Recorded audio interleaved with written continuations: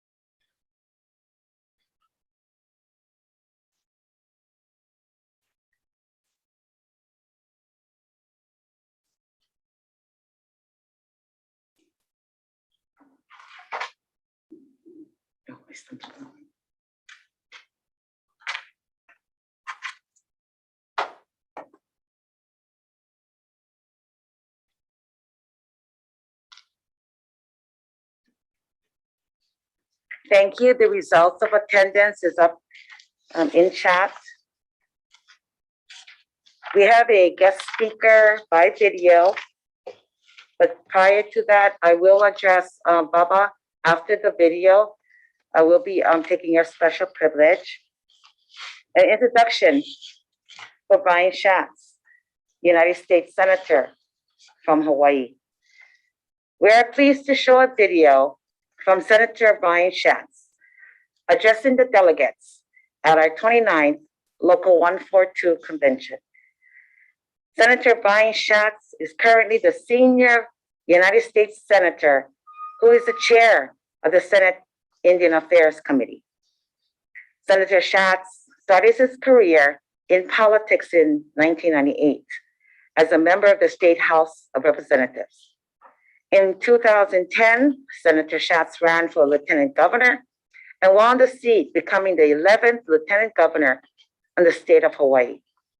In 2012, Senator Daniel Inouye unexpectedly passed away, and then Governor Neil Abercrombie appointed Brian Schatz to the U.S. Senate, which he has held to today.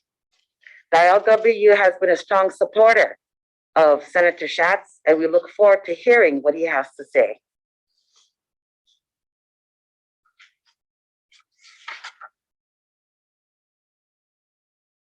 Aloha, everybody. Thank you for inviting me to join you today. Unions make all of the difference for workers in Hawaii. Unions negotiate higher wages, and unions speak up for workers who are being treated unfairly. Unions ensure safe workplaces. So even if you've never contacted your union staff, they're still fighting for you. And that's never been more important than the last couple of years. Working families have made huge sacrifices, and I know it's been extremely difficult. And so I want to thank you.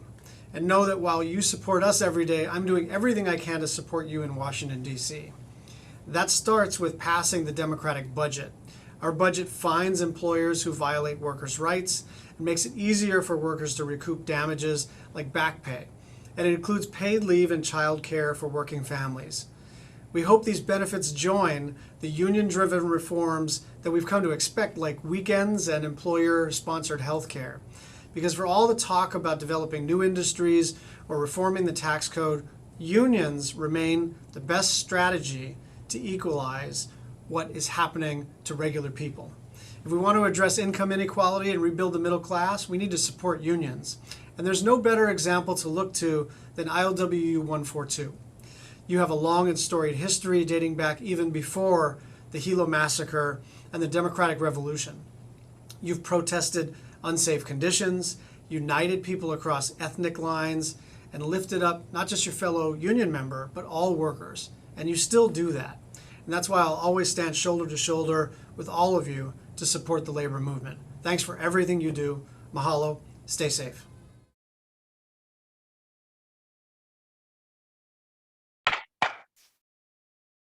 I will address the special privilege by Baba Ha'ole. Could you elevate Baba, please?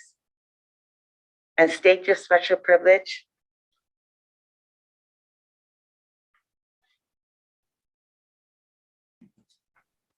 Can you hear me? We can hear you, Baba. Okay. Thanks, Donna, for the special privilege. Yeah, the reason I was asking for the special privilege is because I guess maybe before we go in committees, I want to have one caucus, statewide caucus with my division, Longshore Division, if that's possible. We got some issues that I wanted to, wanted to pass on to all my members of the Longshore Division. Thank you, Baba. I will grant you your special privilege. Is 30 minutes will be sufficient enough for you to take care of the issues? Yeah, yes, it will. Thank you. Your division is equipped to able to Zoom. Division directors on the location, please provide the Hawaii Longshore Division Group an area that they can, a location, that they be able to have their caucus to participate statewide. And you'll handle, your division will handle that Zoom link for them? Baba? Yeah, Drake. Okay, very good. So we will take a recess for 30 minutes for the purpose of Longshore Caucus. Next on the agenda, so we will pound the hammer at 30 minutes. And I would like to prepare the convention will be, the committee reports that coming up will be from resolution. Resolution, this is your time to prepare your committee so we can address the resolutions to the convention. So we are now in recess. Thank you. Thank you.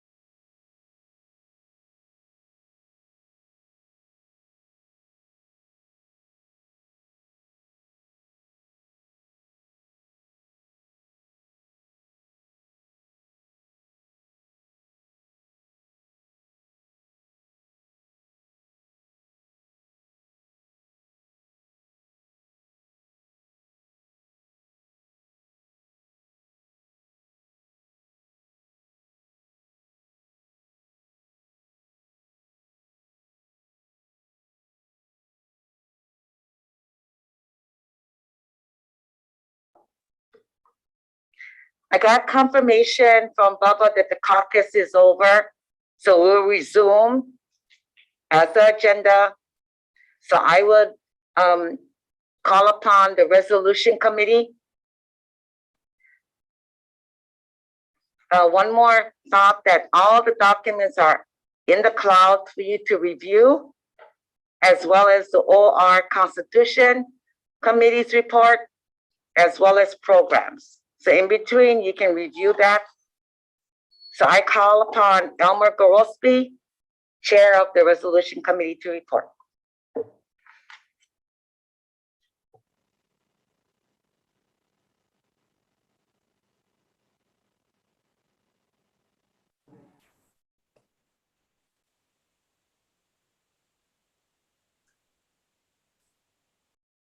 All right, can everybody hear me? Just a quick chat, just to make sure that everyone can hear me.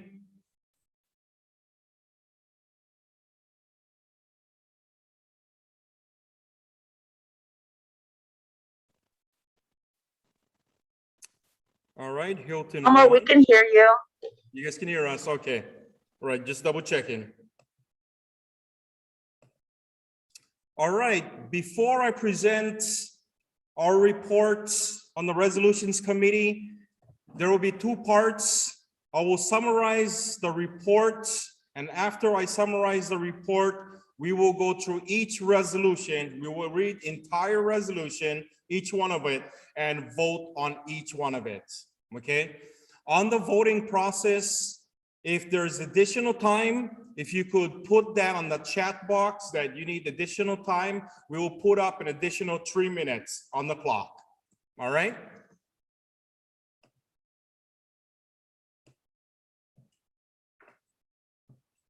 All right, that being said, thank you, President Domingo. Report of the Committee on Resolution.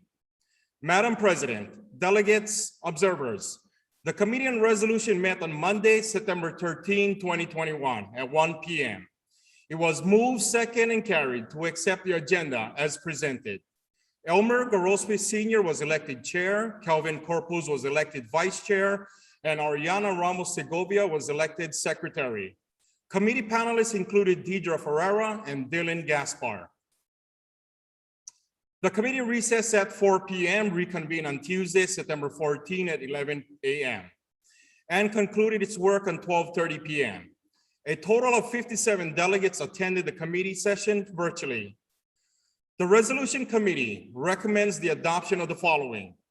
Resolution of R1, resolution of mahalo to the local 142's essential workers on the front line. Resolution 2, resolution of mahalo to longshore workers on the front line.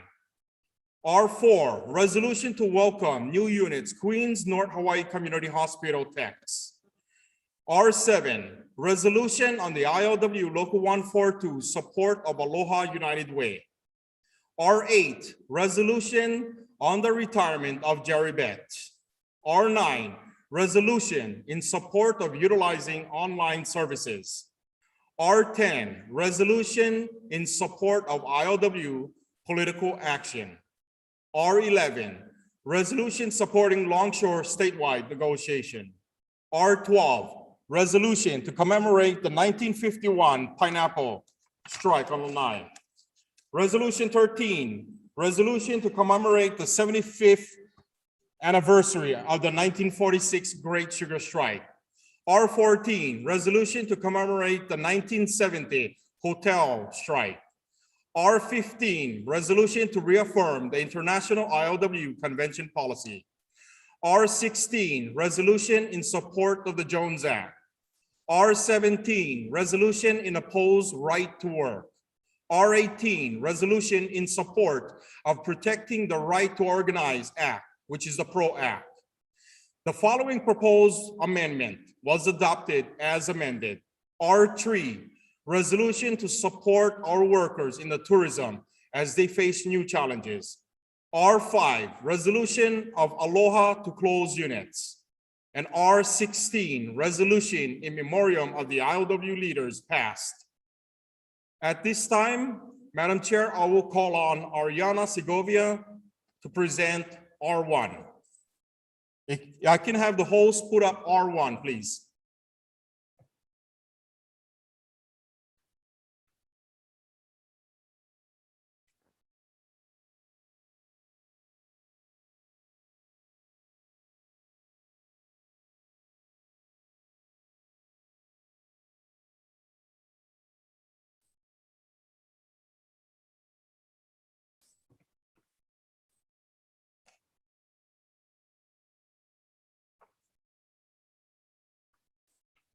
Resolution of mahalo to Local 142's essential workers on the front lines. The circumstances created by the COVID-19 pandemic have been so unprecedented that they necessitated new classifications for labor. Terms such as essential worker described workers whose labor was needed but did not require them to risk their livelihood on the front lines. While everyone's labor is indeed essential, some essential workers could have the luxury of working from home. The term frontline worker connotated workers whose labor was essential and required to be performed in person and at risk to their personal health and safety. Obvious examples of frontline workers during the pandemic were hospital workers and grocery store workers. ILWU Local 142 is proud to call many of its members frontline heroes, performing essential duties on the front lines. Here are the units with brothers and sisters who courageously showed up on the job, many working nonstop since the pandemic started, so our communities could keep functioning as seamlessly as possible during these challenging times. Longshore grouping. Unit 1201, Young Brothers Hilo. Unit 1201, Young Brothers Kauai High. Unit 1201, Big Island Stevedores. Unit 1201, Hawaii Stevedores, Inc. Unit 3201, Nawili Wili Stevedores. Unit 3201, Hawaii Stevedores Kauai. Unit 3201, Young Brothers Kauai. Unit 2201, Young Brothers Maui. Unit 2201, Kahului Stevedores. Unit 2201, Hawaii Stevedores Inc., Maui.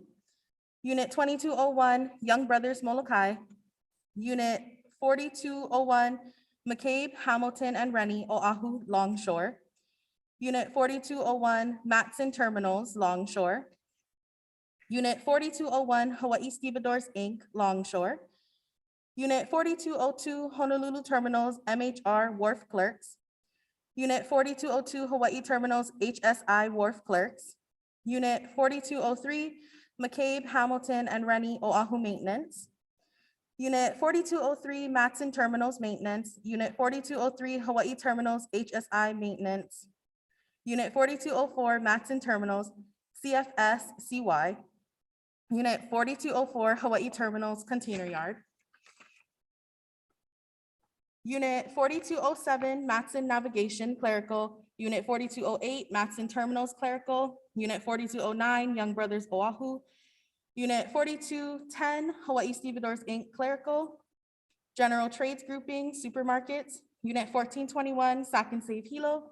Unit 1421, Sack and Save Kona. Unit 1421, Sack and Save Puanakol. Unit 1421, Foodland Waimea. Unit 1421, Foodland Farms Waikoloa. Unit 1421, Sack and Save Hilo Gas and Go. Unit 1421, Foodland Keao. Unit 3402, Foodland Princeville. Unit 4405, Foodland Oahu. Unit 2408, Foodland Kahului. Unit 2408, Foodland Lahaina. Unit 2408, Foodland Kihei. Unit 2408, Foodland Pukalani. Unit 2408, Foodland Farms Lahaina. Unit 2408, Foodland Kehalani. Unit 2408, Sack and Save Maui. Unit 2414, Times Supermarket. Unit 4405, Sack and Save Oahu. General Trades Grouping, Healthcare. Unit 1424, Yukio Okutsu State Veterans Home. Unit 1426, Hamakua Health Center. Unit 1426, Queens North Hawaii Community Hospital. Unit 1426, Queens North Hawaii Community Hospital Techs. Unit 2411, Halemakua. Unit 3410, Wilcox Memorial Hospital. Unit 3410, Hawaii Pacific Health Kauai. Unit 4420, Kaiser Hospital Oahu. Unit 4420, Kuakini Medical Center. Unit 4420, Kapiolani Medical Center. Unit 4420, Wahiwa General Hospital. Unit 4420, Straub Clinic and Hospital. Unit 4420, SDH Services West LLC. Unit 4420 Johnson's Control Inc., Unit 4420 Liberty Dialysis, Unit 4420 Hawaii Pacific Health Oahu. General Trades Grouping Food and Beverage, Unit 1401 Hawaiian Macadamia Nut Services Ka'u Division, Unit 1402 Mauna Loa Macadamia Nut Corporation, Unit 1403 Hawaiian Macadamia Nut Services Keau, Unit 1414 Punalu'u Bake Shop, Unit 1416 Tropical Hawaiian Products, Unit 3401 Kauai Coffee Company, Unit 3406 Metal Gold Kauai, Unit 2308 Hali'i Maile Pineapple, Unit 2401 Pulama Lanai Landscaping, Unit 2401 Pulama Lanai Heavy Division, Unit 2401 Pulama Lanai Trades, Unit 2401 Pulama Lanai Transportation, Unit 2409 Paradise Beverages Maui, Unit 4301 Dole Fresh Fruit Packing Chilled Cut Operation, Unit 4305 Dole Wahiwa Plantation, Unit 4404 Pepsi Beverages Company, Unit 4404 Anheuser-Busch Sales of Hawaii, Inc., Unit 4405 Eggs Hawaii, General Trades Grouping Golf Country Clubs Mortuaries, Unit 1513 Makale Golf Club, Unit 1513 Waikoloa Village Golf Course, Unit 3403 Puakea Golf Management, Unit 3407 Kukui Olono Park and Golf, Unit 3504 Troon Golf Princeville Makai Golf Course, Unit 3514 Hokuala Golf Club, Unit 2403 Troon Golf at Kapalua, Unit 2404 Wailea Golf LLC, Unit 2404 Wailea Old Blue, Unit 2409 Maui Lani Golf Course LLC, Unit 2417 Pukalani Country Club LLC, Unit 2419 Troon Golf Kamehameha Golf Club, Unit 2420 Troon Golf at Kapalua Guest Services, Unit 2422 Troon Golf at Kapalua Facilities Department, Unit 4415 Diamond Head Memorial Park, Unit 4415 Nu'uanu Memorial Park, Unit 4415 Hawaiian Memorial Park Cemetery, Unit 4415 Mililani Memorial Park and Mortuary, Inc., Unit 4415 Mililani Town Association, Unit 4415 Oahu Cemetery Association, Unit 4415 Valley of the Temples LLC, Unit 4421 Pearl Country Club Golf Course, Unit 4421 Pearl Country Club Restaurant, Unit 4421 Queen Emma Gardens AOAO, Unit 4421 Waikele Country Club, General Trades Grouping Other Essential Services, Unit 1408 Puhonua Bioenergy LLC, Unit 1412 Hilo Transportation Company, AKA HITCO, Unit 1412 Yamada Diversified, Unit 1413 Big Island Toyota, Unit 1414 BEI Phoenix 5 LLC, Big Island, Unit 1417 Hawthorne Pacific Corp Hilo, Unit 1418 Kauai Trucking, Unit 1419 A&B Fleet Services, Unit 1426 Big Island FCU, Unit 3403 BEI Phoenix 5 LLC Kauai, Unit 3404 Up to Date Cleaners Kauai, Unit 3408 Hawthorne Pacific Corp Kauai, Unit 3408 Pacific Service and Development, Unit 3408 Mid-Pac Auto Center, Unit 3408 Servco Auto Kauai, Unit 3409 Kauai Nursery and Landscaping, Inc., Unit 3412 Gay and Robinson Power Plant, Unit 3419 A&B Fleet Services, Kauai, Unit 3504 Princeville Utilities Company, Inc., Unit 2404 Hawthorne Pacific Corp Maui, Unit 2404 Tri-Isle, Inc., Unit 2404 Kahului Trucking General, Unit 2405 Maui Toyota, Unit 2405 Valley Isle Motors, Unit 2406 HC&D LLC, Unit 2406 Hawaiian Cement Maui Concrete, Unit 2406 Walker Industries, Unit 2406 Maui Blocks, Unit 2407 Valley Isle Community FCU, Unit 2407 Maui Federal Credit Union, Unit 2407 Maui County FCU, Unit 2409 Hansador Lumber Corporation, Unit 2409 Island Movers Maui, Unit 2417 Pukalani Country Club LLC, Unit 4404 BEI Phoenix 5 LLC Oahu, Unit 4404 Klockner Metals, Unit 4405 Hawaii Logistics, Unit 4406 Honolulu Star Advertiser, Unit 4407 Oahu Federal Credit Union, Unit 4409 Island Movers Oahu, Unit 4412 Servco Pacific Oahu, Unit 4414 Ball Metal Beverage Container Operations, Unit 4419 Hawthorne Pacific Oahu Clerical, Unit 4422 Matheson Tri-Gas, Inc. Now therefore be it resolved, the pandemic turned a well-deserved spotlight on the importance of all essential labor, and the ILWU Local 142 is proud of all its members in these units for their tenacity and strength in the face of adversity. And be it further resolved that ILWU Local 142 has a diverse range among its essential workers and expresses its humblest gratitude toward all of those who labor made it possible for us to make the adjustments we needed during the pandemic. On behalf of the Resolutions Committee, I recommend and move to adopt R1.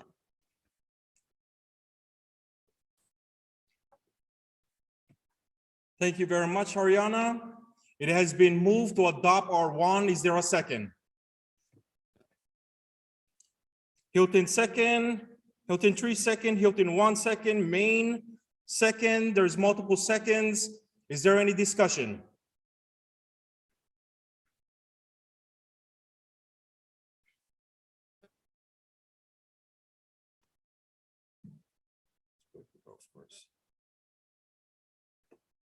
Give me a second here.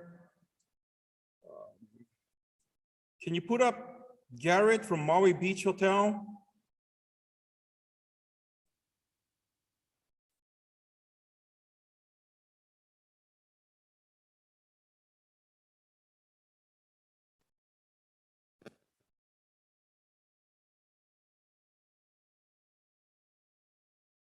Can you elevate Garrett from Maui Beach? Can I have the host elevate the camera? All right, Garrett. The chair recognizes Garrett. Go ahead. Can you hear me? Yes. Okay, Garrett, Unit 2401, I support this resolution. I would like to make an amendment under the longshore grouping. I don't see Lanai, young brothers from Lanai. I'm not sure what they are. Yeah, Brother Garrett, if you could refer to the convention rule number 18 specifically, it is no amendment on committee reports unless it is voted down. There is a mechanism to make amendments, but the report has to be voted down.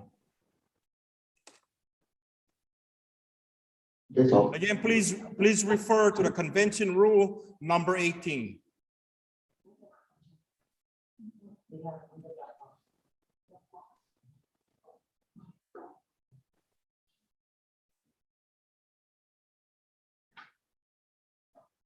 If there's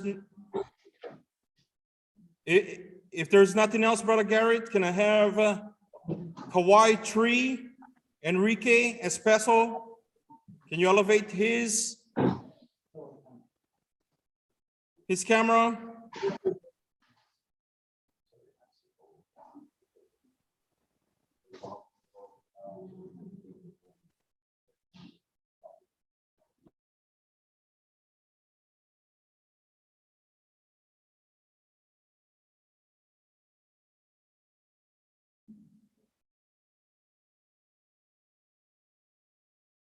All right, brother, you have the floor.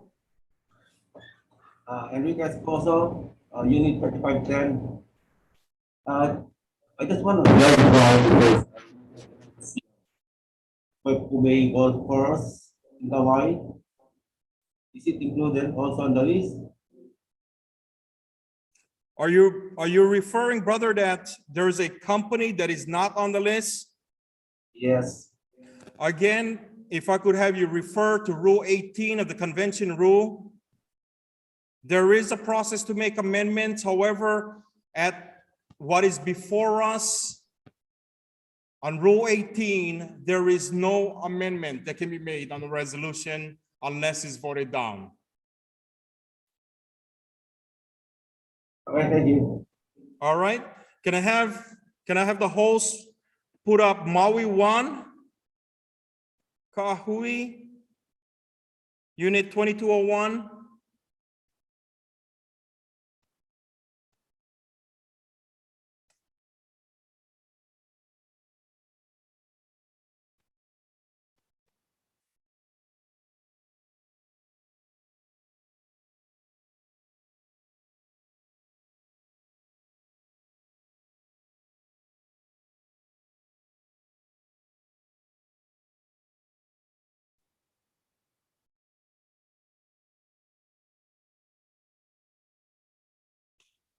All right, you have the floor.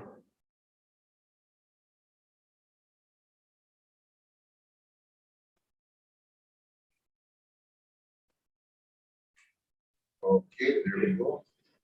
Jessica Iwood, Unit 2201, Longshore. I'm in support of this resolution. One, as long as we make the necessary changes to include our brothers and sisters on Lanai and any missing companies that we did not recognize in this resolution. Thank you. Yeah, I understand, brother, but there is a process. If there's any form of amendment, this particular resolution has to be voted down, Right. and we can submit that particular amendments at the end. Is that okay? Thank you. Yes, thank you very much. All right, is there any further discussion? Can you bring up Alamoana 1, Jesse Andrade? Brother, you're recognized.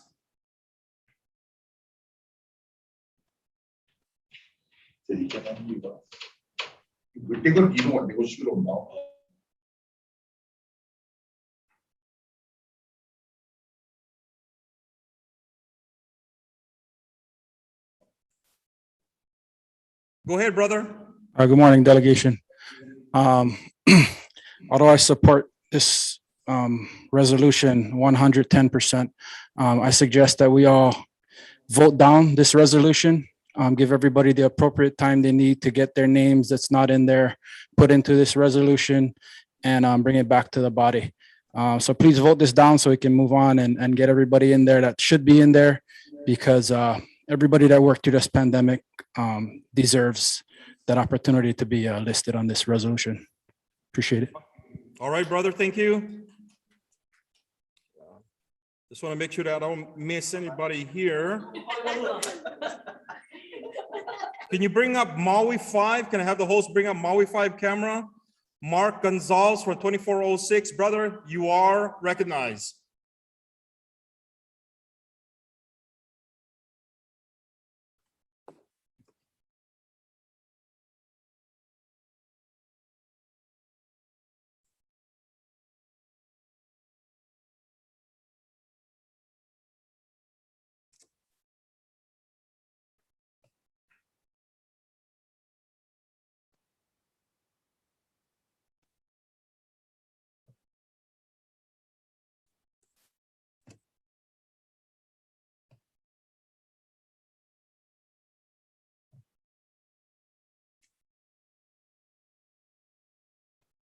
Again, can I have the host put up the camera, elevate the camera on Maui 5?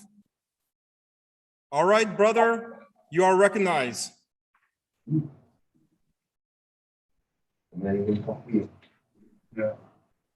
Okay, Mark. Okay, in behalf of the good morning, Manny Baltasar, 2505 Grand Valley Resort and Spa. We have some concerns in my team that there are some missing units that's in our site. So if you can take consideration for that. Thank you, Mr. Chair. All right, brother.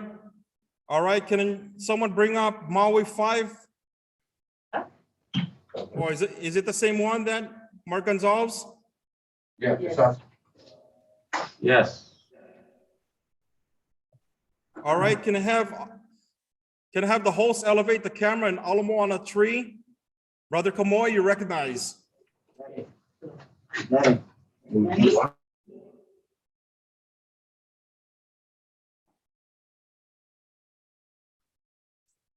Oh, okay.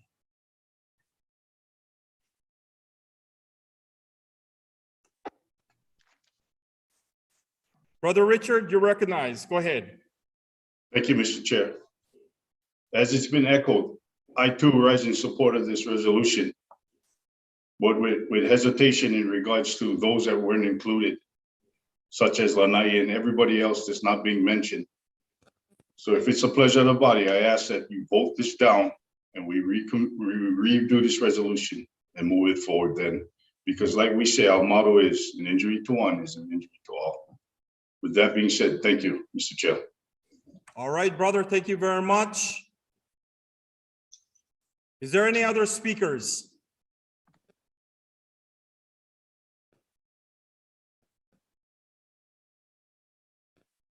Seeing no other speakers, can I have election buddy put up R1 to a vote?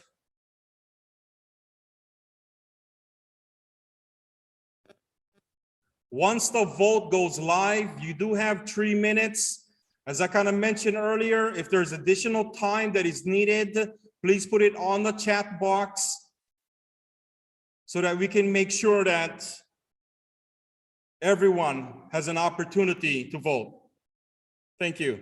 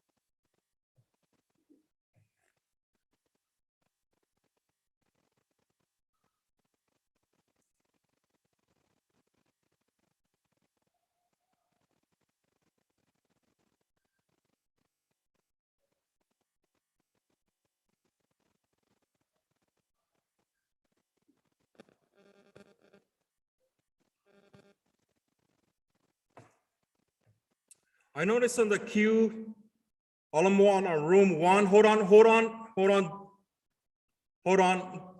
Okay, on room one, there's an additional time that is requested. Can I have an additional 3 minutes goes on the clock, please?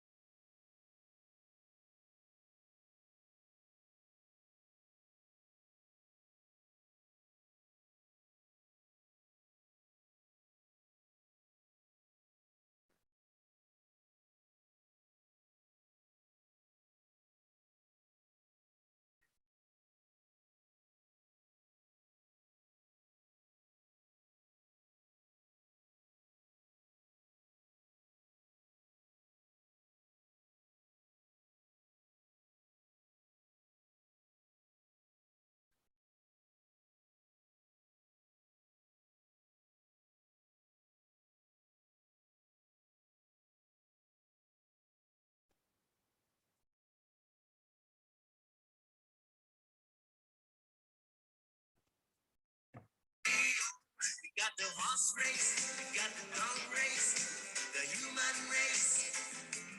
This is a rat race. We got the horse race, we got the dog race, the human race. This is a rat race.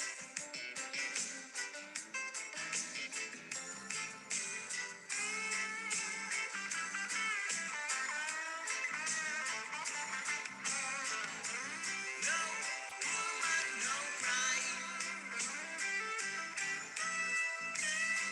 Oh, little darling, it don't shed no tear. No woman, no cry. No woman, no cry. No woman, no cry. No woman, no cry. Oh yeah. No woman, no cry. Whoa. No woman, no cry. No woman, no cry. No woman, no cry. Oh yeah. No woman, no cry.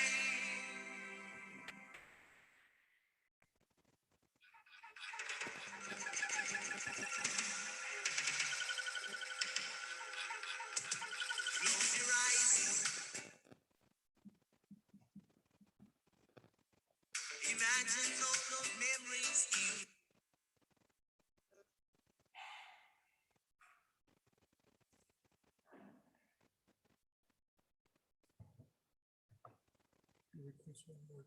Hold on, hold on.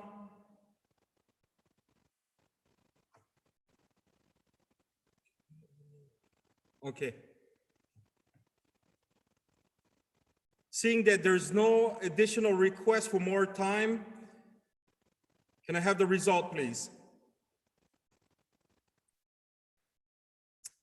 All right, R1 has failed with 50 voting yes and 155 voting no.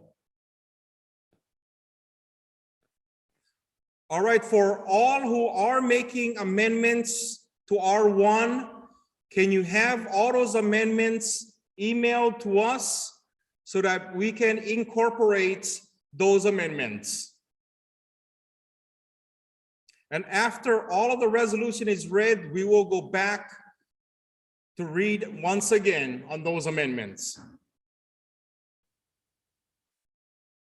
I also forget that there was 8 abstention on the vote, just for clarity. All right, that being said, can I call upon Dylan to come up and read R2? Can I have the host put up R2 on the screen?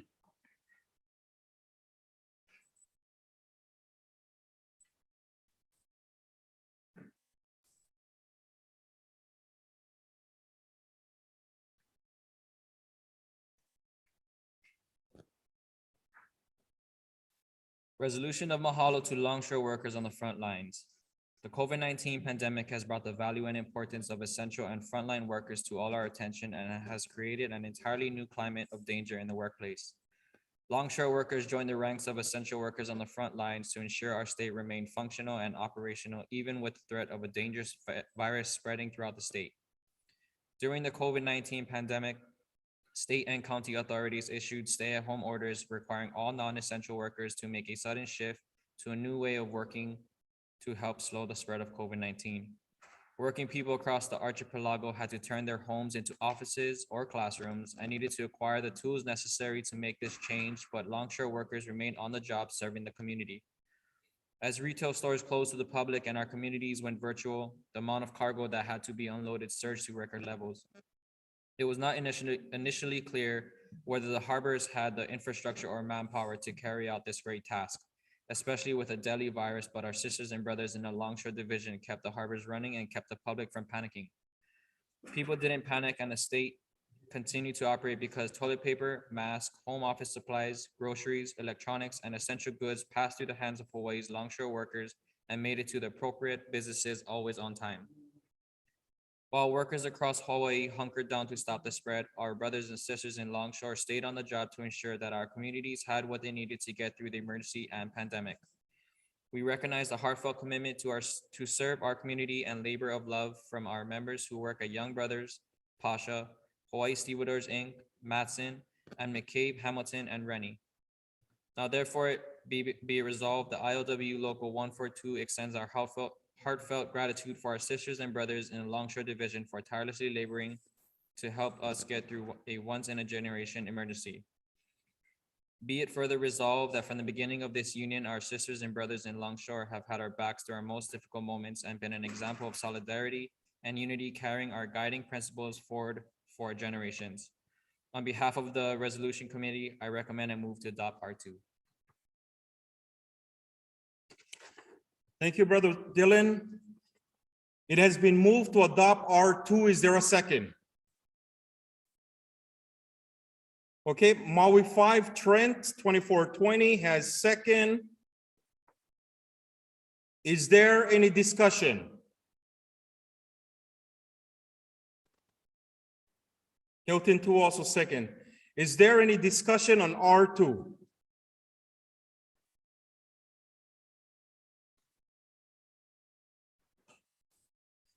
Seeing that there's no discussion, can I have election body put up R2 to a vote?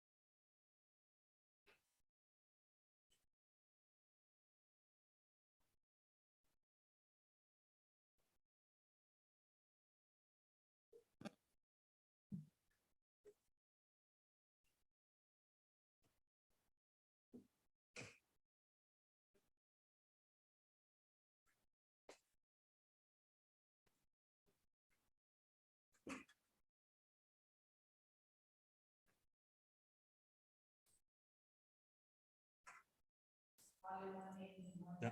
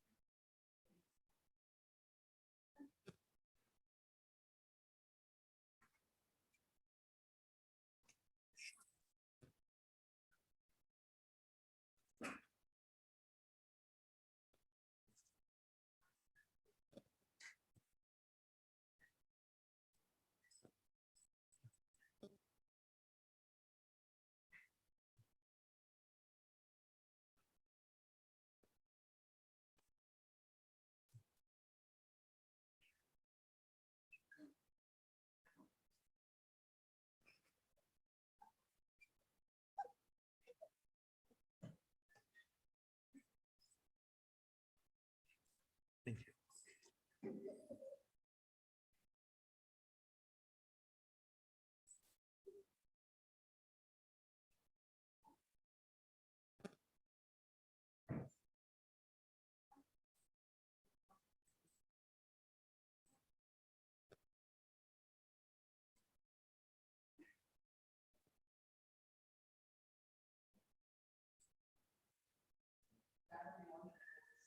Mhm.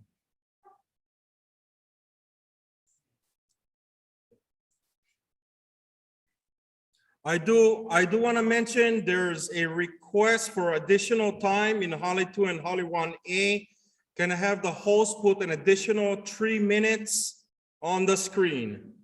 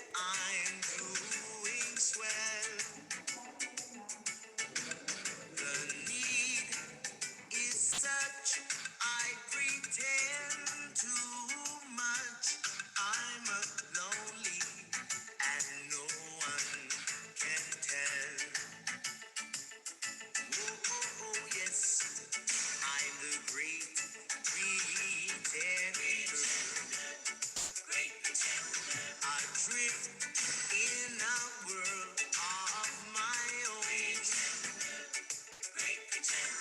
I played the game, but to my real shame, you've left me to dream all alone. Too real is this feeling of make believe. Too real when I feel what my heart can conceive. Oh, yes, I'm the great pretender, just laughing and gay like a clown. I cease to be what I'm not. You see, I'm wearing my heart like a crown, pretending that you're still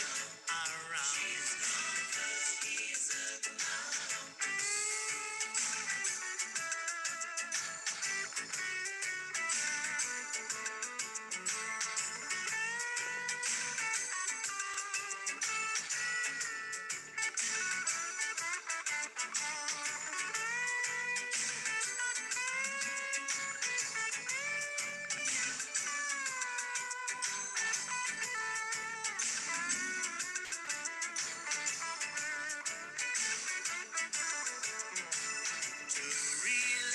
Is this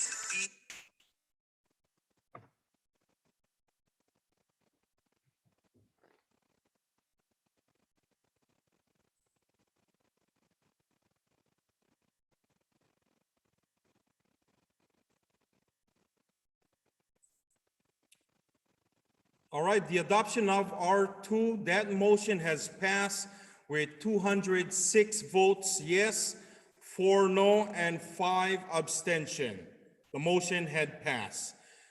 Before we go on the next one, I do apologize. I should have informed everyone who to send the amendment to. If you look on the chat box, please send it to suiling.poi@ILWU local142.org.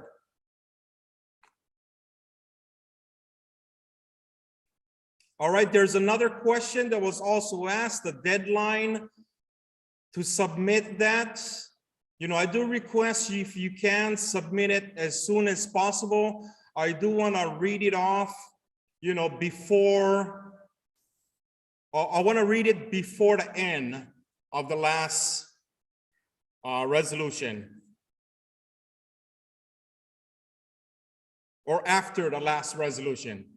I'm sorry, to clarify. All right, at this time, if I can call on Deidre, to read on R3, and can I have the host put up R3 on the screen?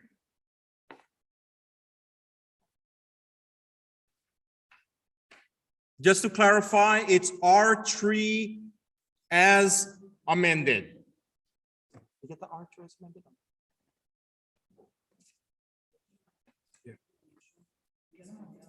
Yeah. For the host, just double checking if that is the right R3.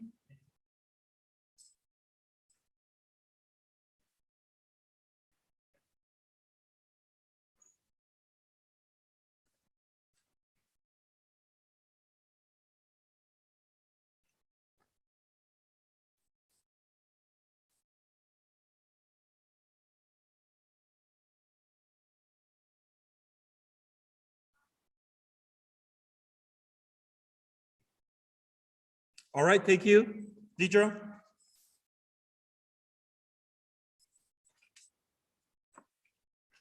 R3 as amended.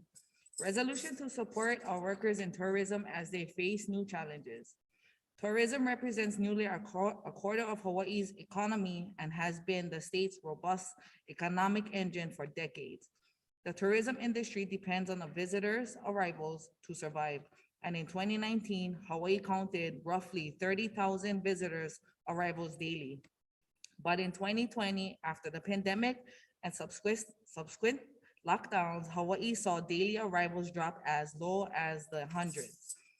After years of low unemployment rates, thanks to many jobs available in the tourism industry, by August of 2020, Hawaii's unemployment rate tied for third worst in the nation and peaked at almost 24% in April and May after the state shut down to contain the spread of COVID-19. About half of ILWU Local 142 members were workers in the tourism industry. The tourism industry is our largest industrial grouping. Ever since Governor Ige's mandatory 2-week self-quarantine for any out-of-state visitors and inter-island travels that started at April 1st, 2020, tourism has made its recovery and in fits and starts, with mandates from local authorities from the late March to early April of 2020.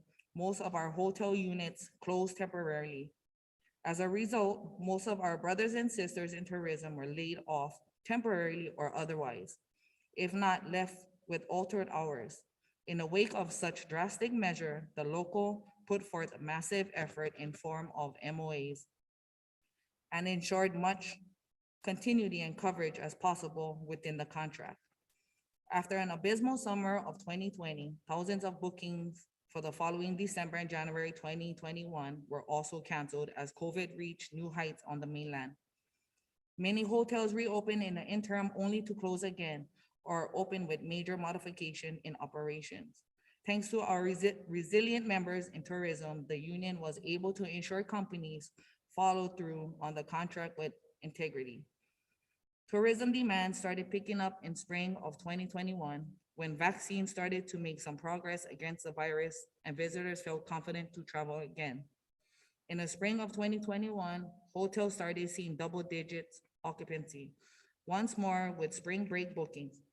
The local and active members did not take this opportunity for granted, however, and kept securing medical coverage for H&W hotel workers in addition to creating and ratifying pandemic relief agreements that extended medical and preserved seniority.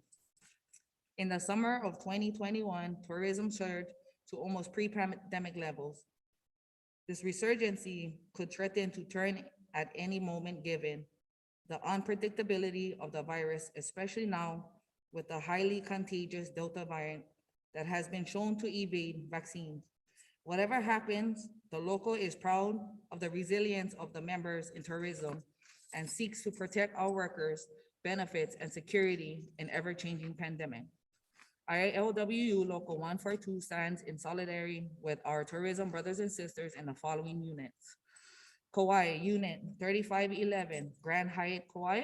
Unit 3516, The Point at Poipu. Unit 3510, Poipu Bay Resorts Golf Course, Kawailoa. Unit 3504, Throne Golf, Princeville, Maikai Golf Course, Oahu. Unit 4416, Polynesian Adventure Tours. Unit 4524, Airport Honolulu Hotel. Unit 4526, Alohilani Resort at Waikiki Beach. Unit 4521, Bree Turtle Bay Resort LLC. Hawaii, Unit 1503, Mauna Kea Beach Hotel. Unit 1505, King Kamehameha's Kona Beach Hotel. Unit 1515, Fairmont Orchid, Hawaii.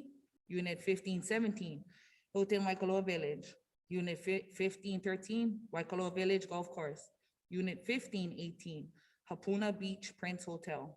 Unit 1520, Sheraton Kona Resort and Spa at Keauhou Bay.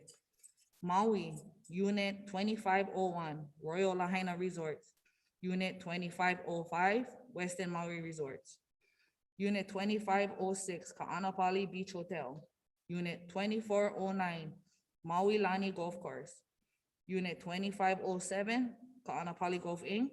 Unit 2508, Napili Shores Resorts. Unit 2508, Maui Eldorado AOAO.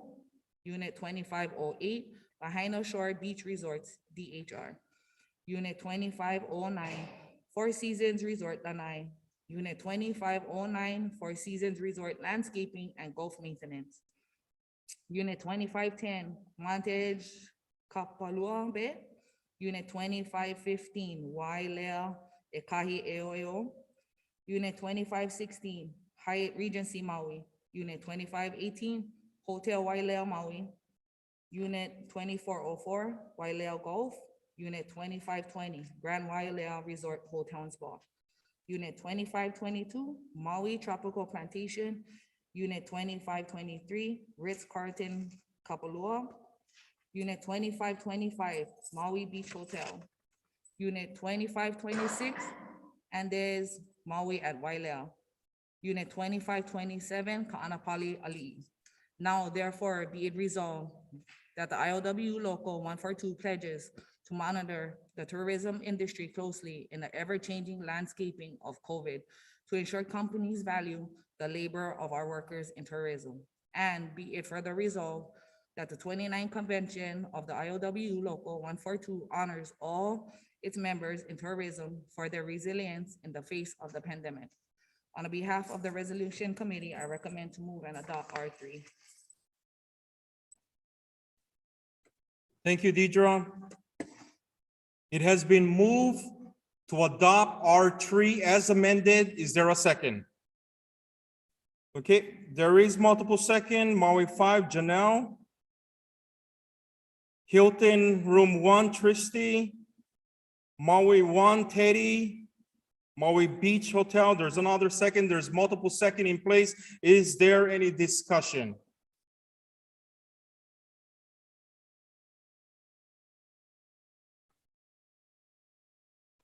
Any discussion on R3 as amended?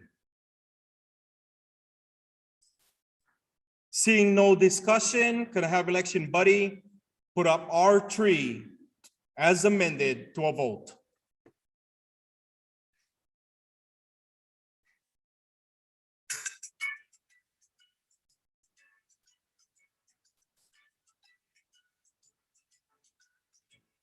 She's not around. She's gone 'cause he's not around. Oh, yes, I'm the great pretender. Pretending that I'm doing swell. The need is such, I pretend too much. I'm lonely and no one can tell. Oh, oh, oh, yes, I'm the great pretender. Adrift in a world of my own. I play the game, but to my real shame, you've left me to dream all alone. Too real is this feeling of make believe.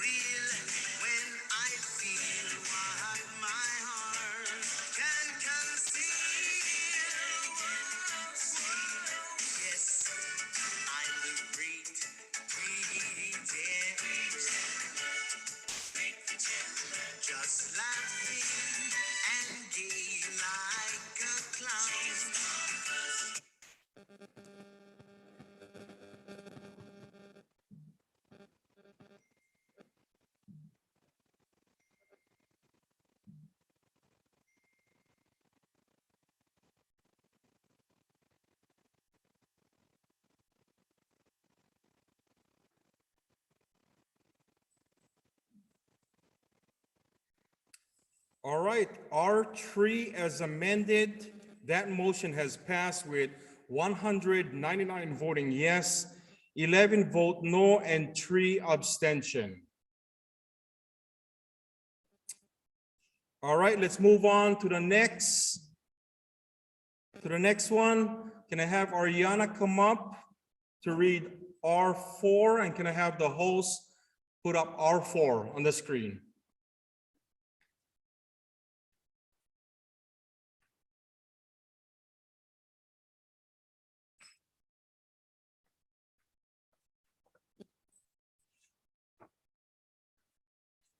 Resolution to welcome new unit, Queens North Hawaii Community Hospital Techs to Local 142. Whereas the healthcare field is one of the fastest growing industries, if not the fastest growing industry in the state of Hawaii and the rest of the United States. Whereas over this past triennium, the union was proud to welcome over 30 members from Queens North Hawaii Community Hospital on the Big Island to the ILWU Local 142 Ohana.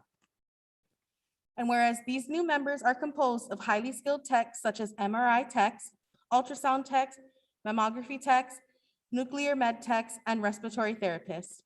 And whereas their journey to unionizing with Local 142 began in 2017, when the workers first voted in their NLRB election to say yes to union representation.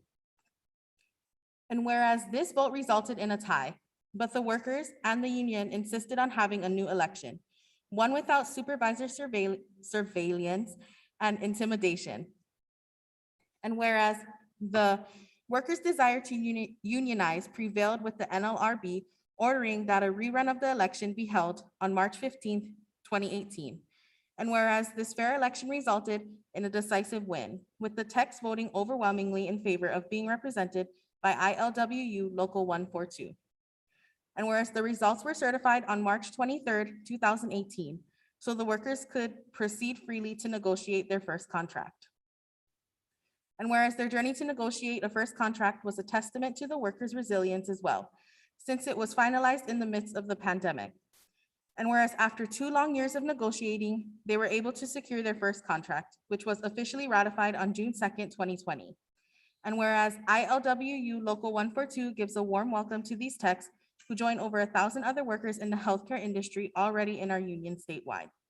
And whereas ILWU Local 142 has consistently organized more and more departments within the healthcare industry over the years. And whereas many workers in the healthcare field have become more interested in unionizing, especially as they bore immense pressures as COVID raged on, and current corporate frameworks failed to meet the workers' needs at the pandemic's heights. And therefore, be it resolved that the ILWU Local 142 29th Convention recognizes the triumph of the techs at Queens North Hawaii Community Hospital to join our union and congratulates them for joining a strong contingent of other healthcare workers in Local 142. We will strive to organize more healthcare brothers and sisters as time goes on and stand in solidarity with the honorable work they do. On behalf of the Resolutions Committee, I recommend and move to adopt R4.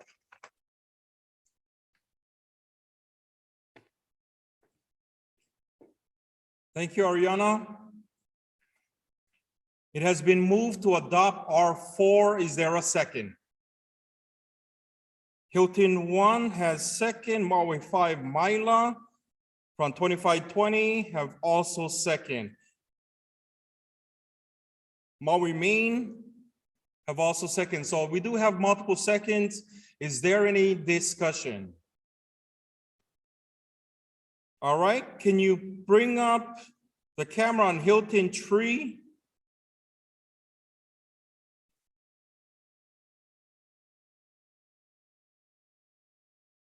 Can you bring up the camera on Hilton 3?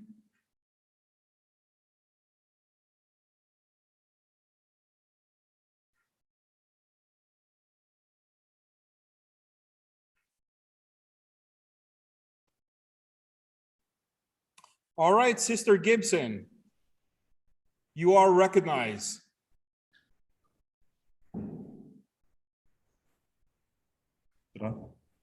Hello, I'm Johanna Gibson, and I'm a rad tech at QH. Sister Gibson, could you state your name, your unit Yes, my number, name is and also the Johanna division for the Gibson. record? Johanna Gibson. And I'm a radiologic technologist at Queens North Hawaii Community Hospital in Waimea. And I'm currently the unit chairwoman of our unit. I have been employed there for 25 years and have experienced numerous changes, not necessarily for the good of the employees. When QHS acquired our small community hospital, we realized how difficult and frustrating it became to communicate with a large corporation. But now that we are members of the ILWU, we have already accomplished higher wages and better benefits with our first contract. So on behalf of myself and all the techs at QNHCH, I would like to say how grateful we are to have the support and the protection of the ILWU 142. And I would also like to extend big mahalos to Tristy, our BA, for all that you do and for me personally. You're amazing. Thank you very much. Yeah. Thank you, Sister Gibson.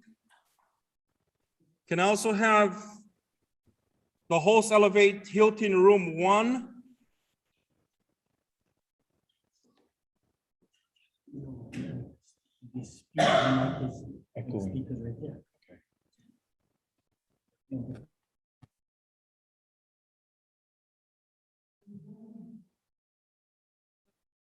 Video and the voice. All right, Sister Likuan, you are recognized. Aloha, thank you, Brother Chair, for the opportunity to speak. As you all seen, Johanna or Tristy Likuan, 1503 Mauna Kea Beach Hotel. I rise in support of this resolution. This unit has come a long way, and they've also started from the sister clerical company unit in their company, and talk about organizing, mobilizing from the bottom up. The text reached out, went through the process, and I'm very, very happy to have this unit, especially during these times, this past recent years. We did a ratification through COVID, did everything necessary to get their voices heard, did a double election, worked very hard for these individuals, and hoping for the best for the future of the unit. These guys are emergency room techs. They're so awesome, an awesome crew, respiratory techs, Johanna, x-ray techs, everybody, come together in this time, strengthened with the backbone of the ILWU and our organization fighting behind them. I just want to say mahalo to this unit and welcome your fellow sisters and brothers of North Hawaii Community Hospital, technologists, excuse me. Mahalo. Thank you very much, Sister Likuan. Is there any further discussion?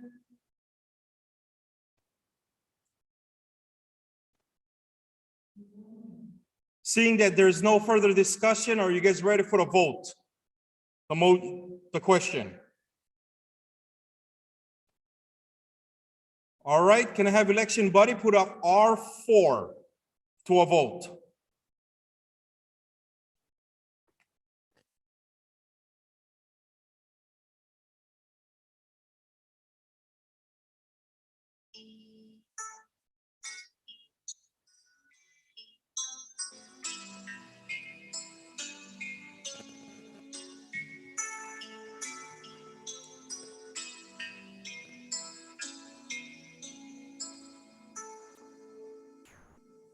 In a little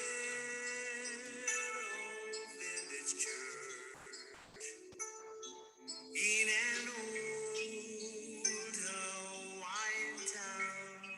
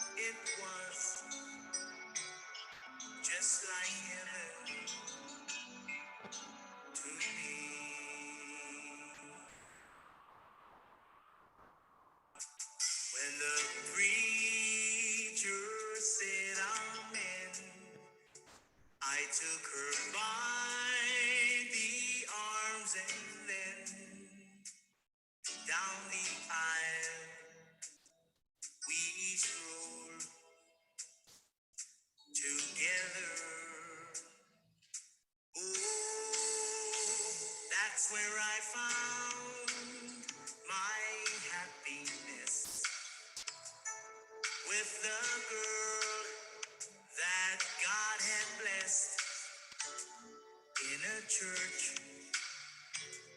in an old Hawaiian town. When the preacher said amen, I took her by the arms and then down the aisle we strolled together. That's where I found my happiness with the girl that God had blessed. Oh, in a church in an old Hawaiian town. Oh, in a church in an old Hawaiian town.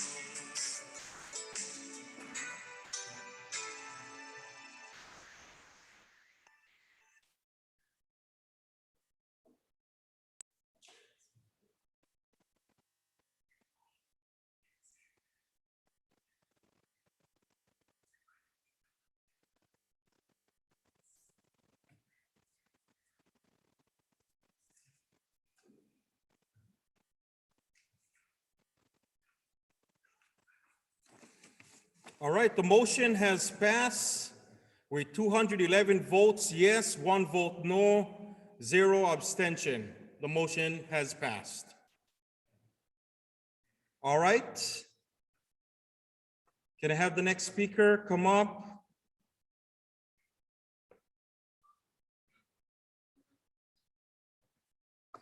And can I have the host put up R5, please? As amended. R5 as amended. Thank you. Resolution of Aloha to close units. The ILWU bids a fond aloha to the units whose companies closed down in the past triennium. These units include Ige Construction, Maui Division, December 2019. Serta and Simmons Bedding, Oahu Division, November 2019.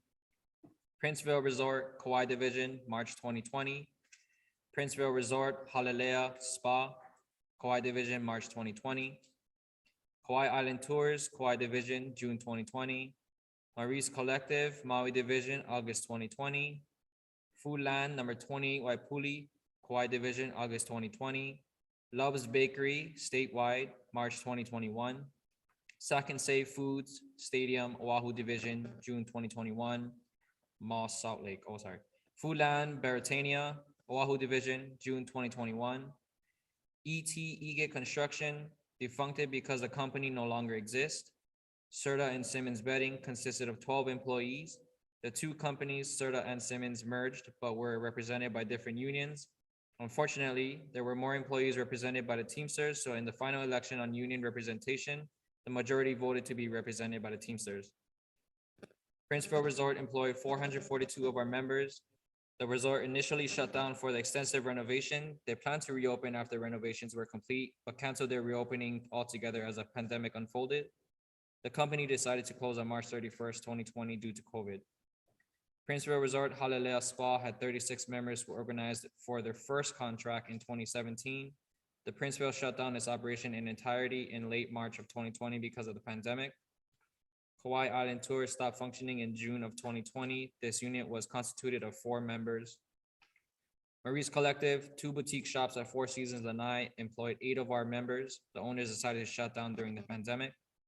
Foodland Store number 20, Waipuli, closed on August 9, 2020. The company decided to close the store location due to the expiration of their lease. The affected members were able to bump into the Princeville store location. Love's Bakery employed 192 members statewide.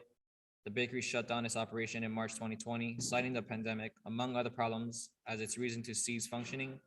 Sac and Safe Food Stadium Mall South Lake location announced on March 17, 2021, that they would be closing. From June onward, the members have been negotiating the terms of this closure with the union. Now therefore be it resolved that we recognize the unfortunate role the coronavirus pandemic played in many of these units' closures. It was the union's honor to help these members in their time of need in the aftermath of these closures with unemployment assistance and extensions of medical coverage. We thank them all for their commitment to the ILWU Local 142 and look forward to them joining us one day in another capacity as members of the union. On behalf of the resolution committee, I recommend and move to adopt R5.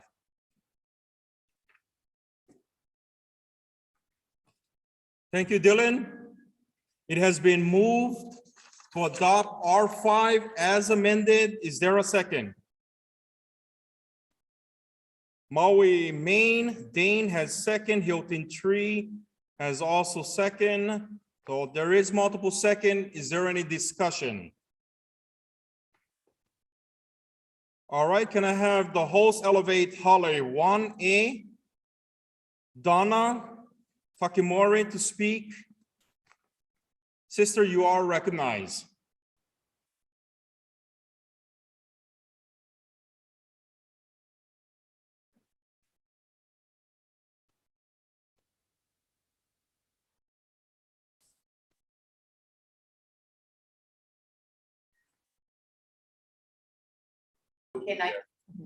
There's a correction on the date for the closure of Foodland Americania. It's supposed to be June 2019. We did not lose any employees as they transferred to other stores, but we just wanted to correct the date, June 2019. Thank you. Sister Donna, just for clarification, are you making an amendment to the current resolution?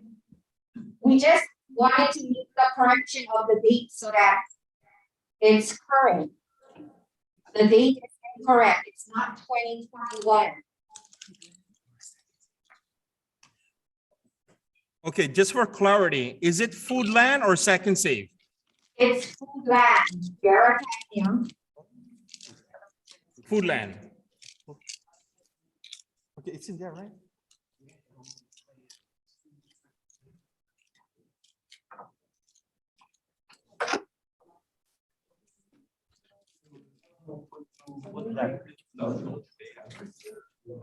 Oh, okay. Sorry, it's a typo. Okay, thank you. Yeah, thank you. Yeah. Is there any other speaker? Okay, can you elevate Hilton Room 1, George Martin, to speak? Brother Martin, you're recognized.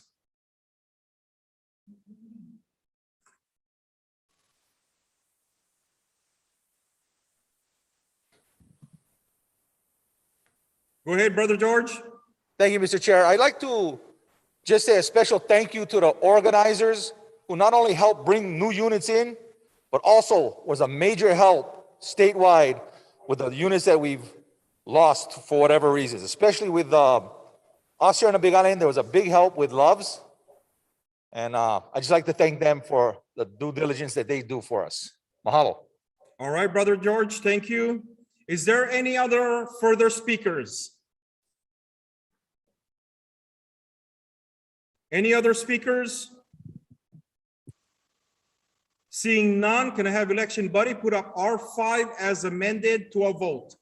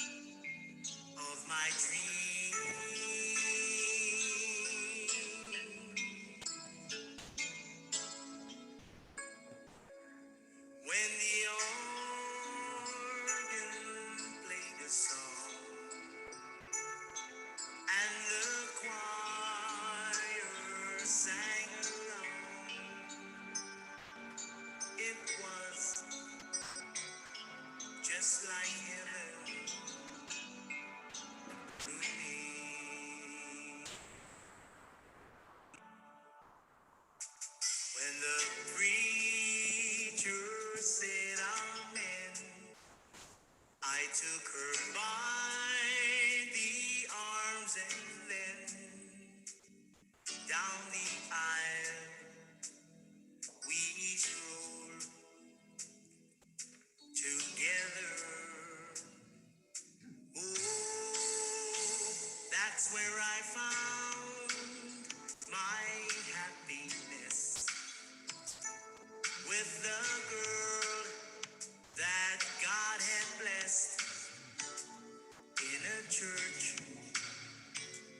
in an old Hawaiian town. When the preacher said amen, I took her by the arms and then down the aisle we strolled together. That's where I found my happiness with the girl that God had blessed. Oh, in a church in an old Hawaiian town. Oh, in a church in an old Hawaiian town.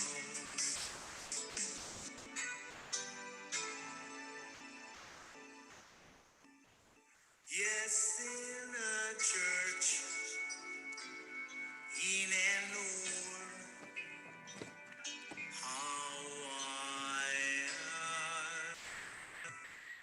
town.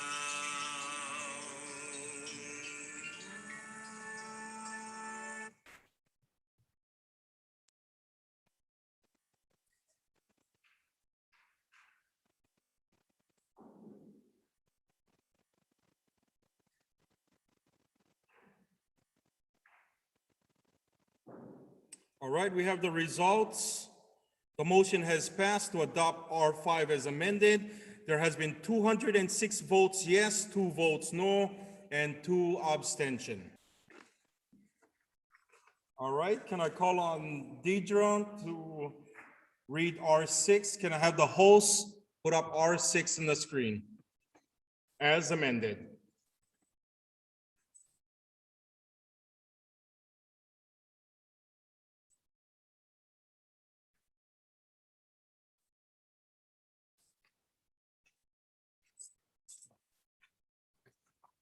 R6 as amended. Resolution in a memoriam of ILWU leaders past. ILWU Local 142 is an organization that fosters leaders with immense talent, heart, and dedication. Those listed below are full-time officers and long-serving local staff members who committed their strength and loyalty to Local 142. We would be remiss to not honor their legacy and contribution at this year's convention. ILWU Local 142 bids fond aloha to the following, whose presence are missed to this day. Michael Murata passed away on February 16, 2019, at the age of 57. The local hired Michael as its contractor, safety, and health administrator in 1998. From that point, Michael developed the local contract administration department from ground up. Without the hard work it took to create his grievance track system, the union could not run smoothly and efficiently. Michael also taught new steward training classes in all divisions. His patience and fortune still serves as inspiration to us all. William Willie Kenton, former Maui Division Director, passed away on May 21st, 2019 at age 73. Willie retired at the end of 2012 after more than 30 years of full-time official. Brother Willie rose to the ranks as a member first at Wailuku Sugar Company. He worked his way up to a journeyman and unit chair. Willie lived through many changes in the industry of Maui, but always lent his leadership skills to helping keep the community connected. Thank you, Brother Willie, for the commitment to ILWU Local 142 values. His legacy on Maui and beyond will always be remembered. John Arizumi, former Maui Division Director, passed away on August 22, 2019, at the age of 95. Brother John started working at Hawaiian Commercial and Sugar, HCNS, in 1938 at only 14 years old, rising from the ranks of ACNS as steward and then unit chair. He dedicated 35 years of his life building the Maui division to what it is today, the largest division. He will always be remembered for his renowned leadership, especially as Maui shifted from an agriculture-based economy to one of the tourism, and for wearing his signature hats. Michael Machado, former Kauai Division Director, passed away on February 27, 2020. Brother Michael was first elected as business agent on Kauai in 1994 and later elected as Division Director in 2009. Committed to the union until the very end. One of his last union events he attended was Kauai's Division Executive Board meetings in December of 2019, where he was recognized with an award of Outstanding Pensioner. Brother Mike, we thank you for being outstanding in your character and guiding so many on Kauai and beyond with your leadership. Wesley West Furtado, the former ILWU International Vice President, Hawaii, passed away on March 15, 2020, at the age of 64. In addition to being a longshoreman, Brother West was also a powerful organizer. One of his greatest legacies was successfully organizing supervisors on the waterfront from Hawaii to the West Coast.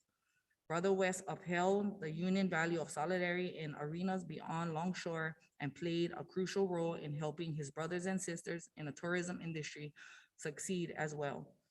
A word of gratitude is owed to Brother West for his legacy in longshore and beyond. Dave Maury, former Oahu Division Director, passed away July 3rd, 2020 at 65 years old. Brother Dave first became an ILWU member when he went to work for Oahu Sugar Company. He served as a business agent and a division director for a combined total of 18 years. He retired from his role as division director in 2013. His leadership amplified the union model, an injury to one is an injury to all, especially when it came to helping brothers and sisters at Pacific Beach Hotel, now Alohilani Resort, in their long and hard-won struggles. Roy Jardine passed away on November 15, 2020. He had a long career with Hawaii Stevedores Inc. and first started serving as a business agent for Hawaii's division in 1993. After retiring in 2006, he continued as a member of the ILWU Memorial Association. Brother Roy was so committed to involvement with the ILWU and the community that he started the Kona's ILWU Pensioners Club, where he served as its president until his pass. Thank you, Brother Roy, for your dedication to the union. Douglas Kabading was also auto mechanic in Haile Miley Pineapple Company for 32 years. He served as a unit chair, negotiation committee member, local trustee, IEB, LEB member, and temporary business agent. He was born on May 11, 1957, and passed away February 5th, 2021. Russell Amos Botello Sr. passed away on June 29, 2021. Brother Russell got his start in the union as a member at Hamakua Sugar before becoming a Hawaii Division business agent in 1990. He served as a steward unit secretary and chair. Many fondly referred him as the guru of workers' comp because he helped so many in that arena. We are proud to call Brother Russell one of our own. Nekonor Nick Kasubeng passed away August 28, 2021. He was a business agent for Maui Division who got his start in the union as a member at Hawaiian Commercial and Sugar, ACNS, in 1981.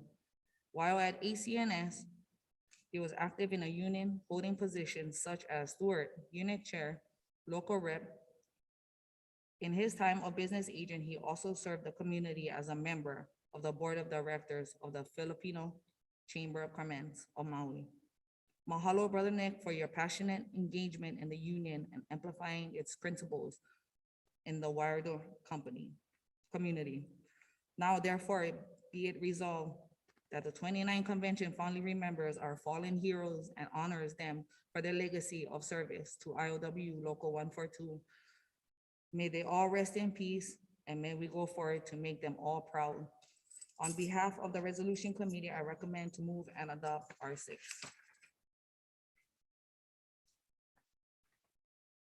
Thank you, Sister Deidre.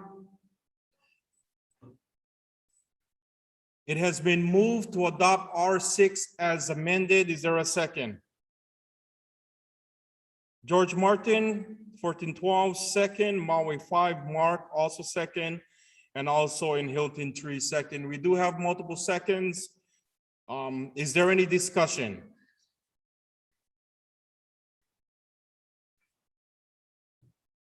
Any speakers on this resolution?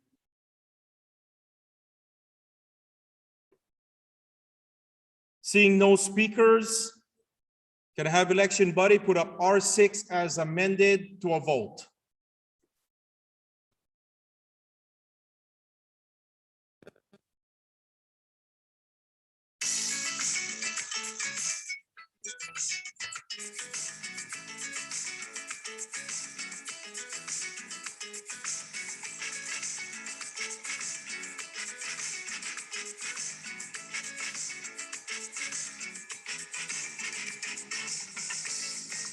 People say when they're high,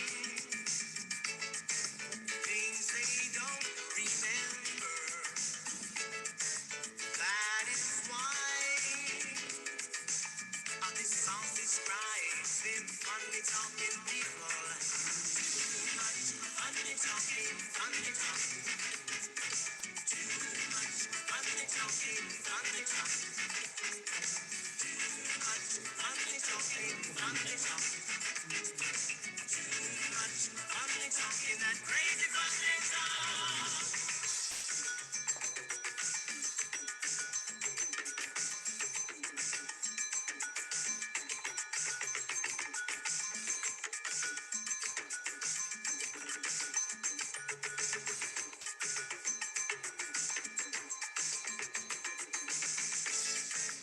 People say when they're high,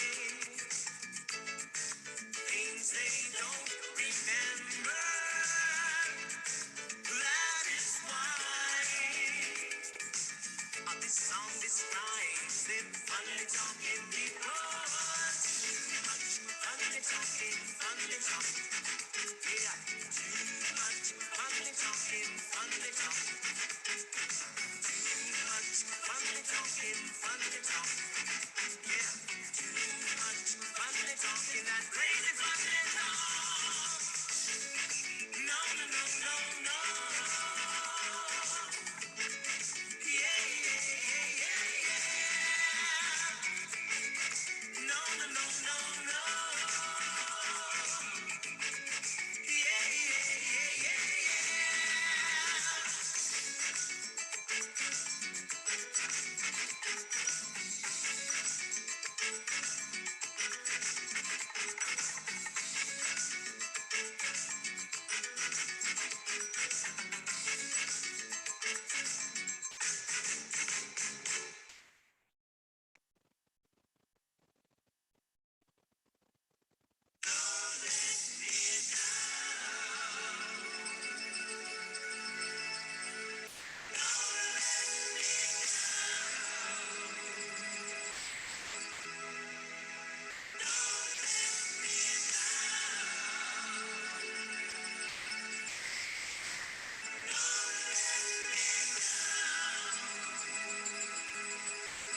Nobody ever really loved me like she loved me.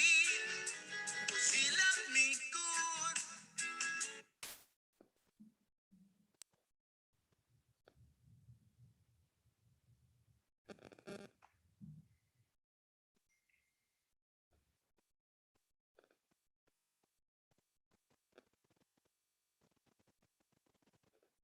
All right, the motion of R6 as amended has passed with 204 votes voting yes, 0 no vote, and 1 abstention.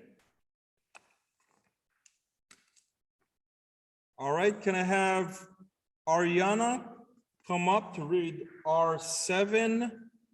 And can I have the host put up R7 on the screen?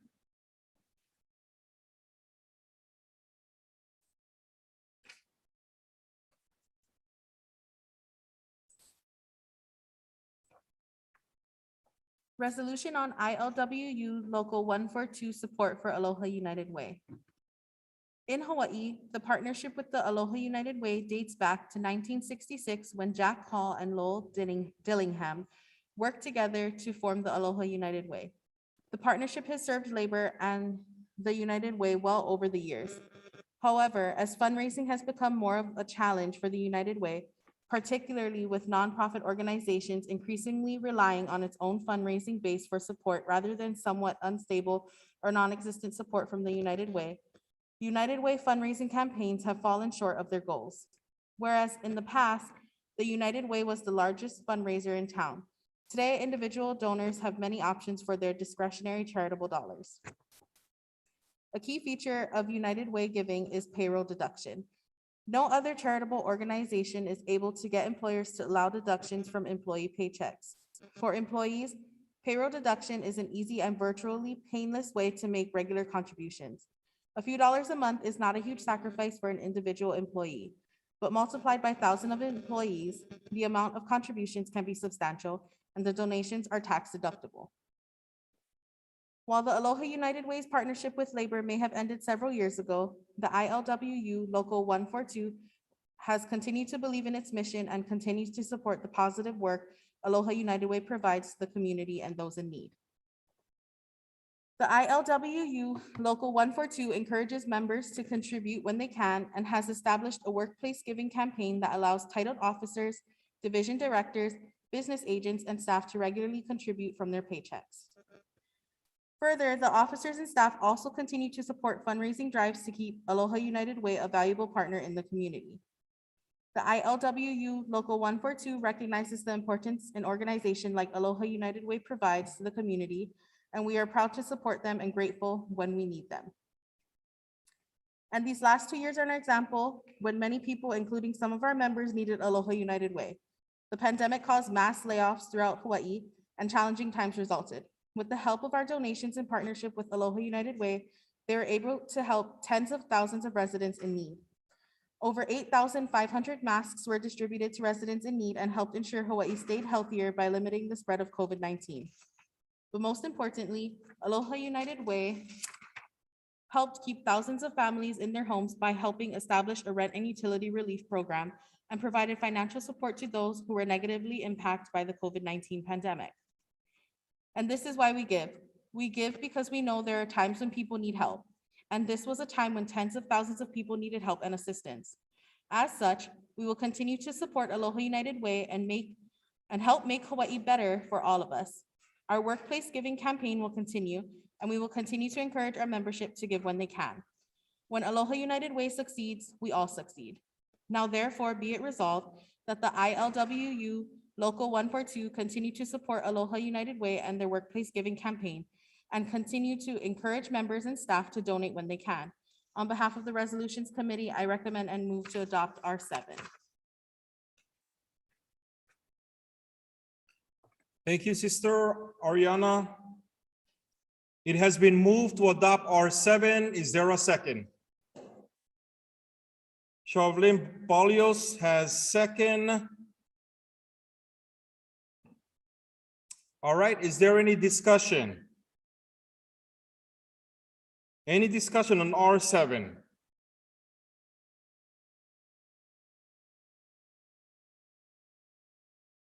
Seeing no discussion, can I have election body put up R7 to a vote?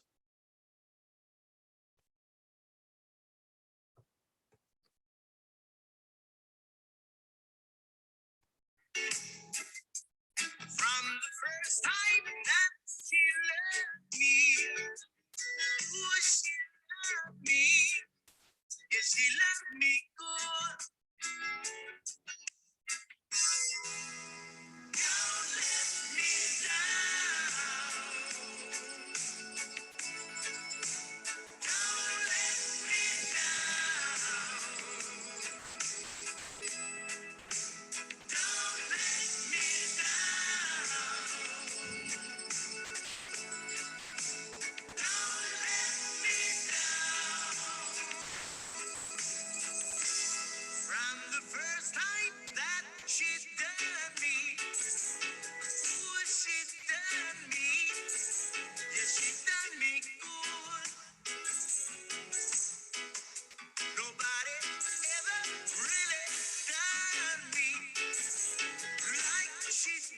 me. Oh, she done me good. Don't let me down. Don't let me down. Don't let me down. Don't let me down. I'm in love the first time. Don't you know it's gonna last? It's love that lasts forever. It's a love that has no past. Don't let me down. Don't let me down. Don't let me down. Don't let me down.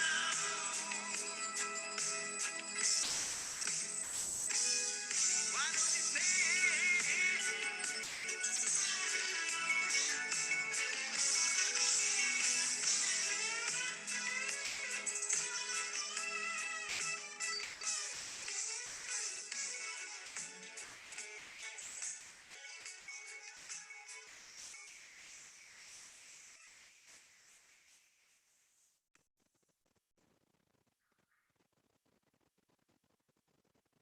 Tiny bubbles in the wine makes me happy, makes me.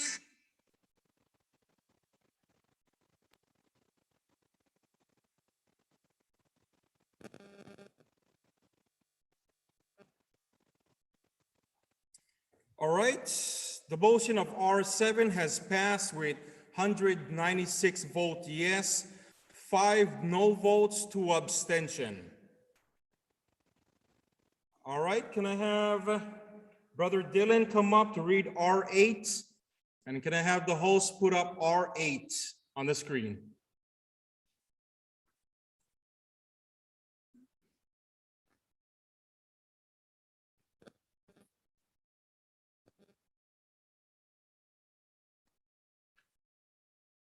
R8, resolution on the retirement of Jerry Beth J.B. DeMello.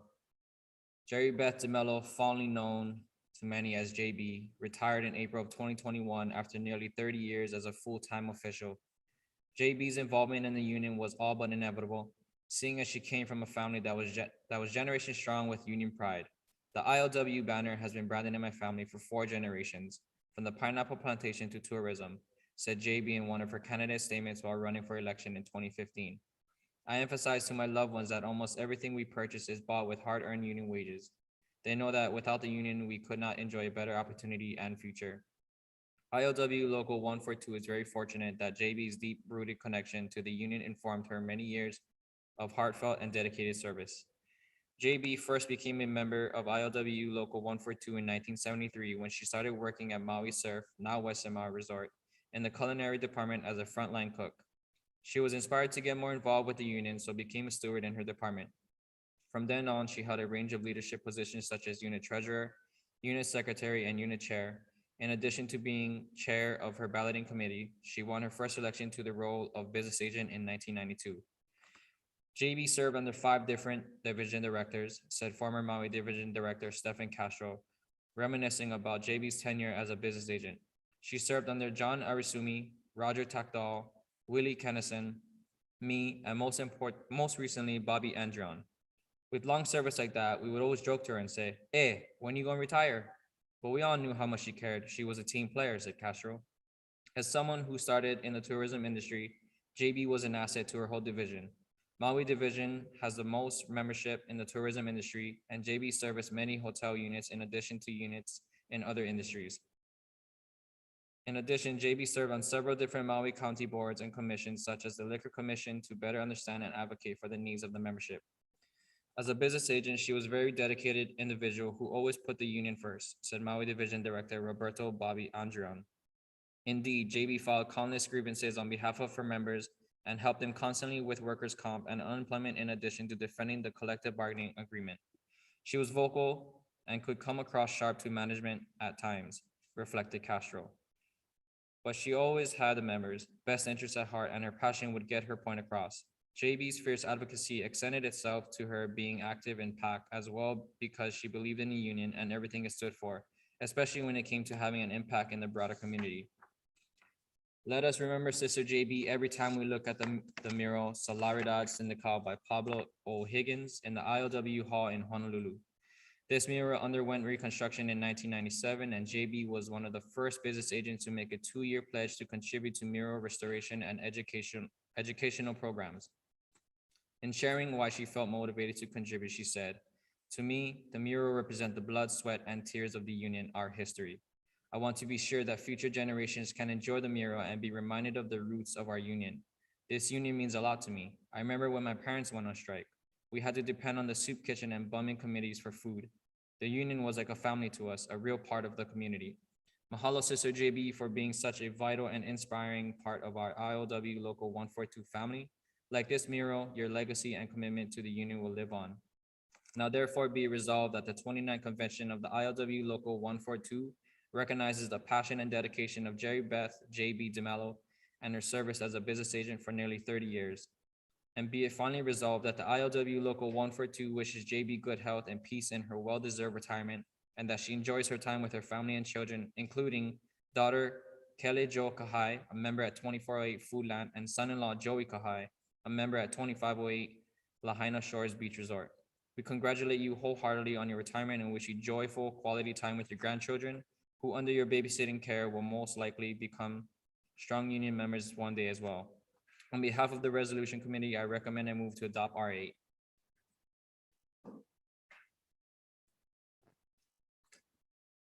Thank you, Brother Dylan. It has been moved to adopt R8. Is there a second? We have multiple seconds. Lourdes from Western Maui, second. Nancy from 2525 has second. Mike Bunyard, 2505, also second. Ron J from 2516, also second. We do have multiple seconds. Is there any discussion? Any speakers on R8? Yes. Okay, can I have the host elevate Mike Bunyard from room Maui 202?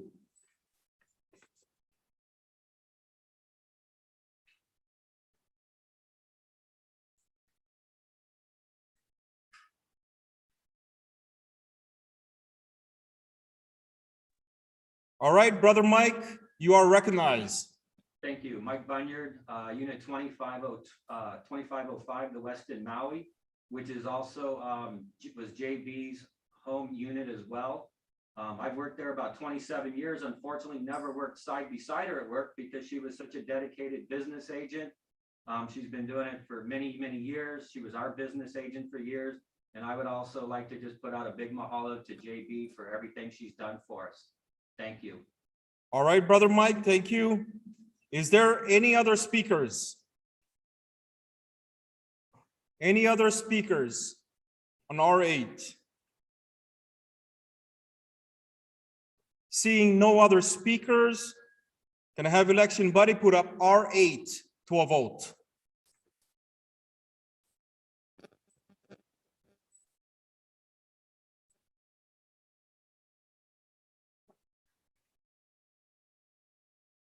There's a light, a certain kind of light that's never shone on me. I want my life to be live with you, to live with you. There's a way. Everybody say to do each and everything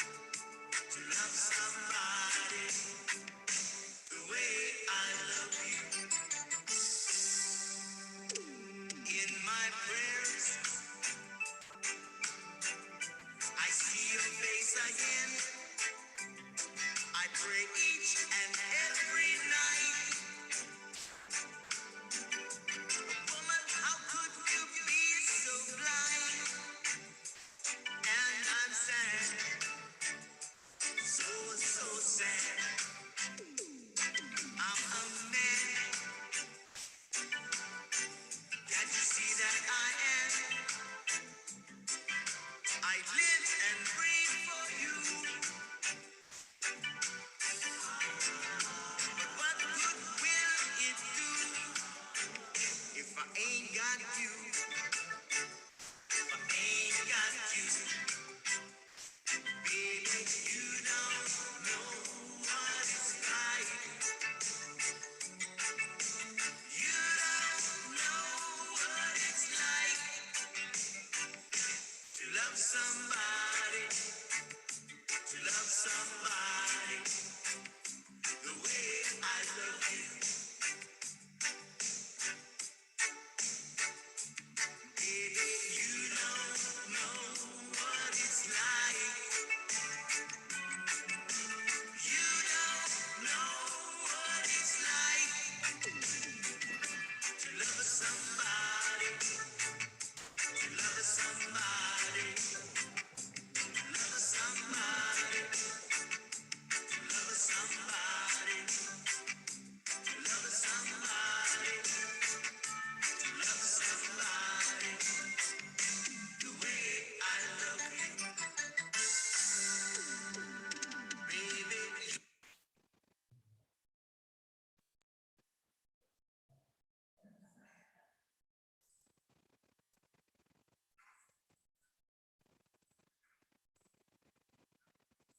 All right, we have the results. The motion to adopt R8 has passed with 204 votes yes, 0 votes no, and 2 abstention.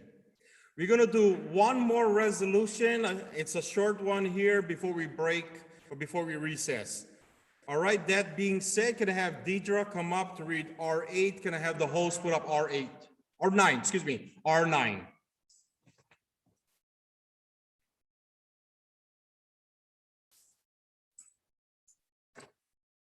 R9, resolution in support of utilizing online services.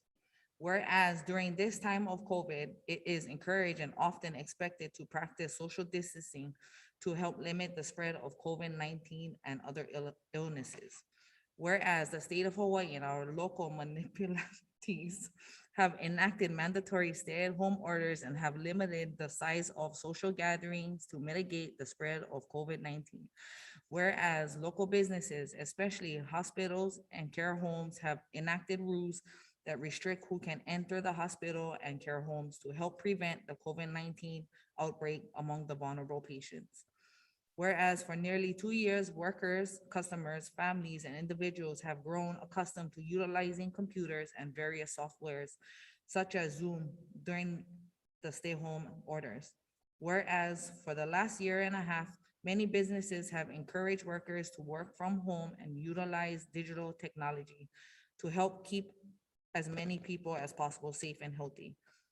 Whereas current technology allows many tasks and duties to be performed digitally. Documents can be securely signed online and shared and saved via the cloud, and email and meetings can be held virtually. Whereas obtaining a loan, buying a vehicle, or even home can all be done securely online with services such as DocuSign. Whereas most people today own smartphones, computers, laptops, and tablets, and have the capability of utilizing online service. Now, therefore, be it resolved that the ILWU Local 142, when possible, utilize online service to help limit the spread of COVID-19 and to help keep our members and staff safe and healthy as possible. On behalf of the Resolution Committee, I recommend to move and adopt R9. Thank you, Sister Deidre. It has been moved to adopt R9. Is there a second?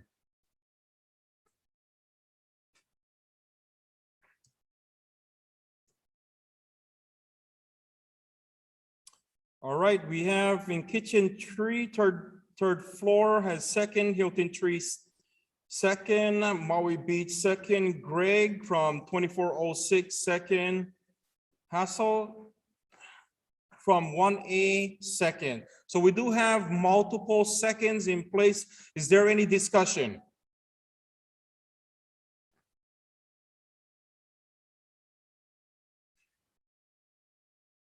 Any discussion? Any speakers on R9? Seeing no speakers on R9, can I have election buddy put up R9 to a vote?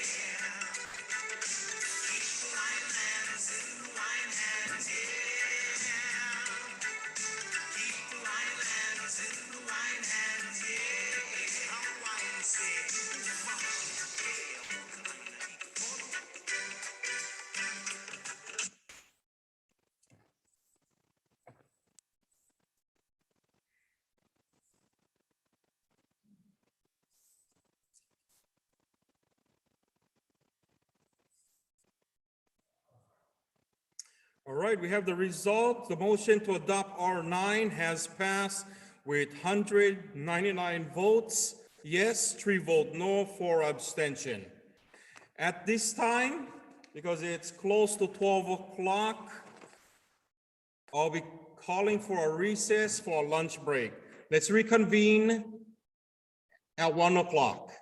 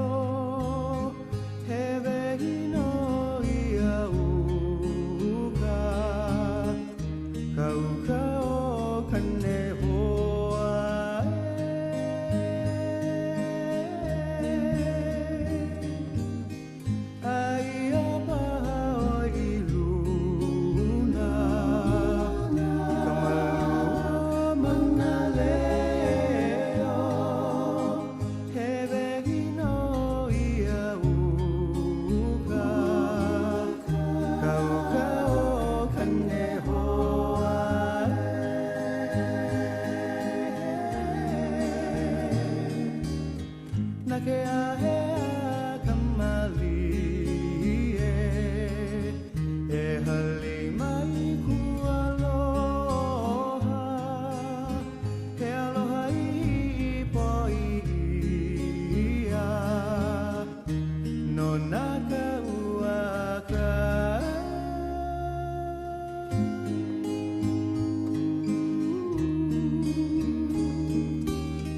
Nakayahea kamali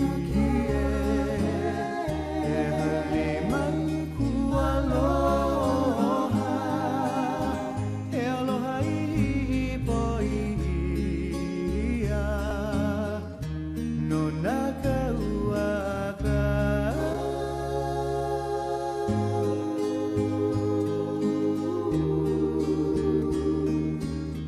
e ia hoi ke aloha no ka ua noe anu hea he vehi no ia uka ka uka o kane hoa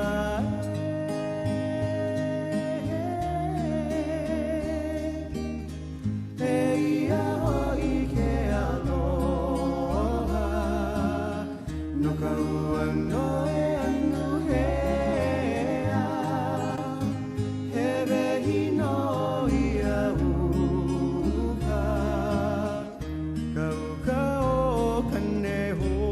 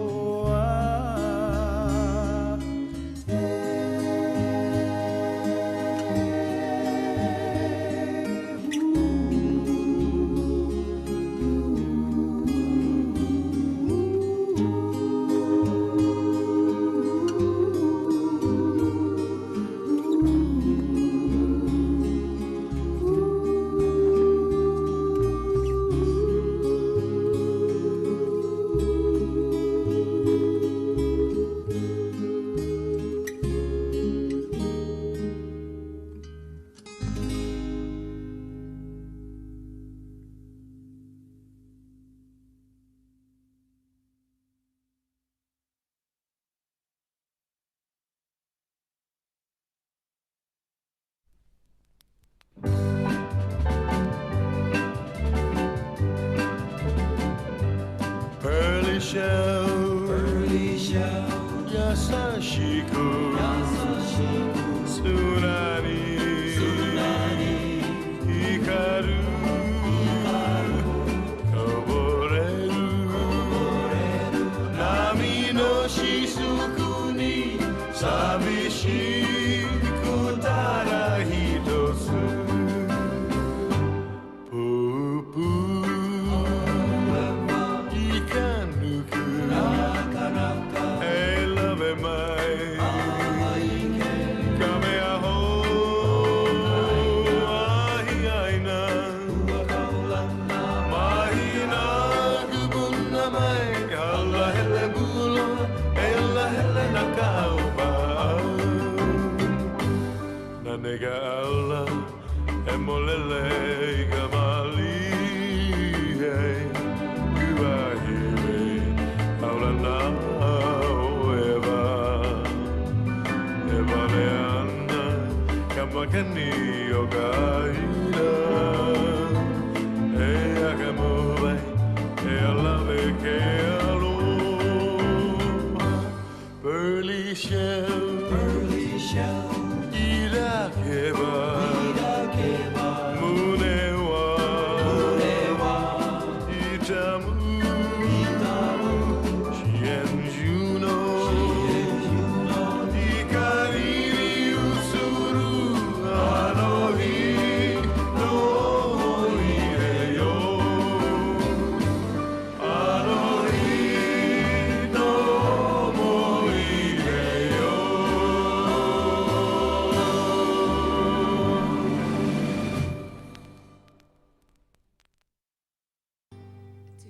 1, 2, 3, 4, and.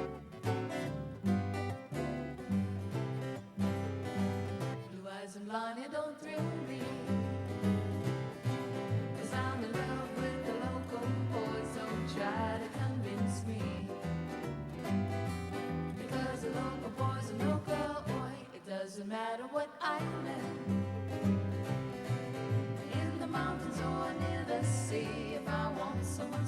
show.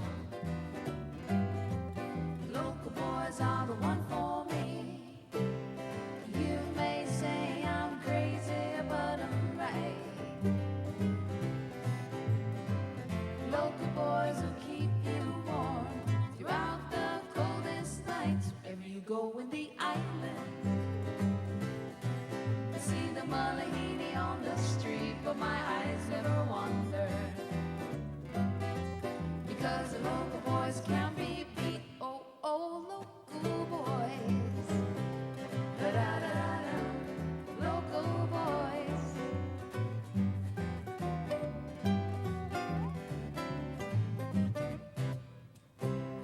You may say I'm crazy, but I'm right. Local boys will keep you warm throughout the coldest nights.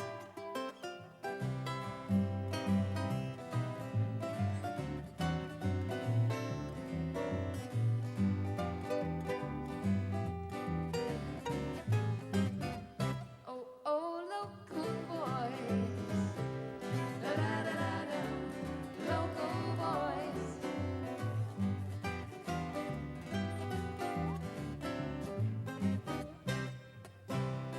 You may say I'm crazy, but I'm right. Local boys will keep you warm throughout the coldest night. Blue eyes and blonde hair don't thrill me, 'cause I'm in love with the local boys. Don't try to convince me, because the local boys are local boy. I said I love those local boys.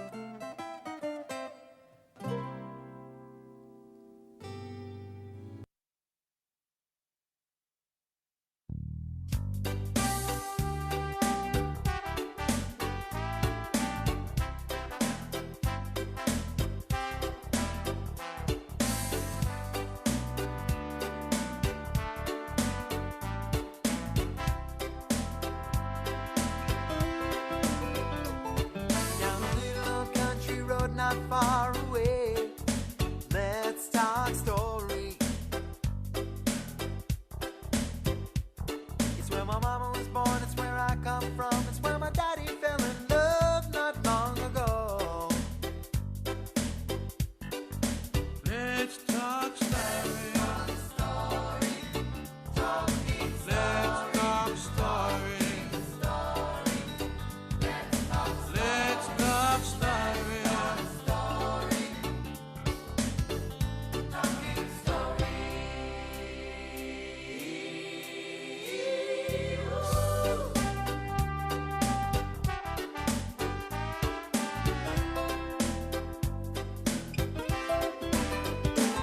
Sit down and relax, stay a little while. It's been so long since I've seen your smile.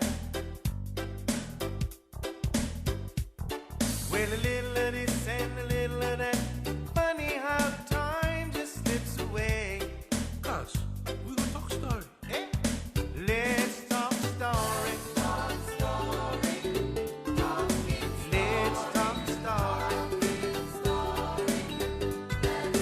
Let's talk story. Talking story.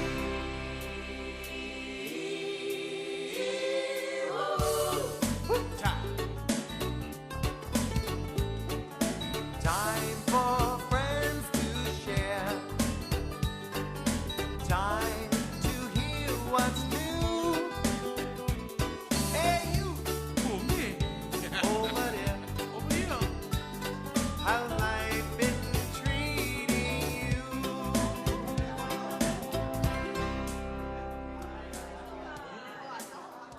Hey, brother. Big up, yeah. Whip up, yellow.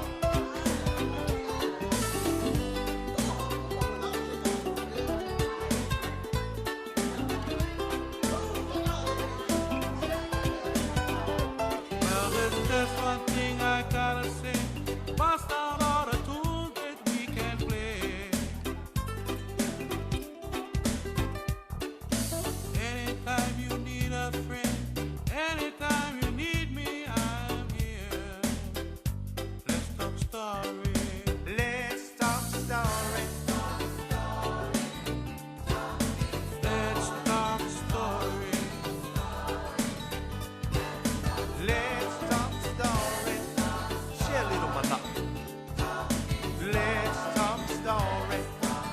brother.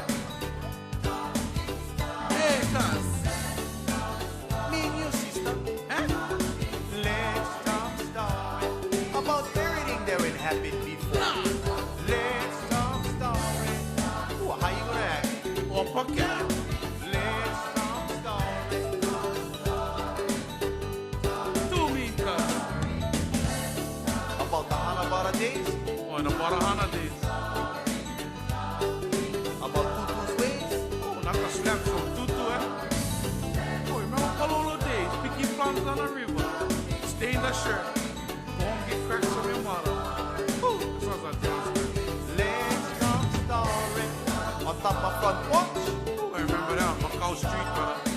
Under the banyan tree. Under the coconut tree. Oh, over there too. Yeah, picking limo down Macau Point, but a pond. Over on the plate lines.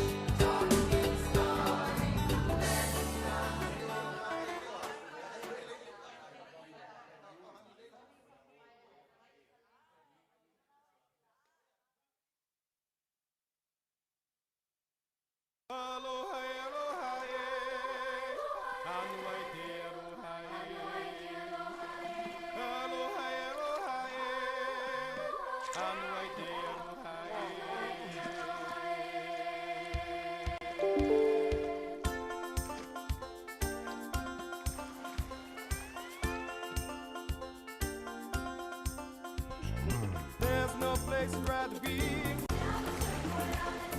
Lingering in the ocean blue. I'd surf till the sun sets beyond the horizon. Flying by on a Hawaiian roller coaster ride. Biki mai rohi rohi. Ina la la la la la. La la la ita la la la. Hit my tattoo. There's no place I'd rather be. On golden sand is where I live. I'd play till the sun sets beyond the horizon. It's time to try the Hawaiian roller coaster ride. Hang loose, hang thin, hustle, shake a shaka. No way, no, we ain't the biggie brother. Cutting in, cutting up, cutting back, cutting out. Front side, back side, we can put it back out. Let's get jumping, surfs up, pumping, coasting with the motion of the ocean. Whirlpool swirling, cascading, whirling.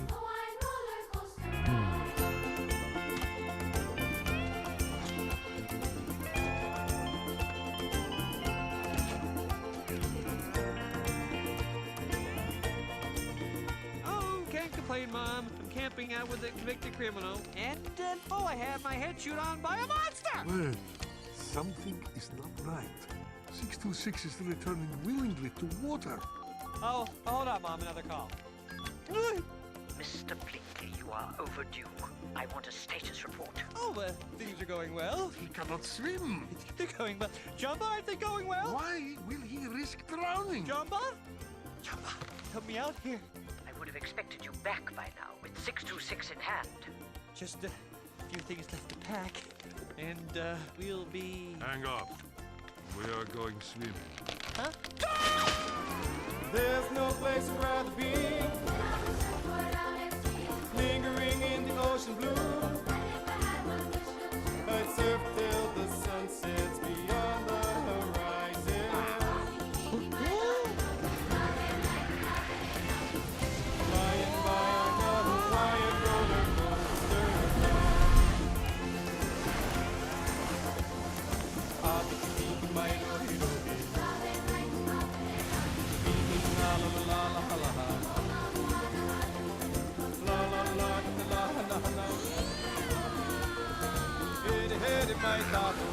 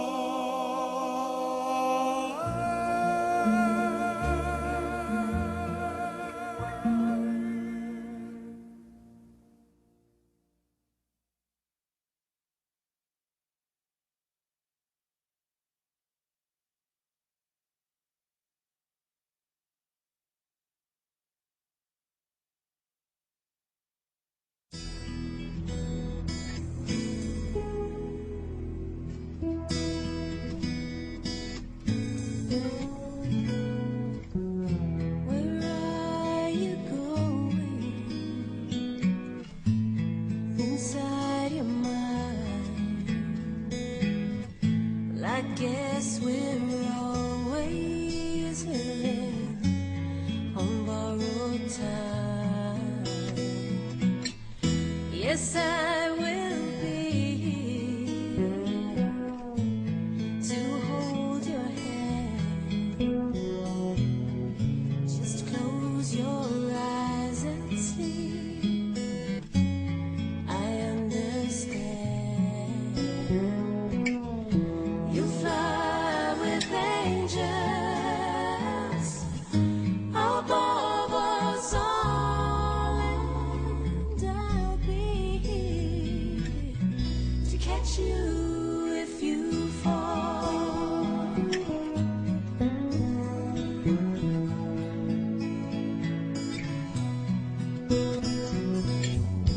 If others leave you, you know I'll stay, and my dreams will whisper to you and guide your way. So sleep, my darling, one kiss goodnight, another song awaits you with rise and ride. You'll fly with angels above us all, and I'll be here to catch you if you fall.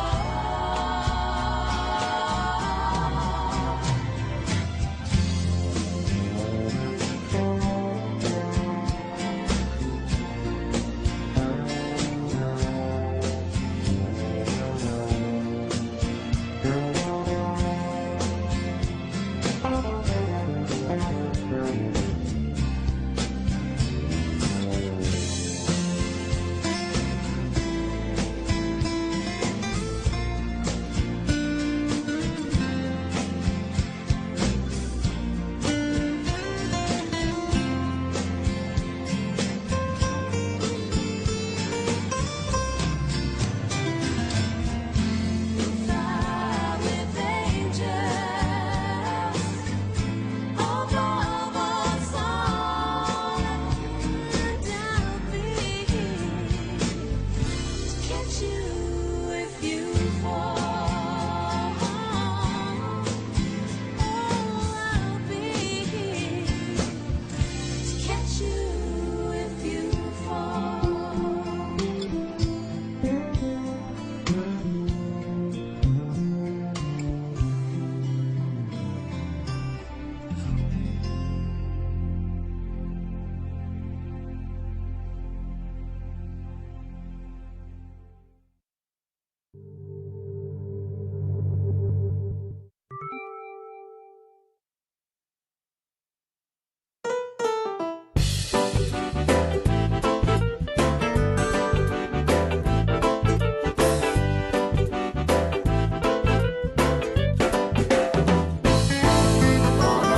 Yes, we do it island style.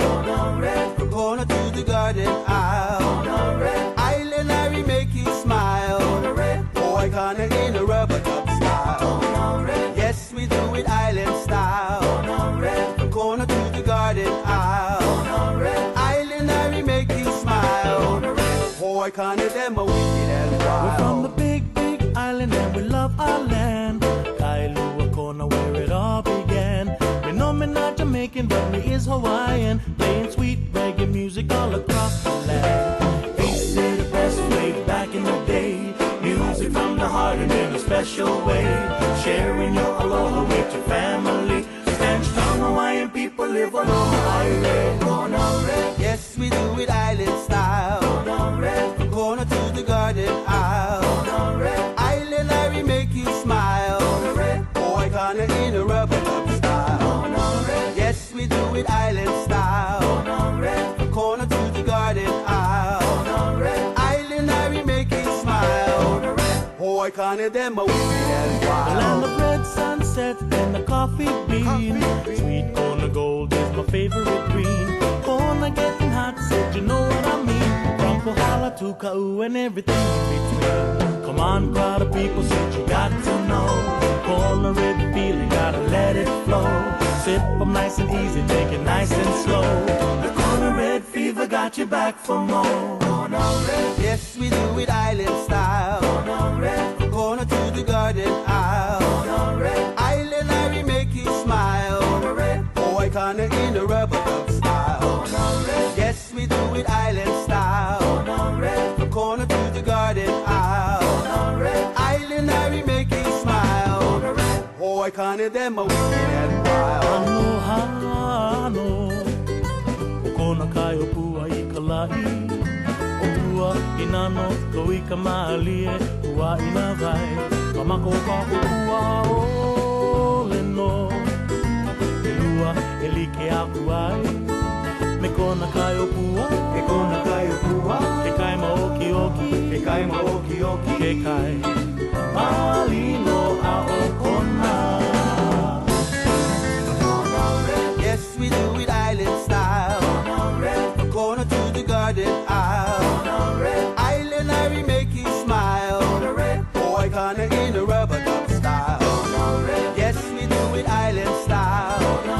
From corner to the garden aisle. Island Larry make you smile.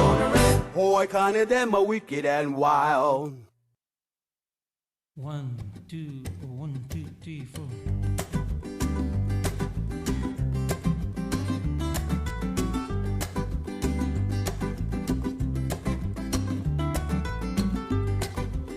You say you love me. I say I love you. So why don't you stop your crying? Dry your weary eyes. 'Cause you know I love you.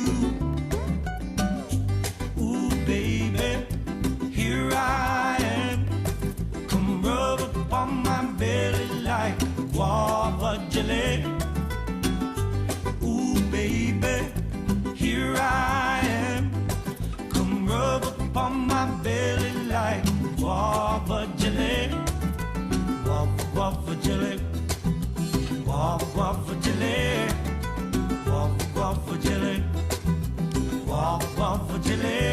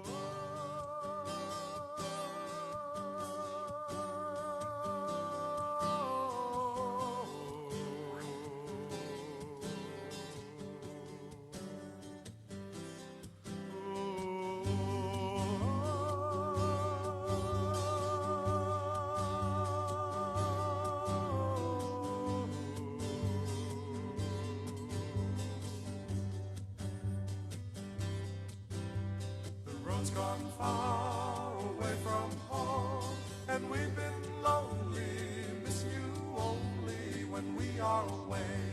A sunny day is not quite the same as the ocean blue.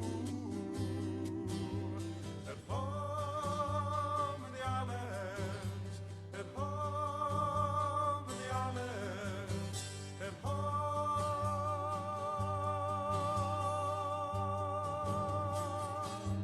in the middle of the sea.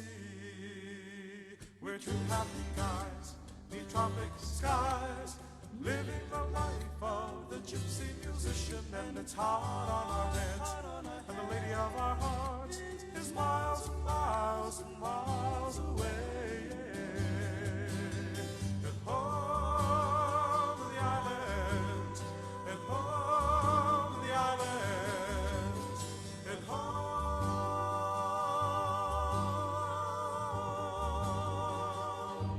in the middle of the sea.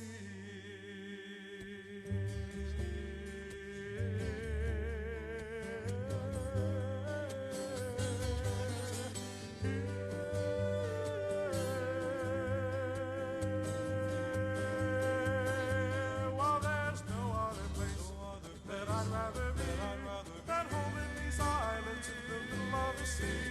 There's no other place that we'd rather be than home in these islands in the middle of the sea. Keeping real close to family or friends and taking it easy in the tropical breezes.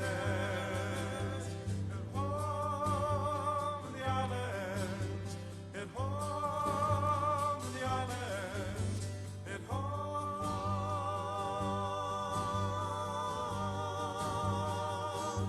in the middle of the sea.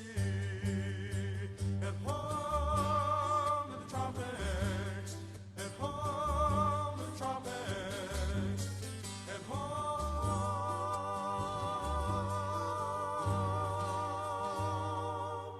in the middle of the sea.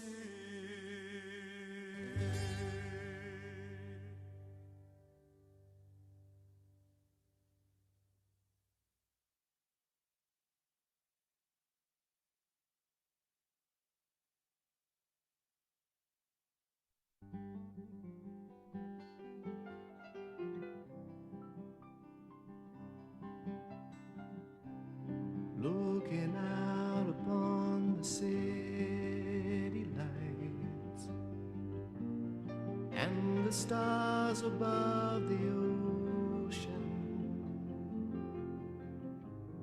Got my ticket for the midnight plane, and it's not easy to leave again.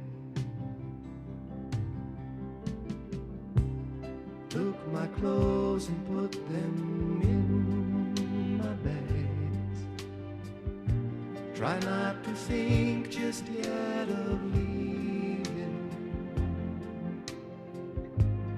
Looking out into the city night, it's not easy to leave again.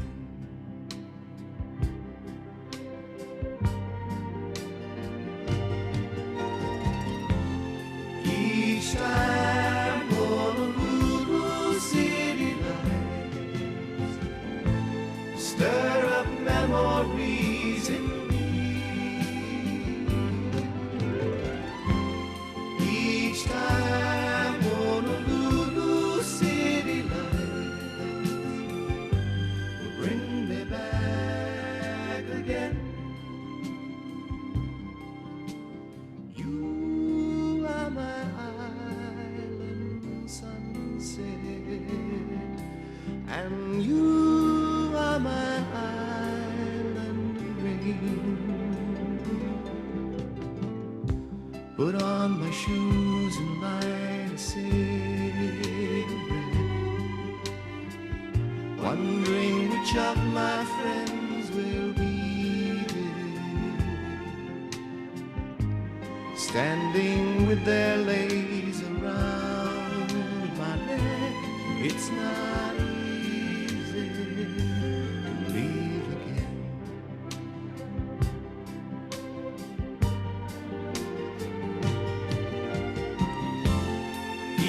Each time Honolulu city lights stir up memories in me.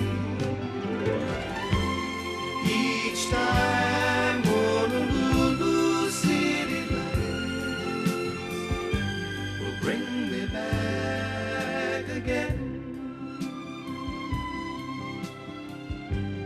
Bring me back again. Bring me back again.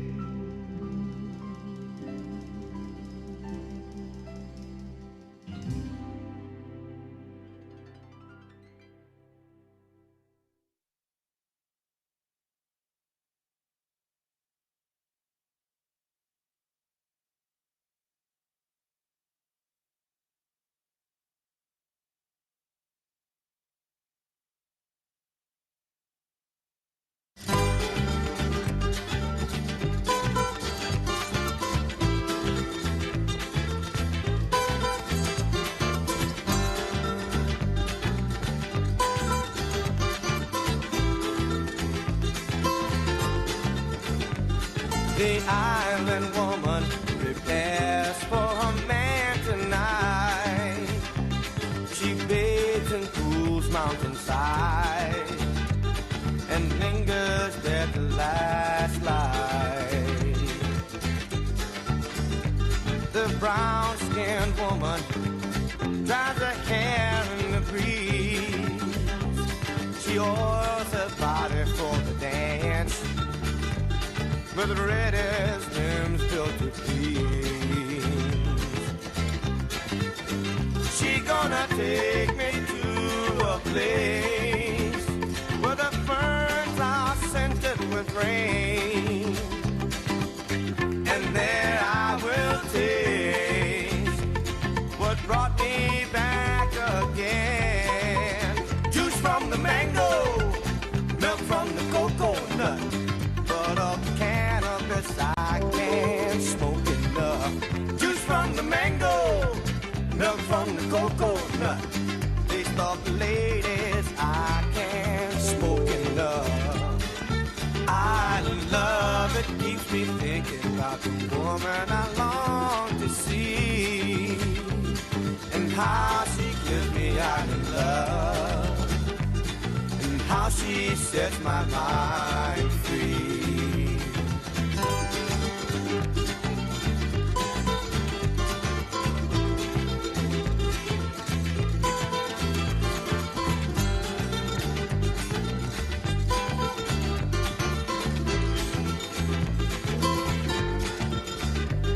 The island woman prepares for a man tonight.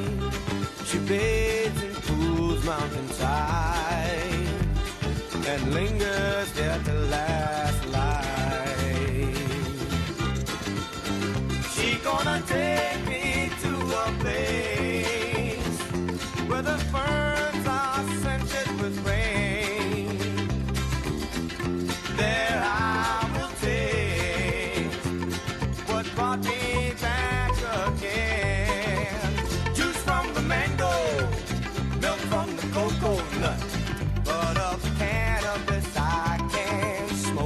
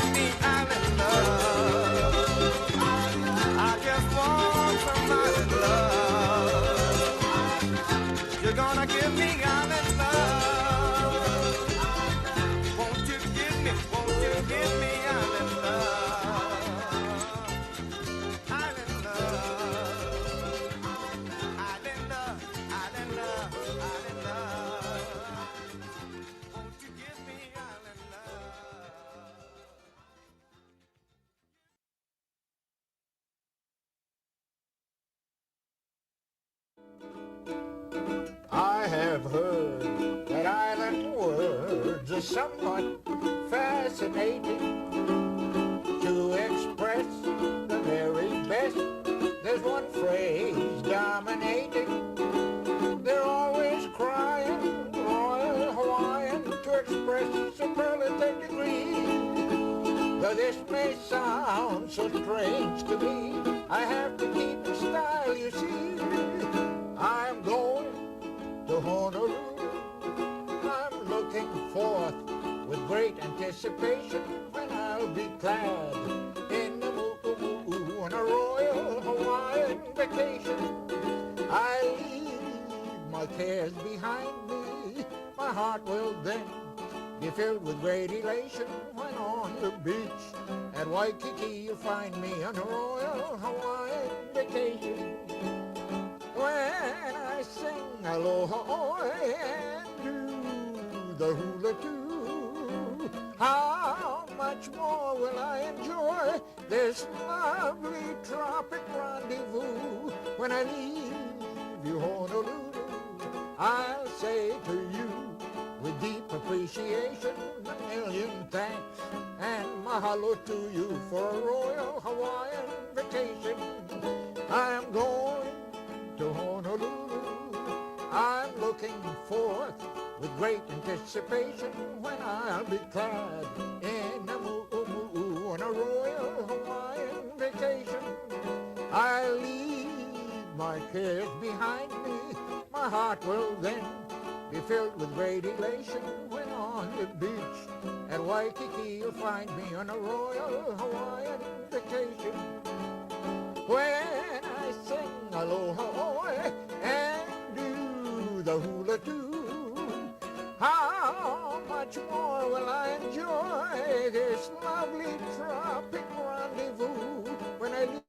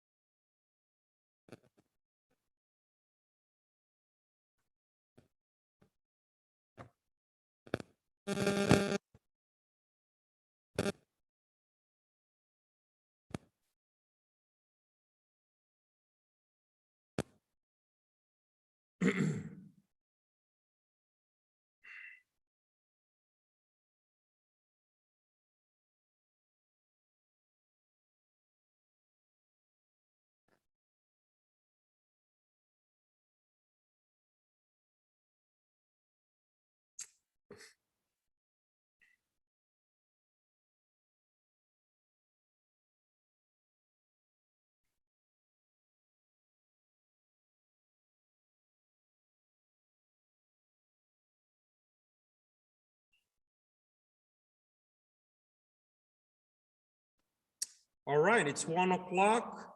I'll call the meeting back to order. At this time, can I have election buddy put up the attendance vote?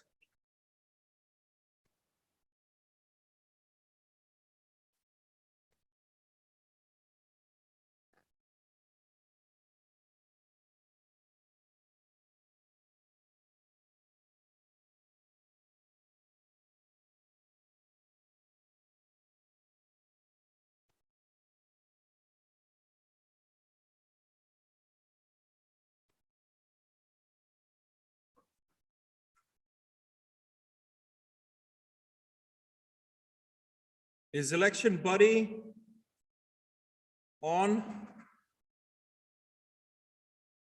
Can I have election buddy put up the vote? Put up the attendance vote, please. It's on.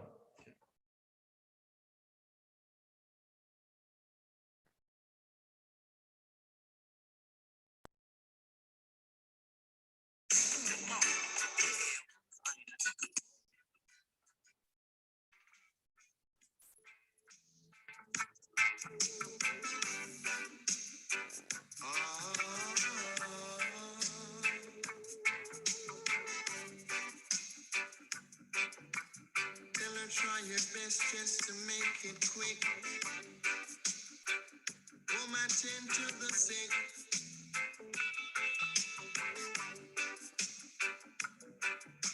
There must be something she can do. This heart is broken in two.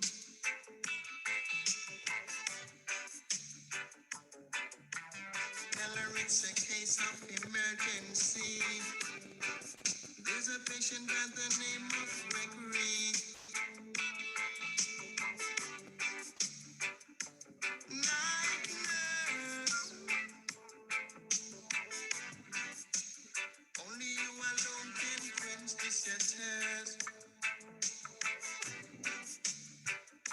My night nurse, oh gosh, oh the pain is getting worse.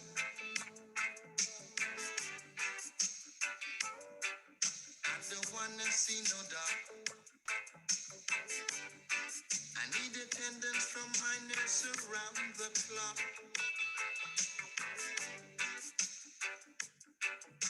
Cause there's no prescription for me. She's the one, the only remedy. Night nurse, only you alone can quench this your thirst. My night nurse,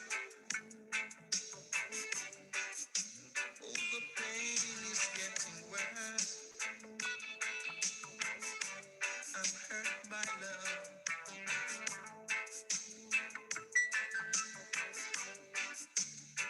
I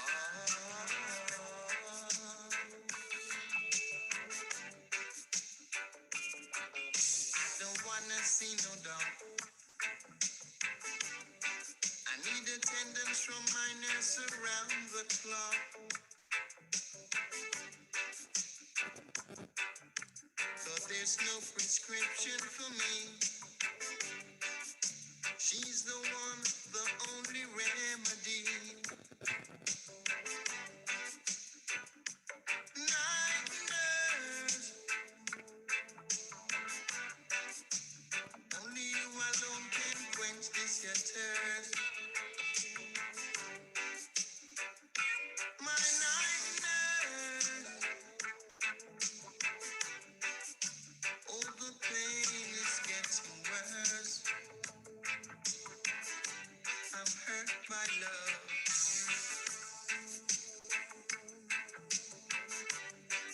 And I'm sure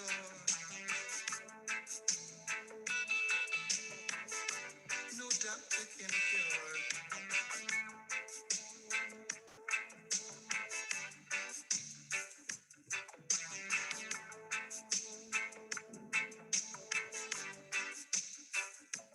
Night nurse,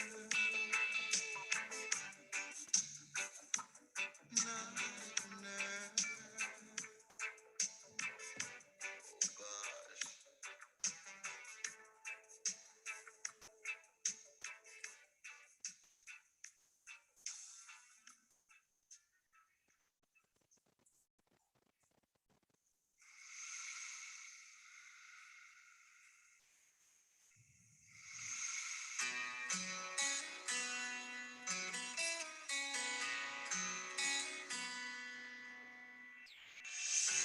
For all I've been blessed with in my life,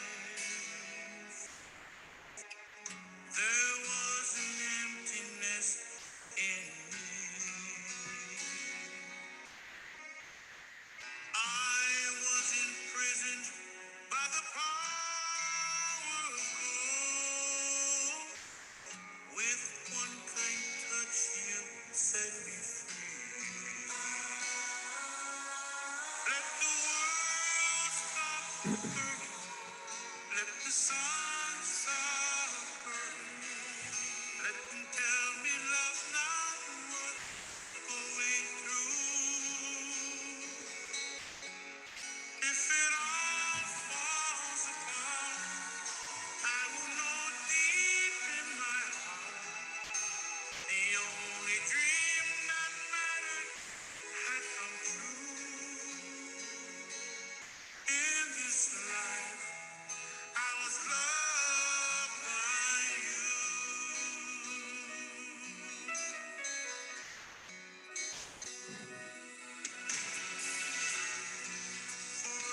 mountain I've climbed, every raging river crossed. You were the treasure that I longed to find. Without your love, would be lost. Let the world stop turning. Let the sun stop burning. Let them tell me love's not worth going through. If it all falls apart, I will know deep in my heart the only dream that mattered had come true. In this life, I was loved by you. I know that I'm forever, but forever I'll be loving you.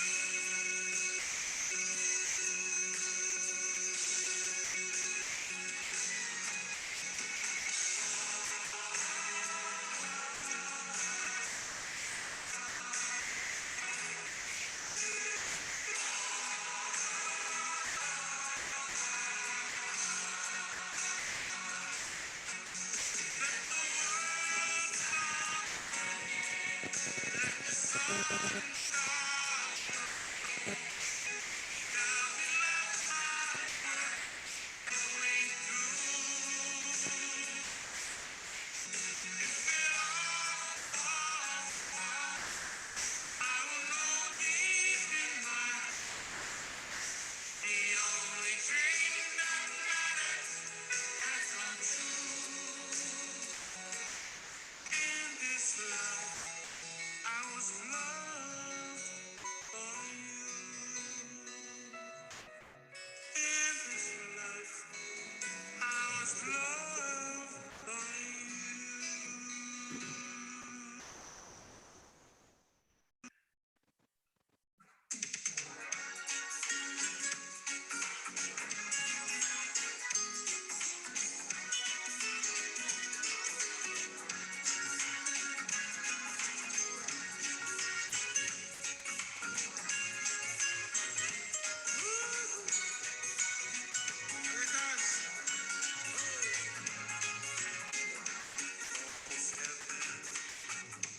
West Pakaha, high ridge mountain, reach to clear blue water.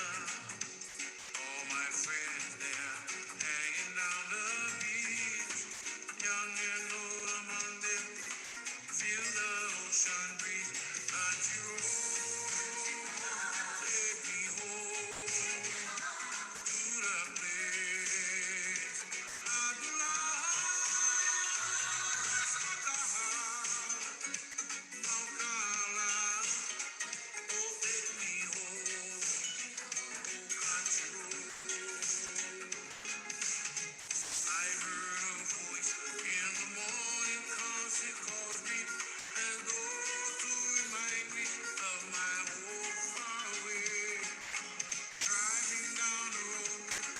Spirits coming to me from yesterday, yesterday. All my memories, old heaven on high, brown skin woman, clear blue island sky, daytime sunshine, oh so bright, midnight moon a glowing, stars up in the sky, country road, take me home to the place I belong. Mount Kala, take me home, country road. I hear a voice in the morning, constant calling, as though to remind me of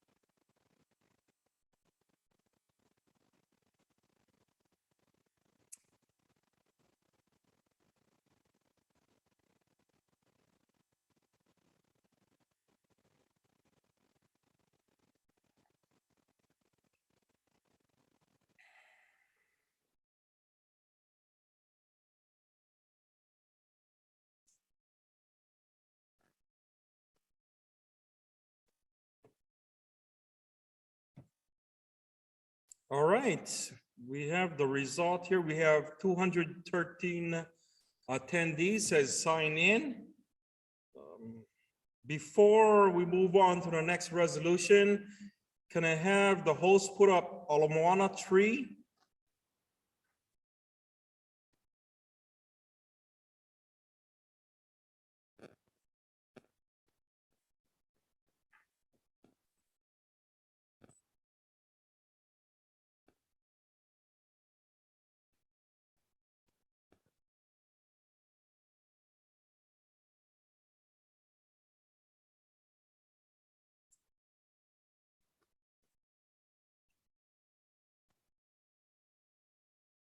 Oh, there's no speakers. Alam mo, 1 on 3.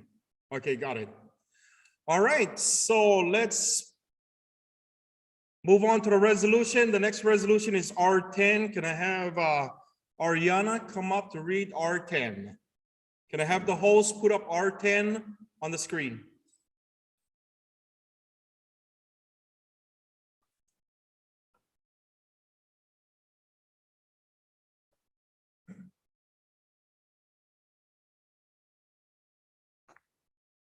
Resolution in support of ILWU political action.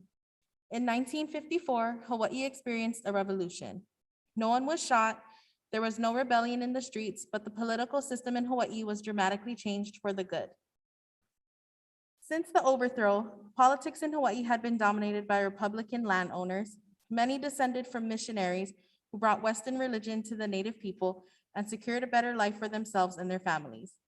They ran business in the islands through the big 5 companies that owned the land, the plantations, controlled shipping, and had a strong hold on commerce in and with Hawaii. Following World War II, many island sons were discharged from the military after serving their country with distinction, went to school on the GI Bill, and returned home with their ideas and ideals for a better, fairer Hawaii. Many of them realized that the path to a more equal society was through the law of politics. They joined the Democratic Party, ran for office, and became a part of the Democratic Revolution of 1954. In that 1 year, Democrats were able to win a majority of the legislative seats and control of the legislature. Jack Hall, regional director of the ILWU in Hawaii, was never elected to public office, but played a major role in the 1954 Democratic Revolution, along with the leadership and members of the ILWU.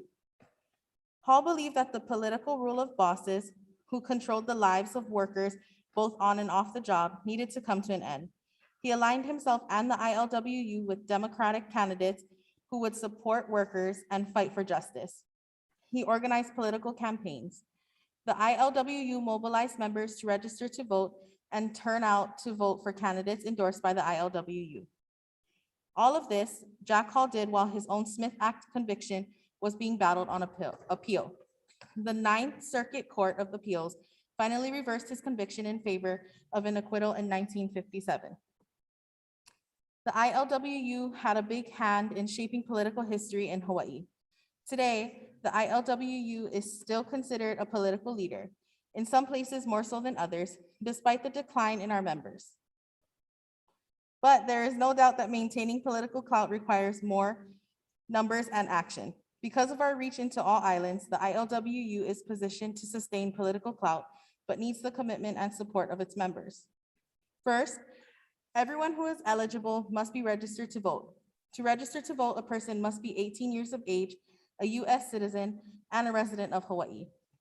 Registration forms are available online at county and city offices and at all ILWU division offices.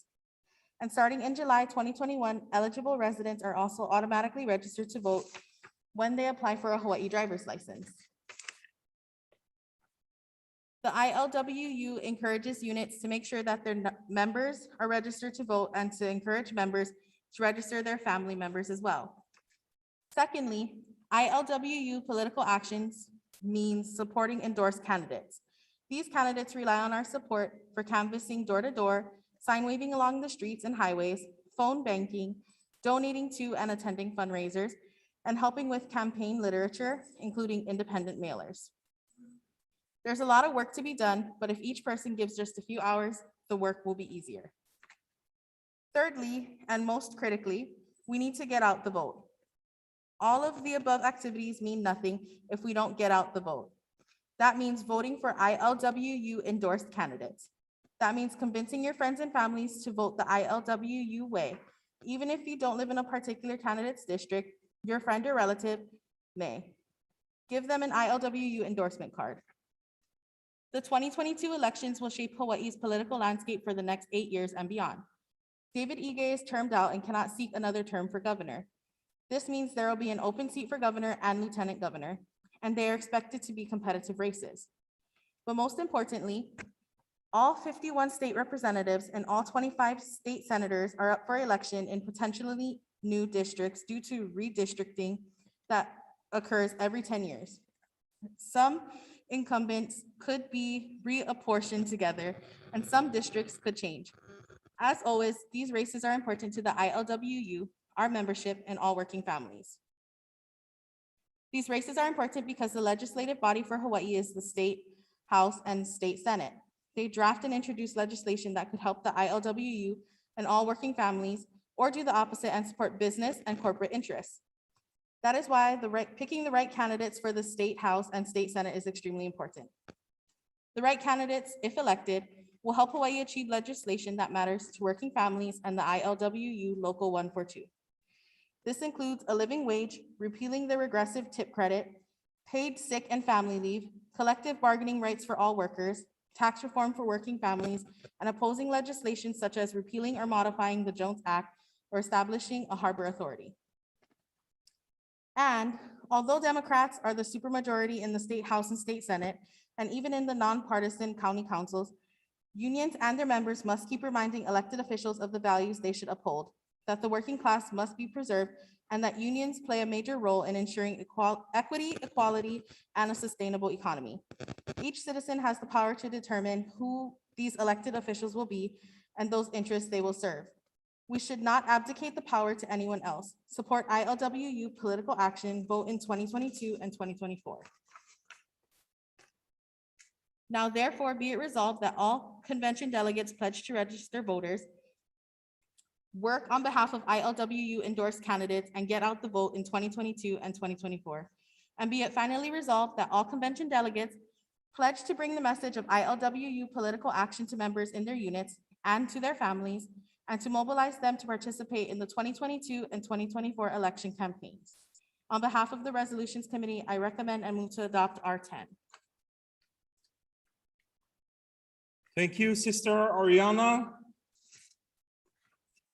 There's a motion and move to adopt R10. Is there a second? We have in Maui 5, Manny Baltazar, 2520 has second. John F. from Unit 2406 have second as well. Is there any discussion?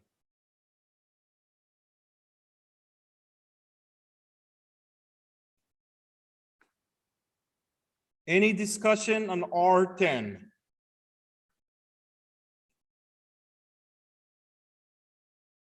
Seeing no discussion, can I have election buddy put up R10 to a vote?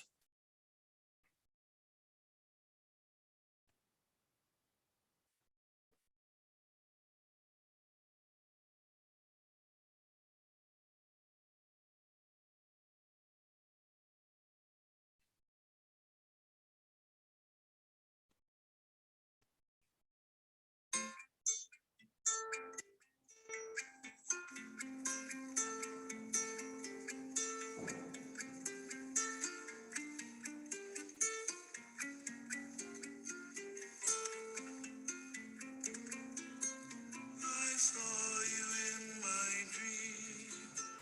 We were walking hand in hand on a white sandy beach of Hawaii.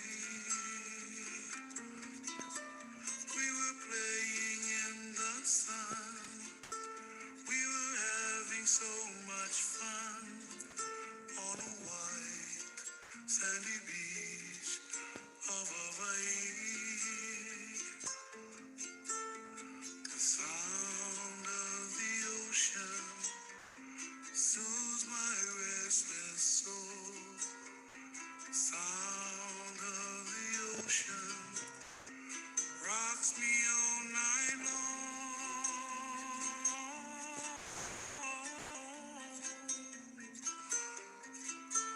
Those hot, long summer days, lying there in the sun on a white sandy beach of Hawaii. The sound of the ocean soothes my restless soul. The sound of the ocean rocks me all night long.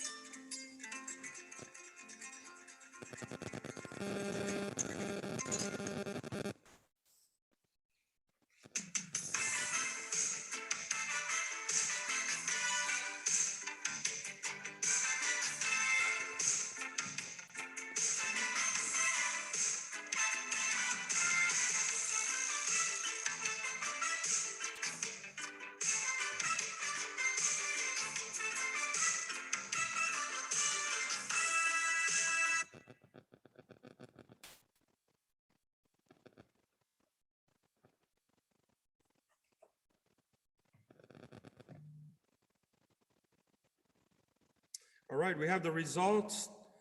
The motion to adopt R10 has passed. We have 207 votes, 207 votes yes, 1 vote no, and 4 abstention. All right. Can I have our next speaker come up? Dylan, to read R11. Can I have the host put up R11?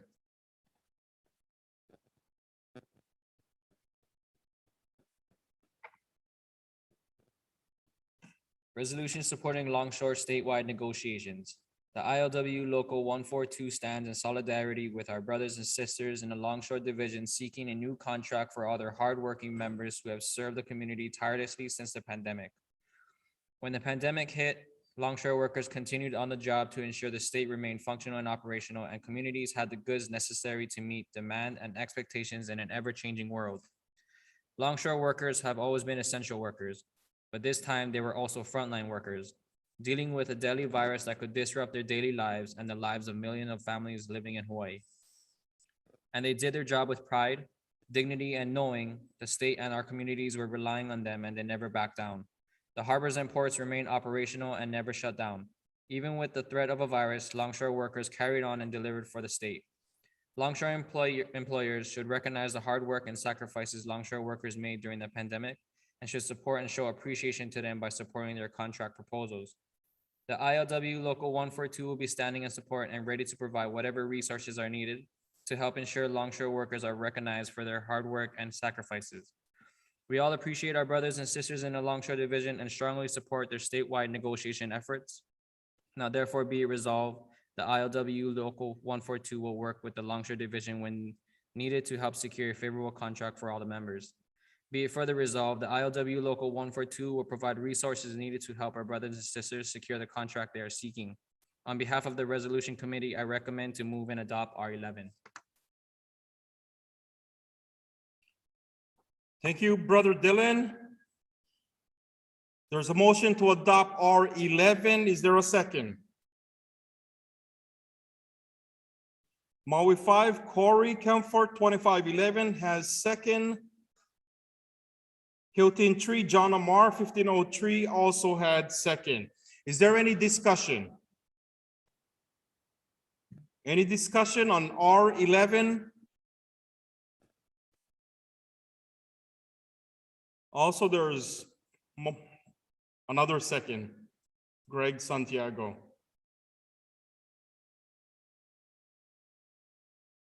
Any discussion, R11? Seeing no discussion, can I have election body put up R11 to a vote?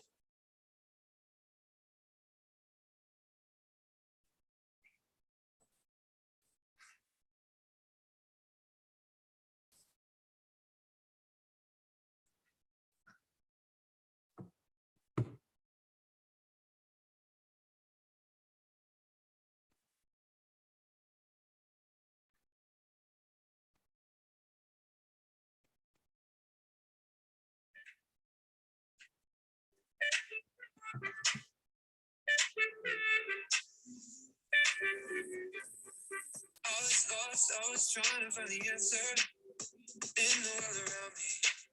Yeah, I was going crazy all day, all night. You were the only one who understood me and all that I was going through. Yeah, I just gotta tell you, oh baby, I can make it better. I can hold you tighter. Still got money for you to live. And I almost lost you, but I can't forget you. 'Cause you were the reason that I survived. You were there for me through all the times I cried. I was there for you, but then I lost my mind. I know that I messed up, but I promise I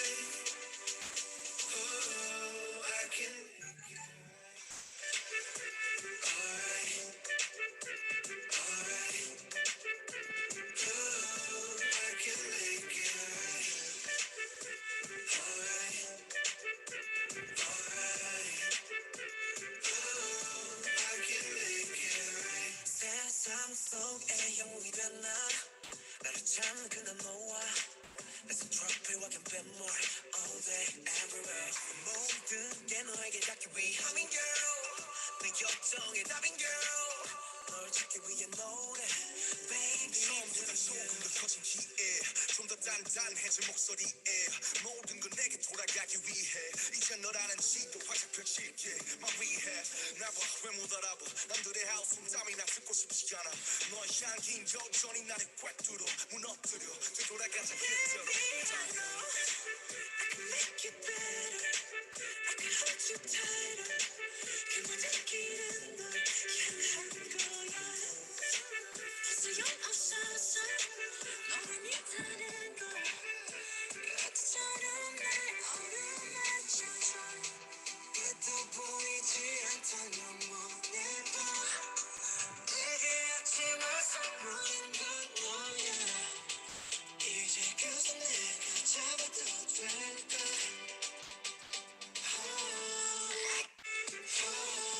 I can make it right alright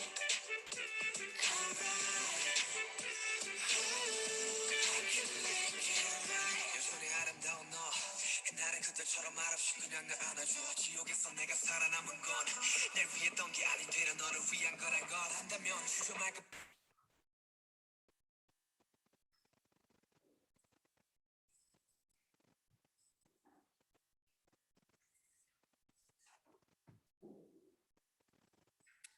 All right, we have the result.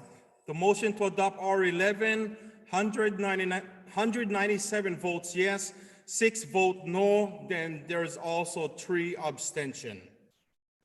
The motion has passed. All right, can I have the next speaker? Can I have Sister Deidre come up to read R12? Can I have the host put up R12, please?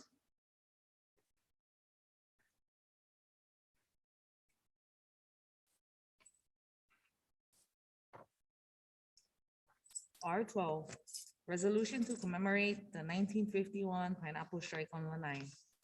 Whereas 70 years ago this year, hundreds of pineapple workers in Lanai made history when they went on strike. Whereas organized by the ILWU, pineapple workers throughout Hawaii experienced a better lockout in 1947. 3 years later, realizing the union was in a weaker position, the employers pushed to the end industry-wide bargaining and instead institute negotiation company by company. The union was not in a strong enough to resist. Whereas employers drove through 2-year contract with an 8-cent raise and firmly rejected union demands for job security and workers' protection negotiators. Hawaii Regional Director Jack Hall and ILWU Secretary Lou Goldblatt reluctantly agreed to a settlement. Whereas the contract was ratified by all but one unit, Lanai workers rejected the contract 618-33. Whereas at the time, Lanai's only industry was pineapple. The company, Hawaiian Pineapple Company, HAPCO, owned virtually the whole island and most of the population worked for HAPCO and relied on the company for housing, food, and all manners of goods and service. Whereas incensed with the recently negotiated contract as an affront to them, and the ILWU 752 pineapple workers on Lanai walked off the job and went on strike on February 27, 1951, demanding a 12-cent wage increase, a union shop, job security, and reviews of the classification system. Lanai workers were the only ones in the industry to strike. Whereas the man leading the strike was Pedro de la Cruz, the ILWU business agent on Lanai and a chair of the strike strategy committee, a man of few words. De la Cruz let his action speaks for him, but more importantly, he had the trust of his members and he was principled and determined. Whereas as pineapple was left to rot in the fields, the workers remained steadfast, following the example of sugar workers in the 1946 sugar strike. Lanai's ILWU members hunted and fished and set up soup kitchen to feed their families. With support from the ILWU and the brothers and sisters from other pineapple companies, morale remained high despite the sacrifices the workers and their families had to make. Whereas the company was frustrated, they were losing millions of dollars and knew the workers on Lanai were strong enough and stubborn enough to stay on strike indefinitely. Whereas on September 14, 1951, after 201 days on strike, pineapple workers on Lanai won and ended their strike after employers agreed to a higher wage increase and on returning to industry-wide bargaining, which would apply to all pineapple workers. Putting into practice the ILWU model, an injury to one is an injury to all. Whereas since the early 1990s, pineapple is no longer cultivated on Lanai in its place. Tourism now provides most of the employment on Lanai residents. Whereas when billionaire David Murdoch, then owner of the island, announced that the plantation would close and 2 new hotels would be developed, pineapple workers were anxious and afraid, but with help from the ILWU and training resources offered by government programs and the employers, they made the transition to new jobs and retained ILWU representation. Whereas workers on Lanai did decades ago, today's workers have demonstrated their resolve, resilience amid a pandemic that cut off all tourism to the island. These workers follow in the footsteps of their forebears to stand strong with the ILWU and carry on despite adversity. Now, therefore, be it resolved that the 29th convention of the ILWU, Local 142, commemorates the strength and solidarity of the pineapple workers on Lanai, who braved all odds to go on strike in 1951 to win dignity, respect, and significant gains for all their brothers and sisters in the pineapple industry and set positive examples for current ILWU members, Lanai, and the rest of the Local 142. On behalf of the resolution committee, I recommend to move and adopt R12. Thank you, Sister Deidre.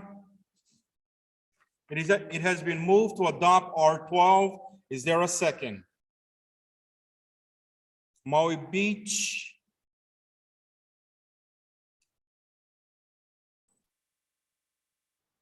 There's a second. If you could just clarify that, who is that? Ala Moana 3, Kamoy has second. So there is a second. Is there any discussion?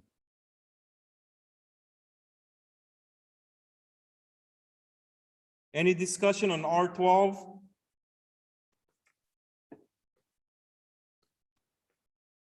Seeing no discussion, can I have election buddy put up R12 to a vote?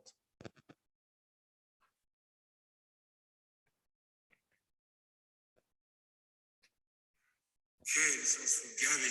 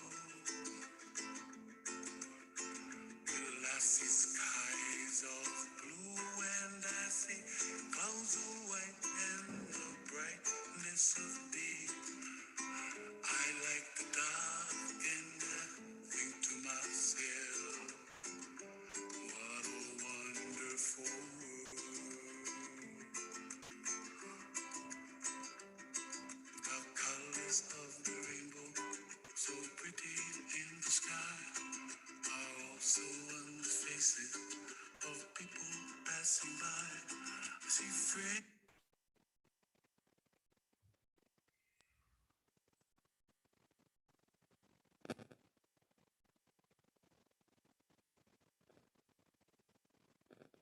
All right, we have the results.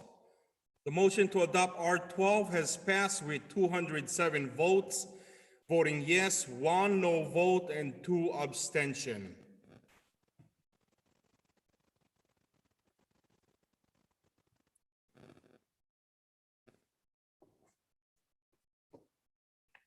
All right, can I have Sister Ariana come up to read R13? Can I have the host put up R13 on the screen, please?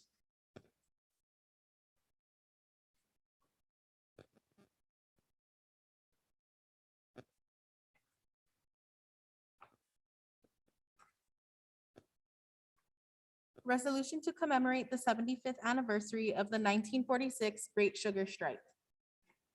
Whereas 2021 marks 75 years since the Great Sugar Strike of 1946 that brought major economic, social, and political change throughout Hawaii.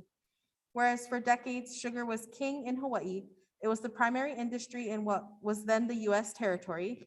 It was controlled by the Big Five, an elite group of 5 of the largest corporations in Hawaii, namely Alexander and Baldwin, American Factors, Castle and Cook, C. Brewer, and Theo H. Davies, which controlled not just agricultural production, but shipping and distribution of sugar under the C&H brand. The Big Five controlled and dominated Hawaii business and land, politics, and society through interlocking corporate directorates and intermarriage among elite missionary families.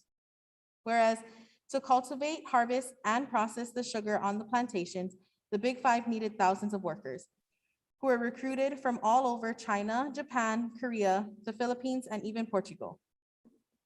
These workers immigrated to Hawaii for a way out of poverty in their home countries and for the prospect of opportunity in a new country.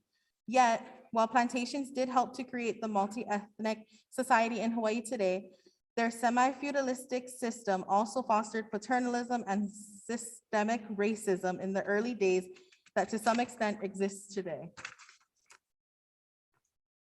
Whereas contract laborers brought to work on the plantation soon discovered that they were little more than indentured servants, working under harsh conditions from sunrise to sunset for low wages with little hope of improving their lot in life. Whereas discontent among the workers led to strikes, but each strike failed as they were organized solely on the basis of ethnicity and only at a single plantation. A Japanese striker or a Filipino strike without support from other ethnic groups allowed employers to pit one group against another and perpetuate their tactic of divide and rule. When the ILWU came along, the dynamic changed. Whereas very early, the ILWU recognized the critical need for political power and influence in order to advance the struggle for workers to organize and improve working conditions and wages. But the federal NLRA specifically excluded agricultural field workers from unionization. One of the first examples of the effective ILWU political action occurred in 1944 when the territorial legislature passed the Little Wagner Act, which initiated, written, and lobbied by the ILWU to allow agricultural field workers to unionize. It was the first such law in the country. Whereas with the new law, the ILWU moved swiftly to organize thousands of sugar workers at plantations on all islands. In 1945, the union negotiated at first its first sugar contract for 1-year term, but the ILWU and the employers all knew a showdown was brewing. The union strategy was clear: build the union strength at the ground level by educating and consolidating the membership. Develop diverse rank and field leadership at each plantation. Continue to build political power by solidifying ILWU political action, and strengthen solidarity with West Coast Longshore and warehouse members of the ILWU. Whereas under the leadership of Jack Hall, who years later became ILWU International Vice President, the union prepared for negotiations and simultaneously organized for the anticipated strike. With the help of maritime unions, the ILWU even placed organizers on the ship, bringing 6,000 workers recruited in the Philippines to Hawaii by sugar planters, who hoped that Filipino workers would not join the ILWU members of Japanese ancestry in a strike, but were proved very wrong. The union did the hard work and was ready for a fight. Whereas on September 1st, 1946, more than 25,000 sugar workers at 33 plantations throughout Hawaii went on strike. Rank and file leadership took charge of mobilizing the membership to help every worker understand the stakes and the sacrifices needed to win. Whereas the strike affected not only the workers themselves, but their families and the communities in which they live. Strikers had no income, but they organized soup kitchens to feed their families, community gardens to raise their own vegetables, hunting and fishing parties for game and fish, bumming groups to acquire other goods and services needed by striking families, morale activities like talent nights and dancing, sports teams for entertainment and to promote camaraderie, and community service like cleaning cemeteries. Whereas after 79 days, the strike finally ended on November 18th, 1946. The resolve of the sugar workers and their family remained steadfast, and in the end, the union claimed victory. The strike yielded wage improvements and an end to the perquisite system, and most importantly, newfound respect from employers who were confronted with the power of union solidarity. Whereas the 1946 sugar strike also provided significant lessons: the importance of careful preparations prior to bargaining and a strike, organizing rank and file leadership in an industry-wide strike strategy committee, mobilizing the membership, and involving support from the ILWU members, other labor unions, and the community. Whereas today, sugar is just a memory. The last sugar plantation, HC&S on Maui, shut down in 2016. Many remember plantation days fondly for the communal and rural lifestyle, but the impact of the 1946 sugar strike is often forgotten. How a labor union was able to challenge corporate might with working class unity and make significant changes, not only for its membership, but for the entire community. Whereas the ILWU Local 142 continues to thrive, thanks to organizing other industries like tourism, expanding its influence, and understanding the importance of union solidarity. Now therefore be it resolved that the 29th convention of the ILWU Local 142 celebrates the 75th anniversary of the Great Sugar Strike of 1946 and the achievements of ILWU leaders and rank and file members who contributed to the success of the strike and helped to bring economic, social, and political change to all of Hawaii. Be it finally resolved that lessons from the strike and the history of the ILWU serve as an inspiration to future generations of ILWU members. On behalf of the Resolutions Committee, I recommend and move to adopt R13. Thank you, Sister Ariana. It has been moved to adopt R13. Is there a second? We have multiple seconds. Alamoana 3, Kamoy has second. Maui 5, Mark Gonzalez from 2406 has second. Eliza Goldrick, 2408, Foodland second. And 2520, SA second. Charles Andrian second. So we do have multiple seconds. Is there any discussion on R13? Any discussion on R13?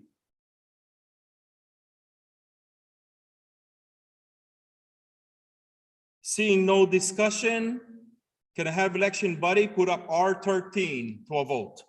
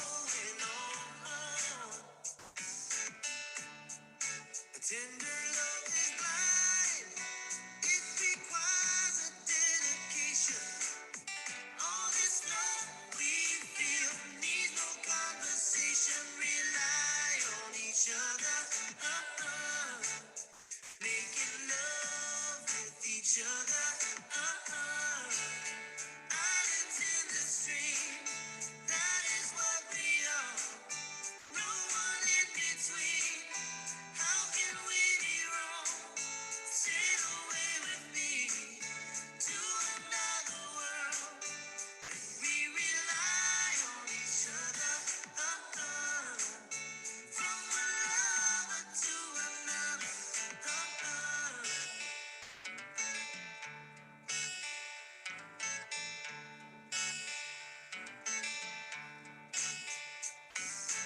I can live without you when your love is gone. Everything is nothing when you got no woman. You just walk in the night, slowly losing sight of the real thing.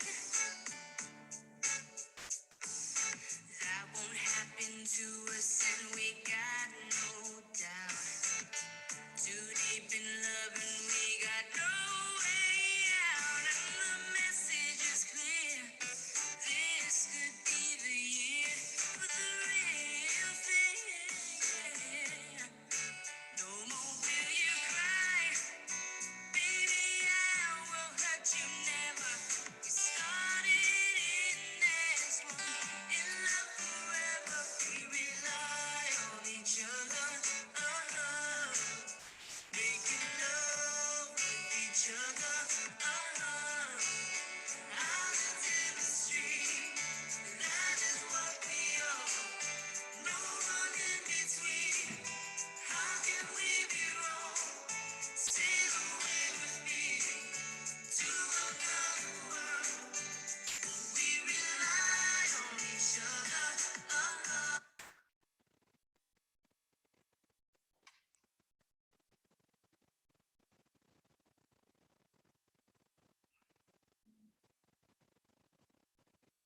All right, we have the results. The motion has passed for R13, 204 vote yes, 2 vote no, and 2 abstention. All right, can I call upon Dylan to read R14? Can I have the host put up R14 on the screen?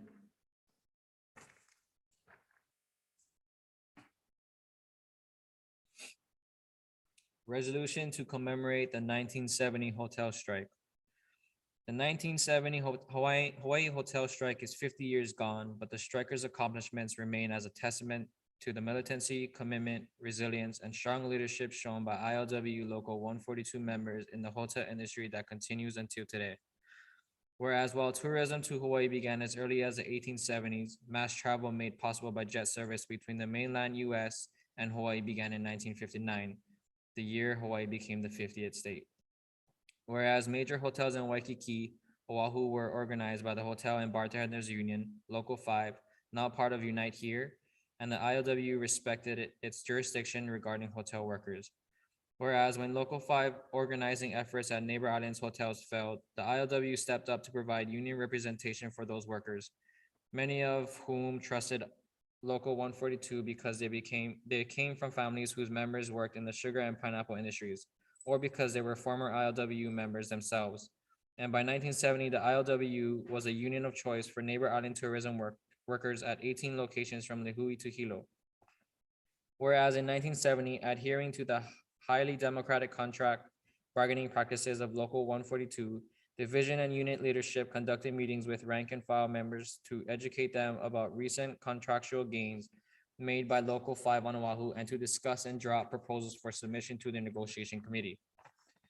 Whereas in August of 1970, 59 delegates representing all ILWU Local 142 hotel units, Naniloa Hotel, Kona Inn, Orchid Isle Hotel, Hilo Hotel, Kilauea Volcano House, Mauna Kea Beach Hotel, Islander Inns, Kauai and Kona, Hotel King Kamehameha, Prince Kuhio Hotel, Hanalei Plantation, Kauai Surf, Maui Hilton, Maui Lu, Maui Eldorado, Ka'anapali Hotel, Ka'anapali Golf Course, and Pacific Empress Hotel met for a 2-day caucus to prepare for contract talks, which international representative and negotiation spokesperson Eddie Tangent predicted will be tougher than any past negotiations, while adding the union has the unity, muscle, and determination to win a good contract.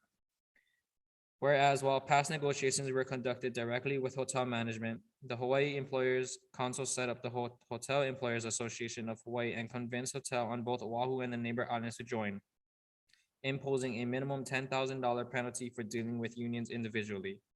Whereas negotiations began in September 1970, and when ILW members brought the issue of wage parity with Waikiki hotels to the table, the Employers Association offered to pay comparable wages only if members gave up long-established working conditions, allowed changes to all job classifications, and agreed to forego other benefit improvements, stating that workers should pay for any benefit or working condition improvements out of their wage increase.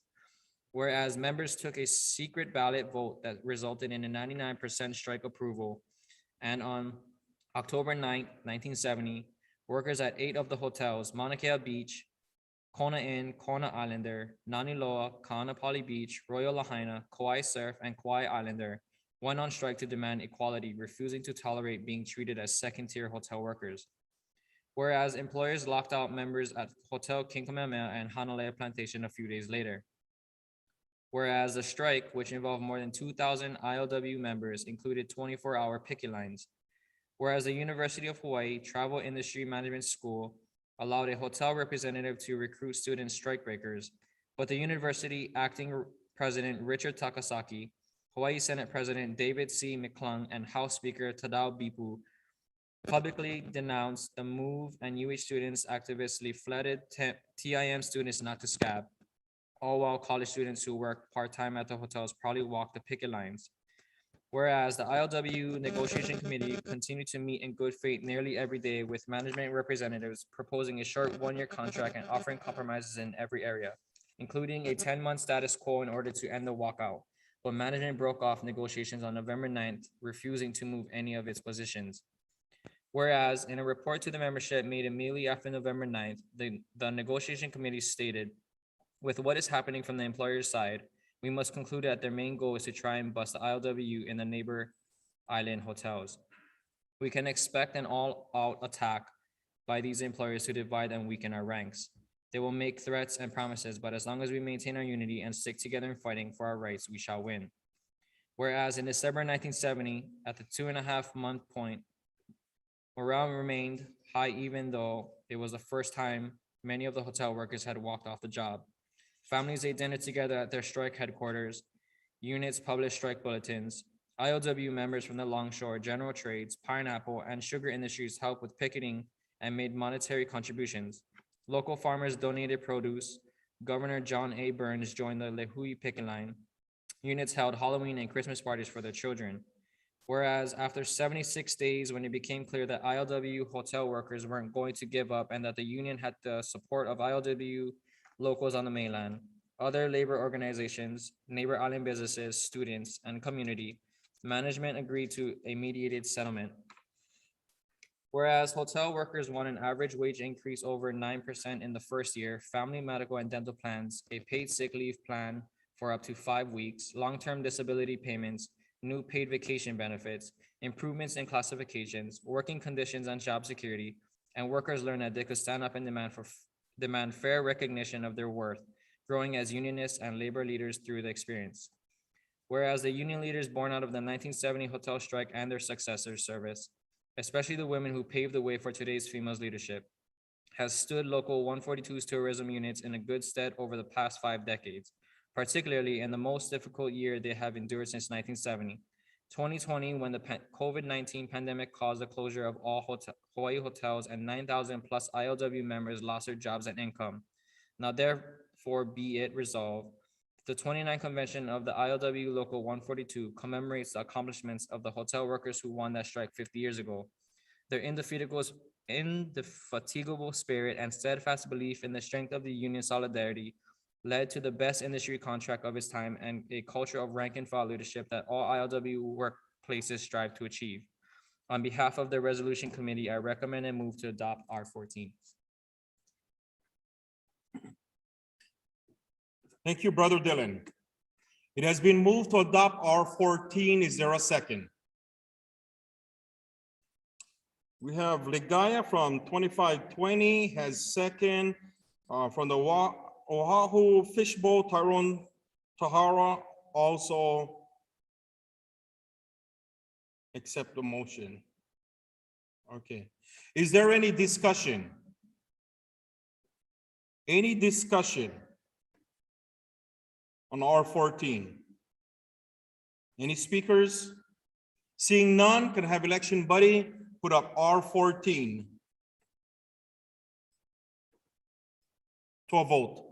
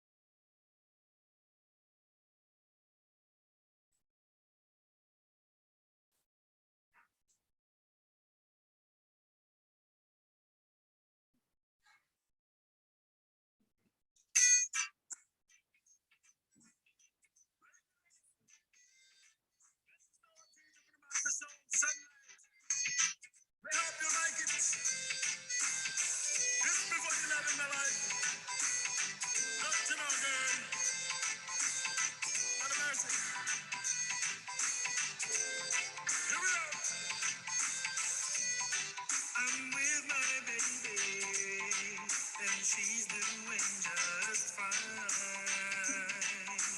Yeah. And I know she loves me, 'cause she tells me all the time. Yeah. That's why she's mine. Sunlight, moonlight, starlight in her eyes. Sunlight, moonlight, starlight in her eyes. And when she's with me, I always see the sun.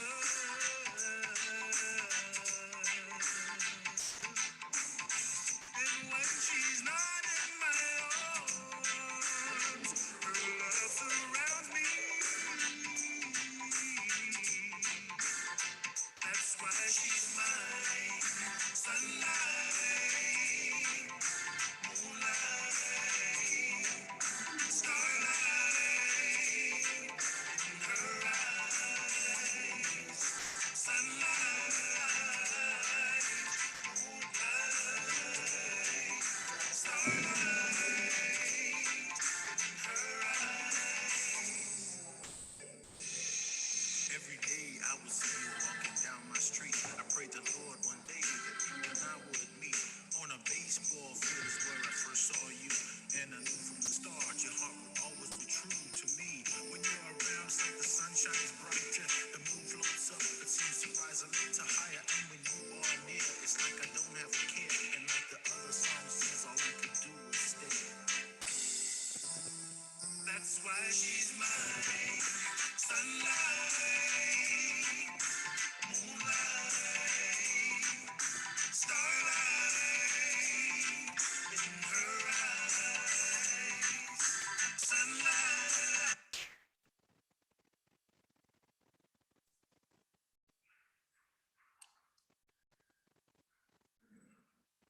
All right, we have the results to adopt R14. The motion has passed with 199 votes yes, 4 no vote, and 4 abstention.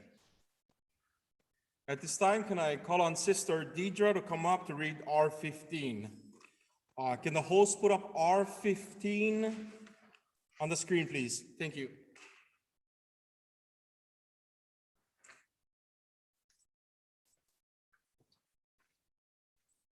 R15, resolution to reaffirm the International ILWU Convention policies. The 30th International Convention was held remotely for the first time from June 14th to the 18th of 2021. Delegates from California, Oregon, Washington, Alaska, Panama, Hawaii, ARA, and IBU approved the budget for the next 3 years, adopted 6 constitutional amendments and 3 program policies and 30 resolutions addressing a wide range of critically important issues. such as supporting the Jones Act and other pro-workers legislation, the fight for racial justice, and affirming the importance of the ILWU guiding principles to see us through trying times. The convention stood in solidarity with locals, 6 workers from Strata Food in Fresno, California, who have been locked out by their employers since May 4th, 2021. The international convention made a $10,000 donation to these members. The 500 ILWU members in Local 30 in their fight with the US Borax, a subsidiary of Rio Tinto, one of the largest mining companies in the world, the Inland Boatmen's Union of the Pacific in their fight to preserve jobs in their cannery industry, currently under the threat from financial capitalists who have bought 3 of Alaska's canneries, IBU, West Oil, Marine Inc., workers in their struggle to protect their jurisdiction. ILWU Local 26, as they continue to defend workers employed at Rite Aid from the cooperation and fight for a fair and just workplace. The convention declared the ILWU's strong support for the Jones Act and committed to oppose any effort to weaken it. The delegates also voted to support the PRO Act, commemorates the 75th anniversary of the sugar strike of 1946 and commemorates the 1970 hotel strike. The convention adopted the position that the US Senator filibuster should be abolished. The filibuster is a parliamentary tactic used to block civil rights legislation during the 1960s and continues to be used to block civil rights and pro-labor legislation. The convention took a position in support of the For the People Act of 2021, HR 1. HR 1, if passed, will expand voters' registration and voting access, addressing election security, clamp down on campaign finance abuse, and address ethics in all 3 branches of government. The Constitution passed several resolutions committing to support the Black Lives Matter movement and condemn the rise of racially motivated attacks on Asian Americans and Pacific Islanders. The convention also recognized Juneteenth, the Emancipation Day, as a paid holiday that the ILWU would observe with the marches of educational events. On June 19, 2020, on the first shift, all West Coast ports shut down on honor of Juneteenth. Shortly after passing this resolution, the US Congress and the state of Hawaii passed legislation recognizing Juneteenth as a federal and state holiday. Juneteenth observed the long-delayed arrival of the Emancipation Proclamation to Texas, 2 years after Lincoln signed it, marking the end of slavery in the United States. The concept that all toilers own themselves and their labors in a bedrock principle of the labor movement. The convention donated $10,000 to global health partners to assist the people of Cuba in their vaccination drive and called upon the US Congress to normalize relations with Cuba. The Cuban Workers Federation and the ILWU have had friendship since founding the International Sugar Workers Committee in 1947. The convention recognizes the 5th anniversary of the Longshore Supervisor to organize and West Furtado's lifetime commitment to organizing the unorganized. The convention affirmed the ILWU's committing to organize the unorganized and engage in education and training on labor union essential as well as guiding principles and history of the ILWU, and to continue a robust political action program. Now, therefore, be it resolved that the 29th convention of the ILWU Local 142 reaffirms that those policies adopted by the 37th International Convention of the ILWU as correct and proper for guiding and building our union through the coming years, and pledges support to work towards the goals expressed in these policies and resolutions. On behalf of the Resolution Committee, I recommend to move and adopt R15. Thank you, Sister Deidre. It has been moved to adopt R15. Is there a second? Maui 5 Trent from 2420 And Troon Golf Course has second.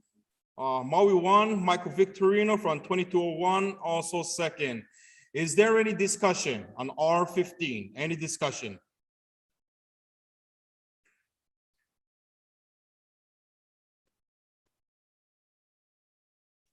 Seeing no discussion, can I have election buddy put up R15 to a vote?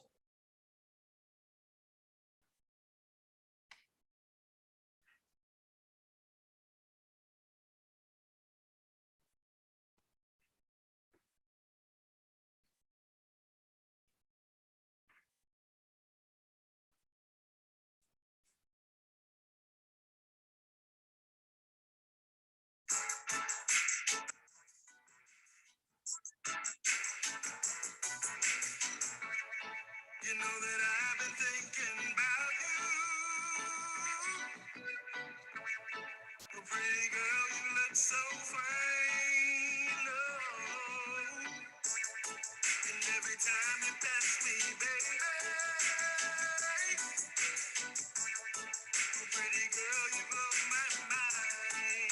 Oh, they want to party, party, party all the night. Sing and dance until we spill the wine.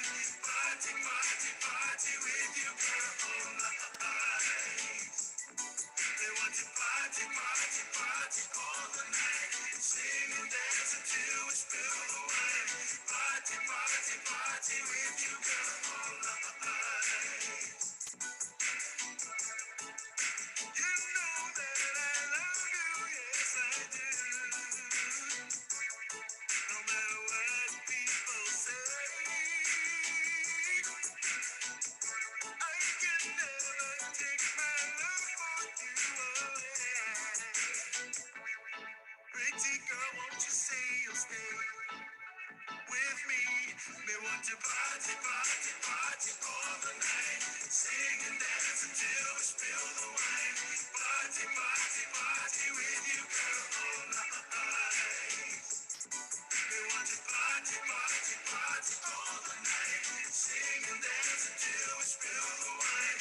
Party, party, party with you, girl, all night. Yo, Noah. Yo, what's up, Slime? Mind if I do this with you, man? I know, man. Make this a little hot. You know what's up? These people wanna dance? Yeah, that's what I'm talking about. We gonna make it live. Rip it up. Yeah. Check it. Wicked. I can write to any beat. Let me prove it to you. Shut the whole world down when I'm thinking of you. Baby doll, you're the one. This party was meant for two, but not for one. Champion mix, moonlight dances with the sun. Holding you close, let's have some fun. We at a party. On the count of three, everybody la-di-da-di.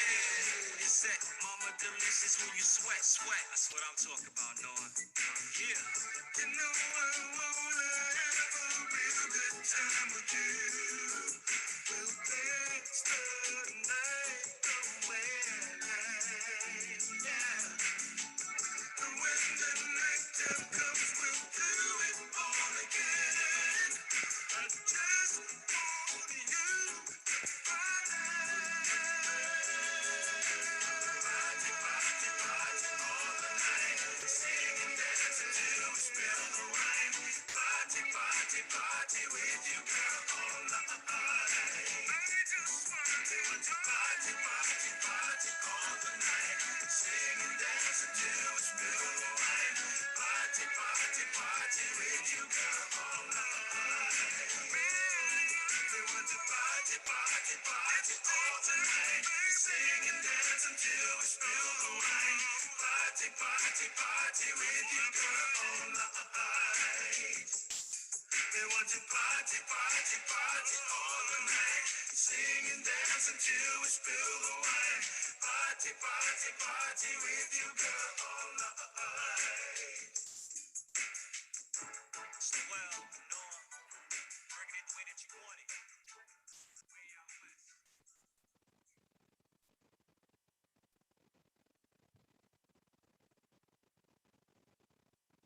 Sweet home baby. Sweet blood's coming at you. Now feel this mystic side, huh?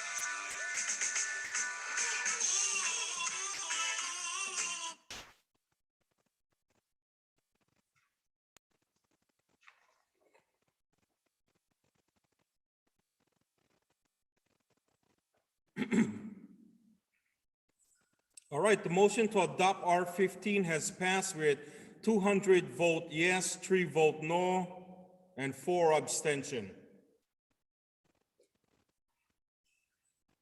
At this time, can I have our next speaker read out R16? Can I have Ariana come up, R16? Can I have the host put up R16 on the screen, please?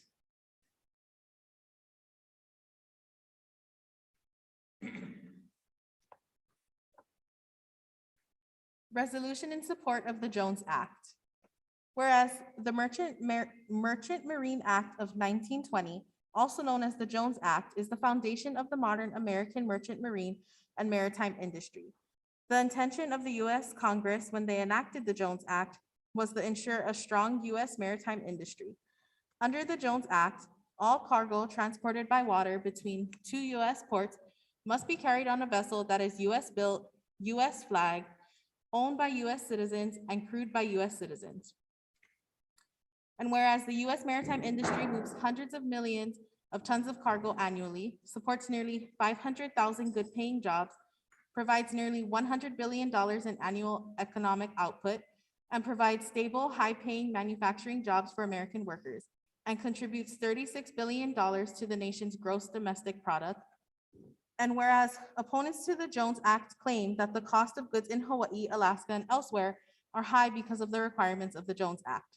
However, the Jones Act creates and maintains the ships and jobs necessary to protect America in time of war or national emergency, and is a minor part of the cost of the goods in Hawaii, Alaska, and other locations. In fact, a recent study conducted by the American Maritime Partnership concluded that the Jones Act has no effect on the cost of living in Hawaii, and there were even cases where prices were cheaper in Hawaii. And whereas further, 85 to 90% of all goods are shipped to Hawaii and Alaska. Ocean transport has served as highways and railways to and from Hawaii and Alaska. The state of Hawaii and the state of Alaska depends on the stability and reliability of the shipping vessels under the Jones Act. And whereas Matson and Pasha use Jones Act vessels, Matson has served Hawaii and Alaska for over 100 years.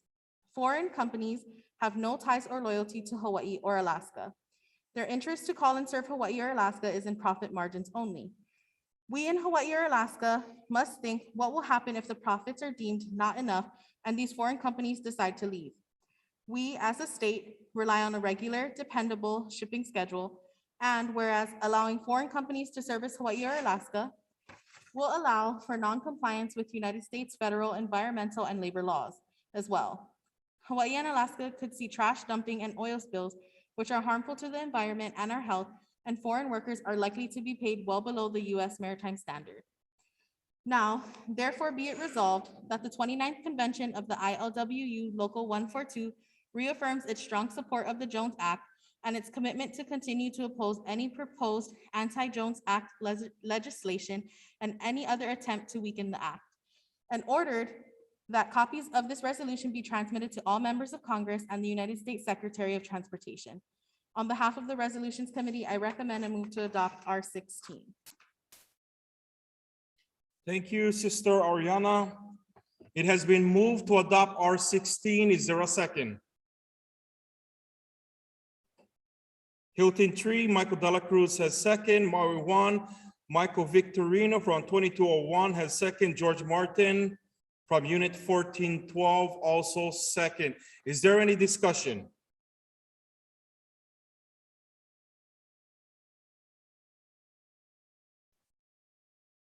Seeing no discussion, can have election body put up R16 to a vote.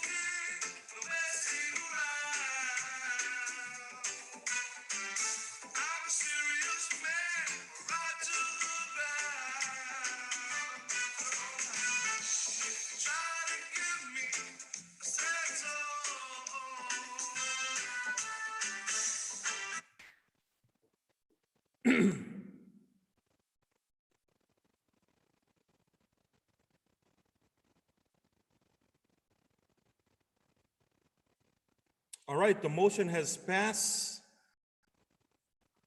to adopt R16 with 202 vote yes, 0 no, and 1 abstention.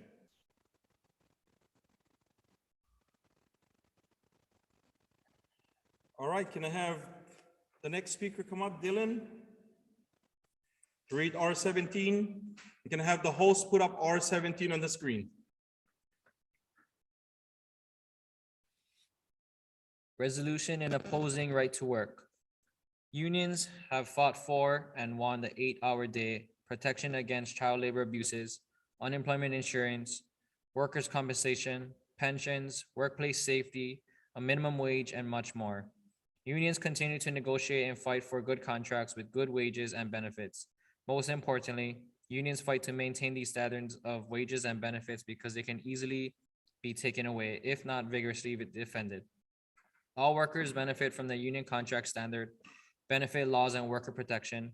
And whereas, when a union wins the right to represent a group of workers, either by election, card check, or accession, it is legally obligated to collectively bargain on their behalf and to represent them. However, right to work for less laws prohibit unions from negotiating contracts that require the worker to be a member or to pay a fee for representational services. Under right to work, any worker can enjoy the benefits and protection of the union contract without helping to support the union or fellow coworkers. And whereas the misleading phrase right to work was created by an anti-union newspaper editor during the 1940s as a way of combating the growing labor movement.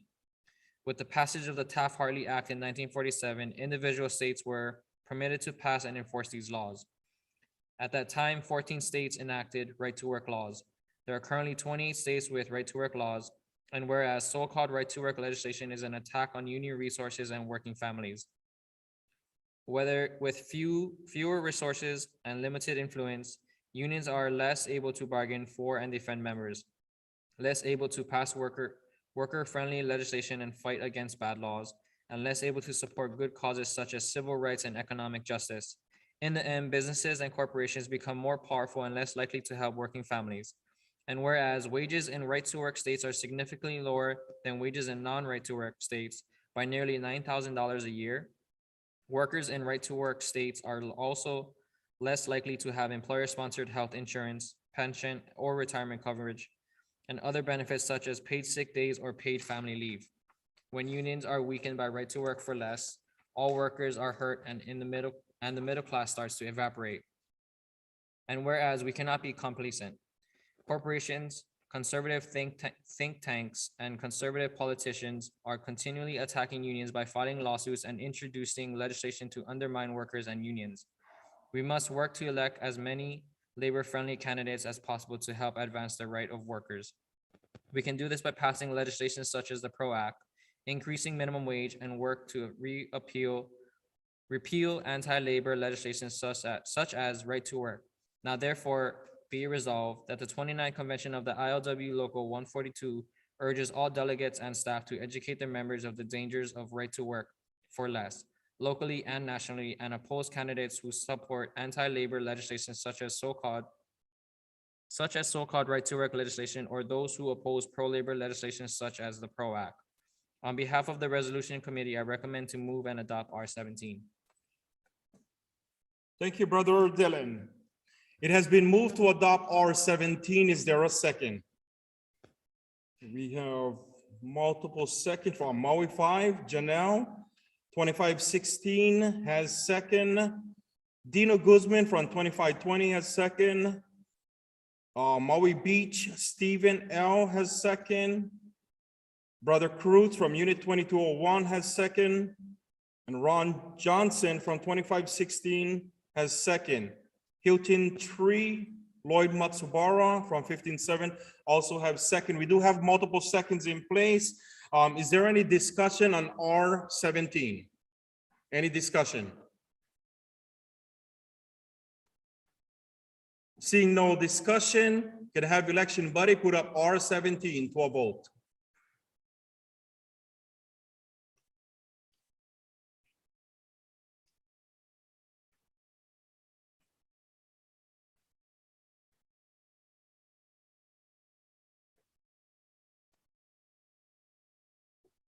There's a reggae party here tonight. Yeah. Riders on the left, sisters on the right. The bass is bumping, the rhythm is right. Oh, so don't you go lonely tonight. Oh, what I'm telling you is everybody ready to dance. Grab a partner and get on the floor and stand. This may be your last it's a two-person party tonight. Yeah. Take off your clothes out, turn off the lights.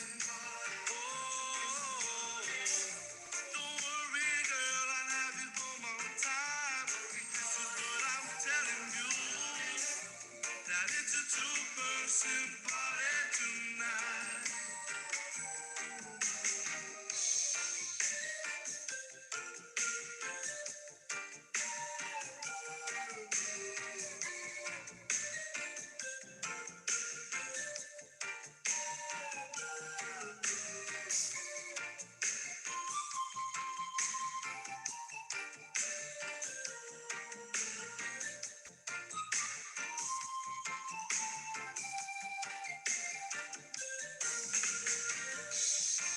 Oh, girl, tell me what I'm seeing.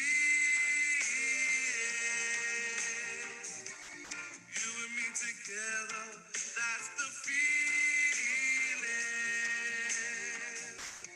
Let's start now, we don't have much time. No, making sweet love into the morning light. You're the only woman that I see. Would you like to come and dance with me? I think I need you for me. 'Cause it's a two-person party tonight. Yeah. Take off your clothes out, turn off the lights. Oh, don't worry, girl, I'll have you home on time. This is what I'm telling you, that it's a two-person party tonight.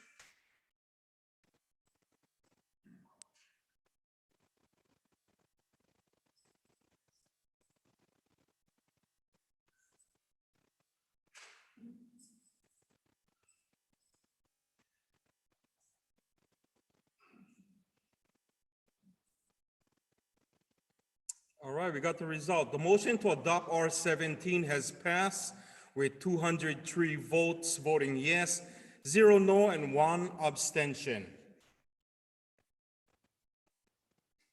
Can I have the next speaker, Deidre, Sister Deidre, to come up to read R18? Can I have the host put on the screen R18? Excuse me, R17. Wait, sorry. R18, R18.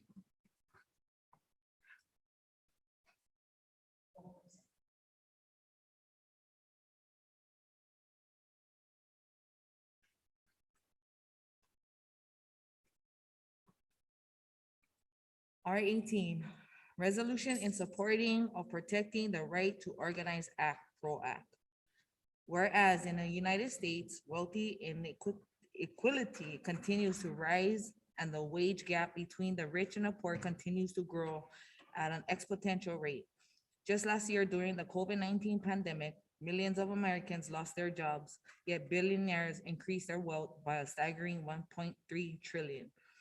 This type of wealth inequality shows our economy, oh my God, and political system in a broken and sometimes need to be done to bring power back to the workers and help revitalize the working class. And whereas Passage of the PRO Act will bring power back to the workers and remove many barriers to organizing by essentially repealing right to work. For less laws allow for workers to organize easier by streamlining the NLRB election process, increasing the election speed and decreasing company interference by prohibiting mandatory anti-union company meetings by making it an unfair labor practice, which will help prevent employers interference in union election. And whereas current laws gives too much power to the employers as seen with the latest Amazon organizing drive. Employers interfere in the union election and implemented workers trying to organize with their co-workers, making union organizing drives very difficult, expensive, and oftentimes almost impossible. And whereas the PRO Act, in essence, repeals right to work for less laws, which negatively impact workers by allowing collective bargaining agreements to require all employees represented by the bargaining unit to contribute fees to the labor organizing for the cost of such representation, notwithstand the state law to the contrary, and whereas the data is clear. When workers organize, workers earn more, have far better benefits and protection, and have a voice on the job. Union workers earn 11.2% more than non-union workers and have greater access to benefits, such as paid sick leave and health insurance. And whereas we urgently need to fix our broken economic system, and the PRO Act will help do just that. Without change, the rich will only get richer. Workers will continue to struggle to make ends meet. Each year, income equality gets worse, and the unionization rate across the country continues to decline.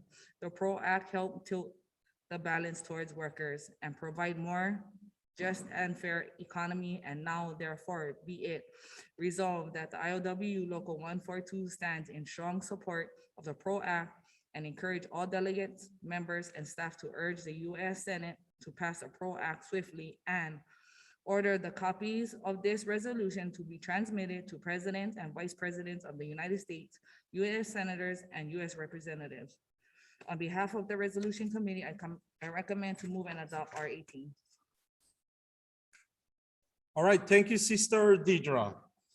It has been moved to adopt R18. Is there a second? All right, entire room of second. Okay, Ala Moana room, Chris West from 4201 has second. Maui 5, Nancy from 2525, also second. Tristan Lukuan from 1503 has second. Jackie Kauhui from Unit 2201 has second. Ala Moana 3 has second. Ginny Silva also second. So there is multiple seconds on R18. Is there any discussion?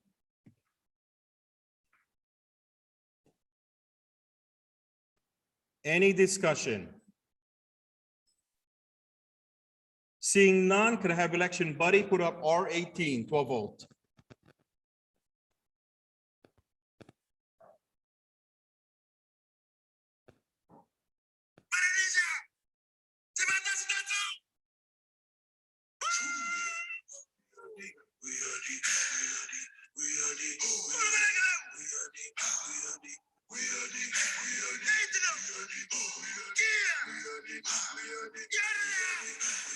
We are the people of the Polynesian Islands.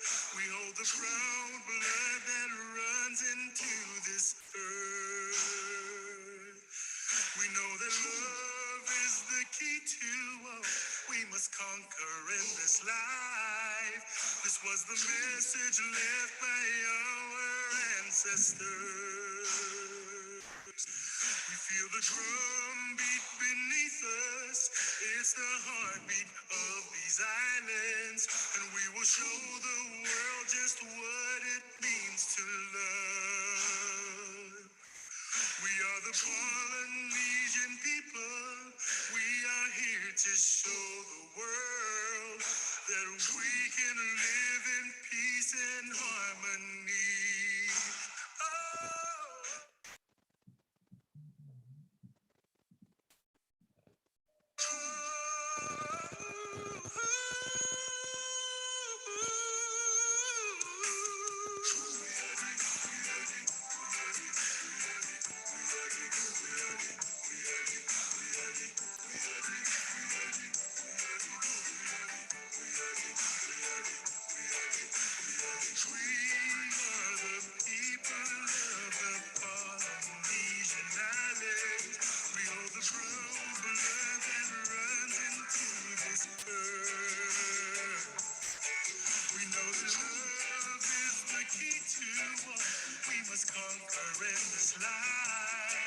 This was the message left by our ancestors. We feel the drum beat beneath us. It's the heartbeat of these islands, and we will show the world just what it means to love. There is no need for us to fuss and fight, just as long as we are one. We must remember what was taught to us when young. We are the Polynesian people. We are here to show the world that we can live in peace and harmony.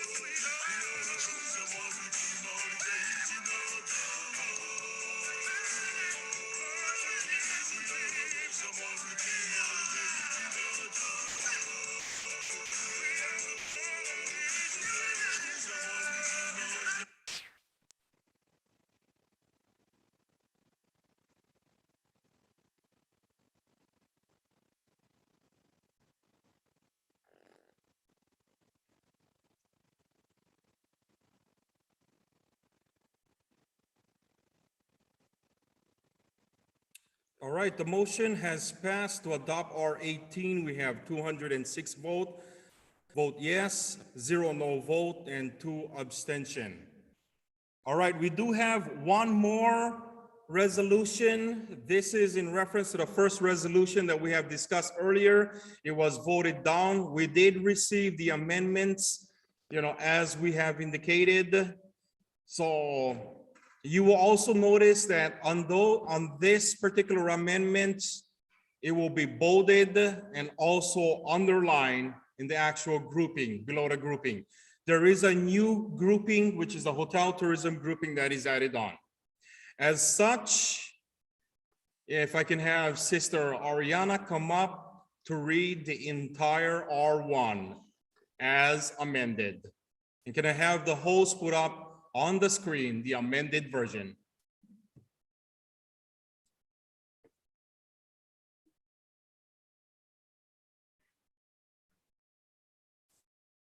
R1 as amended. Resolution of mahalo to Local 142's essential workers on the front lines. The circumstances created by the COVID-19 pandemic have been so unprecedented that they necessitated new classifications for labor. Terms such as essential workers described workers whose labor was needed but did not require them to risk their livelihood on the front lines. While everyone's labor is indeed essential, some essential workers could have the luxury of working from home. The term frontline worker connotated workers whose labor was essential and was required to be performed in person and at risk of their personal health and safety. Obvious examples of frontline workers during the pandemic were hospital workers and grocery store workers. ILWU Local 142 is proud to call many of its members frontline heroes, performing essential duties on the front lines. We have essential workers in all 4 of our industries: longshore, pineapple, general trades, and tourism. Here are the units with brothers and sisters who courageously showed up on the job, many working nonstop since the pandemic started, so our communities could keep functioning as seamlessly as possible during these challenging times. Longshore grouping.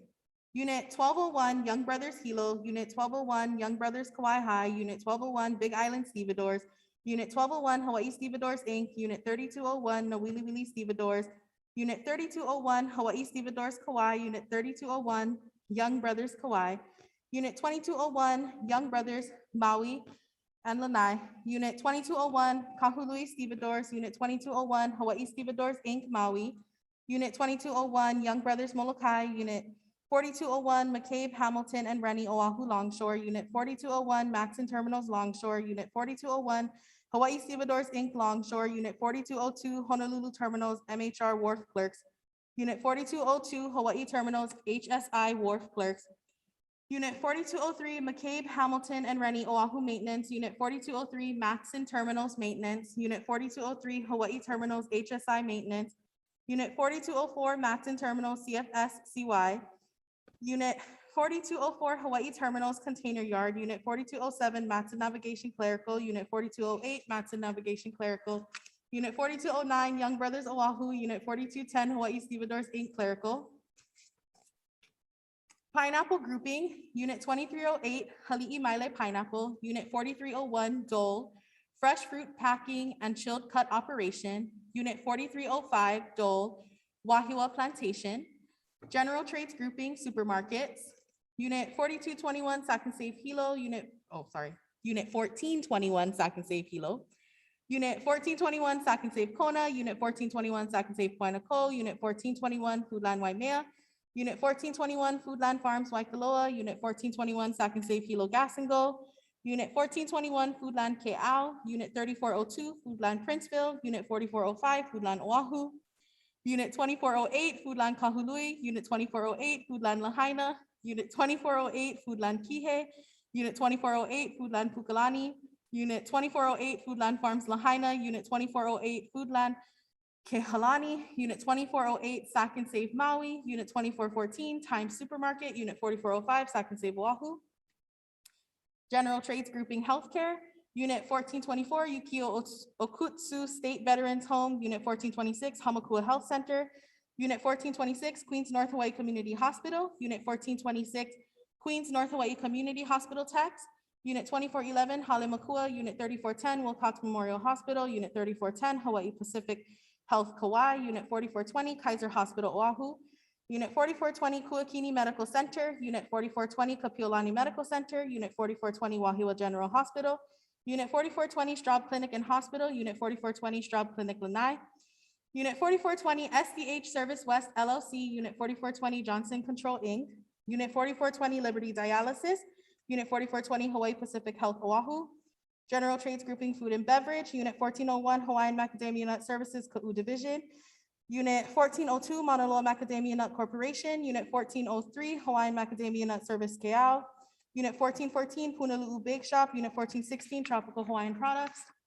Unit 3401, Kauai Coffee Company, Unit 3406, Metal Gold Kauai, Unit 2401, Pulama Lanai Landscaping, Unit 2401, Pulama Lanai Heavy Division, Unit 2401, Pulama Lanai Trades, Unit 2401, Pulama Lanai Transportation, Unit 2409, Paradise Beverage Maui, Unit 4404, Pepsi Beverages Company, Unit 4404, Anheuser-Busch Sales of Hawaii, Inc., Unit 4405, Eggs Hawaii, General Trades Grouping Golf Club, Golf Country Clubs Mortuaries, Unit 1513, Makale Golf Club, Unit 1513, Waikoloa Village Golf Course, Unit 1513, Transcontinental Waikoloa Development, Unit 2507, Ka'anapali Golf Management, Inc., Unit 2507, Ka'anapali Operations Association, Unit 2511, McKenna Shared Services, Unit 3403, Puakea Golf Management, Unit 3407, Kukui Olono Park and Golf, Unit 3504, Troon Golf Princeville Makai Golf Course, Unit 3514, Hokuala Golf Club, Unit 2403, Troon Golf at Kapalua, Unit 2404, Wailea Golf LLC, Unit 2404, Wailea Old Blue, Unit 2409, Maui Golf Course LLC, Unit 2417, Pukalani Country Club LLC, Unit 2419, Troon Golf Kamehameha Golf Club, Unit 2420, Troon Golf at Kapalua Guest Services, Unit 2422, Troon Golf at Kapalua Facilities Department, Unit 4415, Diamond Head Memorial Park, Unit 4415, Nu'uanu Memorial Park, Unit 4415, Hawaiian Memorial Park Cemetery, Unit 4415, Mililani Memorial Park and Mortuary, Inc., Unit 4415 Mililani Town Association, Unit 4415 Oahu Cemetery Association, Unit 4415 Valley of the Temples LLC, Unit 4421 Pearl Country Club Golf Course, Unit 4421 Pearl Country Club Restaurant, Unit 4421 Queen Emma Gardens AOL, Unit 4421 Waikele Country Club, General Trades Grouping Other Essential Services, Unit 1408 Kuhonua Bioenergy LLC, Unit 1412 Hilo Transportation Company, AKA HITCO, Unit 1412 Yamada Diversified, Unit 1413 Big Island Toyota, Unit 1414 BI Phoenix 5 LLC Big Island, Unit 1417 Hawthorne Pacific Corp Hilo, Unit 1418 Kauai Trucking, Unit 1419 A&B Fleet Services, Unit 1426 Big Island FCU, Unit 3403 BEI Phoenix 5 LLC Kauai, Unit 3404 Up to Date Cleaners Kauai, Unit 3408 Hawthorne Pacific Corp Kauai, Unit 3408 Pacific Service and Development, Unit 3408 Mid-Pac Auto Center, Unit 3408 Servco Auto Kauai, Unit 3409 Kauai Nursery and Landscaping Inc., Unit 3412 Gay and Robinson Power Plant, Unit 3419 A&B Fleet Services Kauai, Unit 3504 Princeville Utilities Company Inc., Unit 2404 Hawthorne Pacific Corp Maui, Unit 2404 Tri-Isle Inc., Unit 2404 Kahului Trucking General, Unit 2405 Maui Toyota, Unit 2405 Valley Isle Motors, Unit 2406 HC&D LLC, Unit 2406 Hawaiian Cement Maui Concrete, Unit 2406 Walker Industries, Unit 2406 Maui Blocks, Unit 2407 Valley Isle Community FCU, Unit 2407 Maui Federal Credit Union, Unit 2407 Maui County FCU, Unit 2409 Hansador Lumber Corporation, Unit 2409 Island Movers Maui, Unit 2417 Pukalani Country Club LLC, Unit 4404 BEI Phoenix 5 LLC Oahu, Unit 4404 Klockner Metals, Unit 4405 Hawaii Logistics, Unit 4406 Honolulu Star Advertiser, Unit 4407 Oahu Federal Credit Union, Unit 4409 Island Movers Oahu, Unit 4412 Servco Pacific Oahu, Unit 4414 Ball Metal Beverage Container Operations, Unit 4419 Hawthorne Pacific Oahu Clerical, Unit 4422 Matheson Trigas Inc., Tourism Grouping, Unit 3511 Grand Hyatt Kauai, Unit 3516 The Point at Poipu, Unit 3510 Poipu Bay Resort Golf Course Kawailoa, Unit 3504 Troon Golf Princeville Makai Golf Course, Unit 4416 Polynesian Adventure Tours, Unit 4524 Airport Honolulu Hotel, Unit 4526 Alohilani Resort at Waikiki Beach, Unit 4521 BRE Turtle Bay Resorts LLC, Unit 1503 Mauna Kea Beach Hotel, Unit 1505 King Kamehameha's Kona Beach Hotel, Unit 1515 Fairmont Orchid Hawaii, Unit 1516 Mauna Lani Auberge Resort Collections, Unit 1517 Hilton Waikoloa Village, Unit 1513 Waikoloa Village Golf Course, Unit 1518 Westin Hapuna Beach Resort, Unit 1520 Outrigger Kona Resort and Spa, Unit 2501 Royal Lahaina Resort, Unit 2505 Westin Maui, Unit 2506 Ka'anapali Beach Hotel, Unit 2409 Maui Lani Golf Course, Unit 2507 Ka'anapali Golf Inc., Unit 2508 Napili Shores Resort, Unit 2508 Maui El Dorado AO, Unit 2508 Lahaina Shores Beach Resort DRH, Unit 2509 Four Seasons Resort Lanai, Unit 2509 Four Seasons Resort Landscaping and Golf Maintenance, Unit 2510 Montage Kapalua Bay, Unit 2515 Wailea Ekahi AO, Unit 2516 Hyatt Regency Maui, Unit 2518 Hotel Wailea Maui, Unit 2404 Wailea Golf, Unit 2520 Grand Wailea Resort Hotel and Spa, Unit 2522 Maui Tropical Plantation, Unit 2523 Ritz-Carlton Kapalua, Unit 2525 Maui Beach Hotel, Unit 2526 Andaz Maui at Wailea, Unit 2527 Ka'anapali Ali'i. Now therefore be it resolved, the pandemic turned a well-deserved spotlight on the importance of all essential labor, and ILWU Local 142 is proud of all of its members in these units for their tenacity and strength in the face of adversity. And be it further resolved that ILWU Local 142 has a diverse range among its essential workers with its 4 industrial groupings and expresses its humblest gratitude toward all of those whose labor made it possible for us to make the adjustments we needed during the pandemic. On behalf of the Resolutions Committee, I recommend and move to adopt R1 as amended. Thank you, Sister Ariana. It has been moved to adopt R1 as amended. Is there a second? Yep, we have second from Maui 5, Ronald Ciliato. We also have second from Mike Victorino, second from Chris West, 4201, second from Rose Molina, second. Tristi Likuan from 1503, also second. Is there any discussion?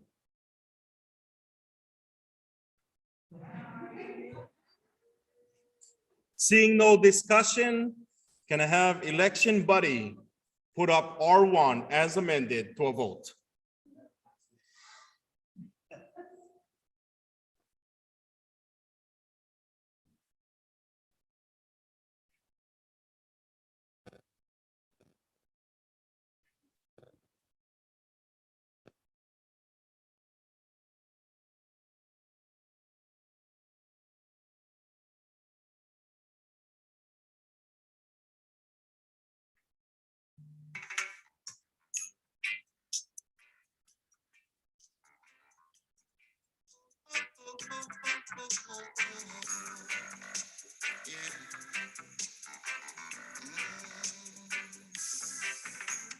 Please give me a chance so I can make my confession.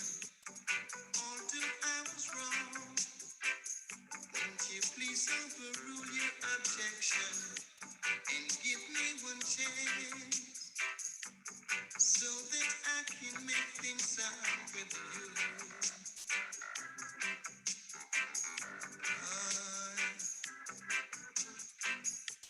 I must apologize, 'cause I'm so sorry to treat you so cruel. Although I was wrong, seem I was only playing a fool. So just one more chance, so we can talk this thing over. One more chance, 'cause I don't wanna end as the loser.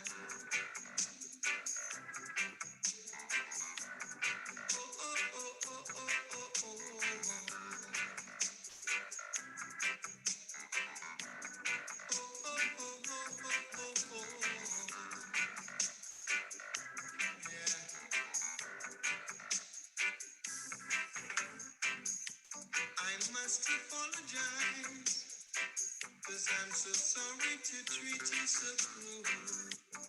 Although I was wrong, team, I was only playing a fool. So please give me a chance so I can make my confession. Although I was wrong, won't you please overrule your objection and give me one chance so that I can make things up with you. Yeah. Oh, oh, oh, oh, oh, oh, oh.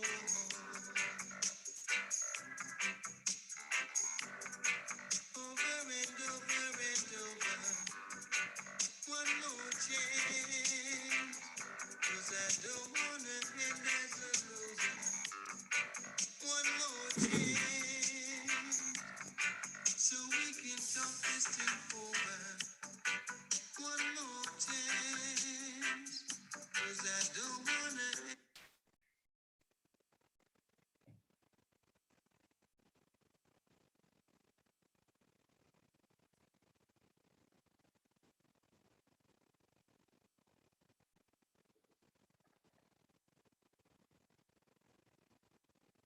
All right, we have the results. The motion has passed to adopt R1 as amended with 209 votes yes, 0 no, and 3 abstention. At this point, Madam President, delegates and observers, we have concluded our committee report.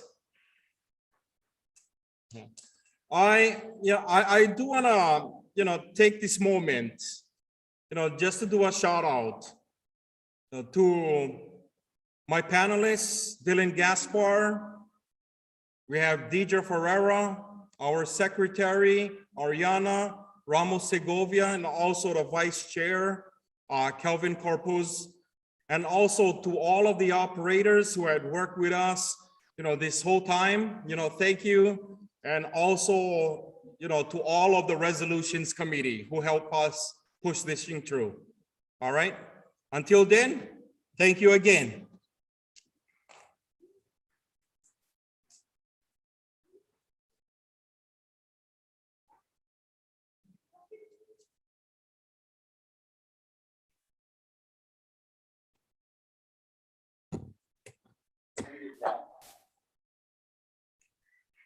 Thank you, Elmer and your committee.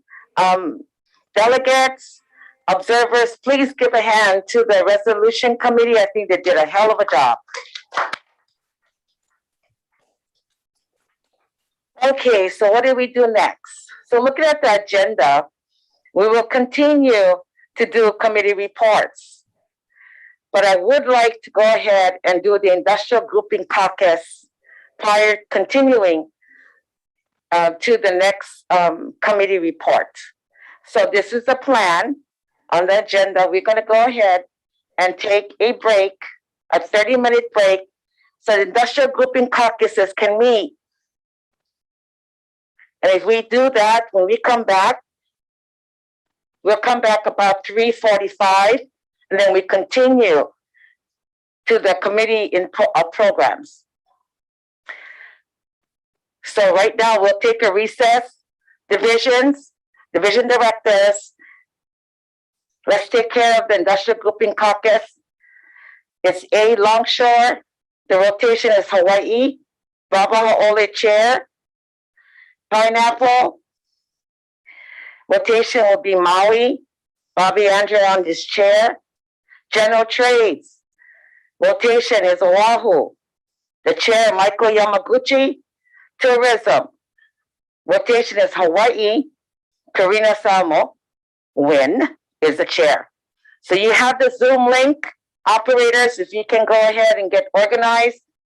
And then we'll take a 30-minute break to do this portion, and we'll come back to committee reports. Thank you.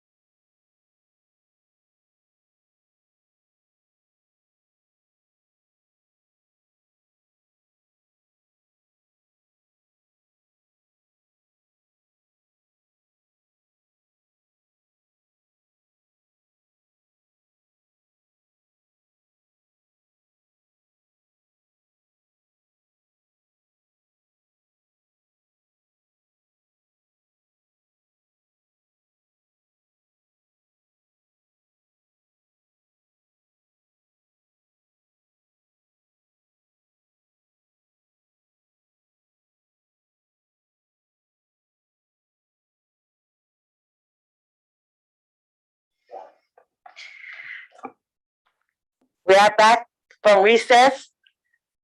I want to check if the operators, do you have your members in front of you? Can you call them back? We're back from recess.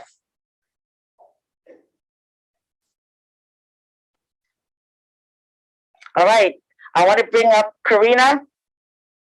She will be heading the programs committee. Watch the monitor if there's anybody.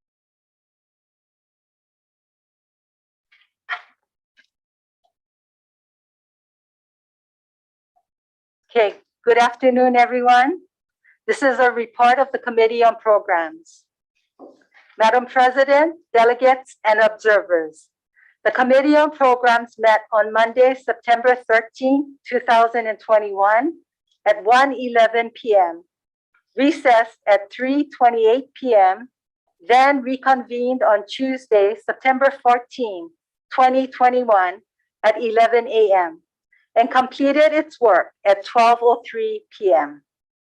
A total of 58 delegates attended the committee session.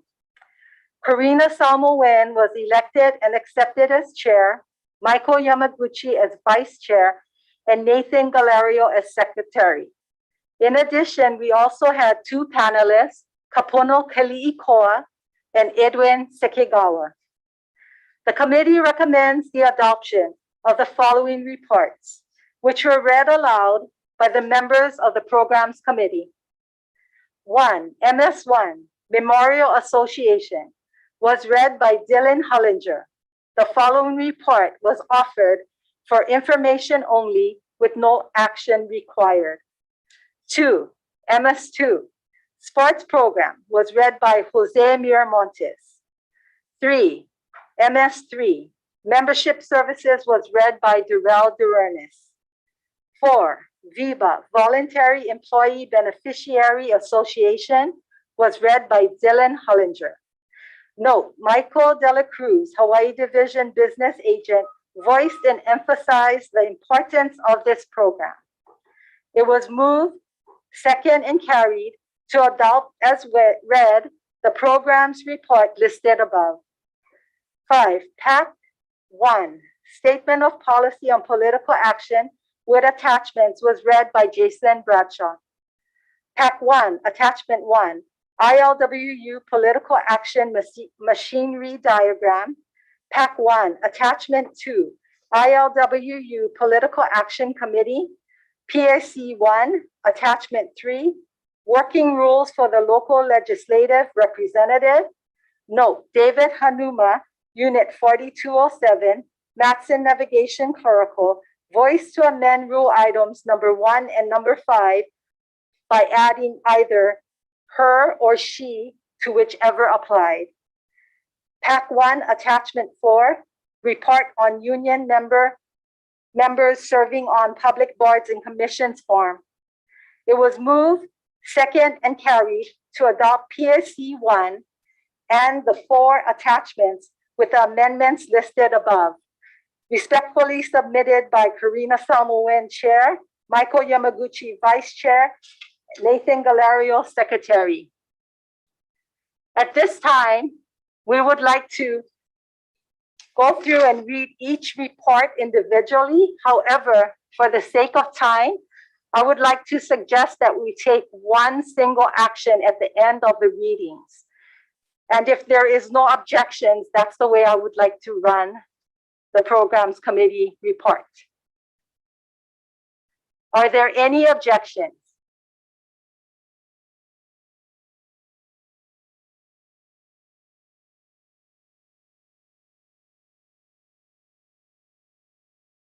Are there any objections?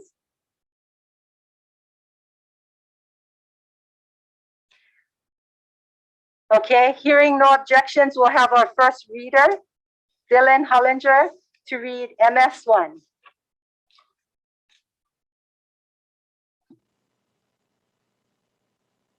Sorry, host, can you please bring up MS1?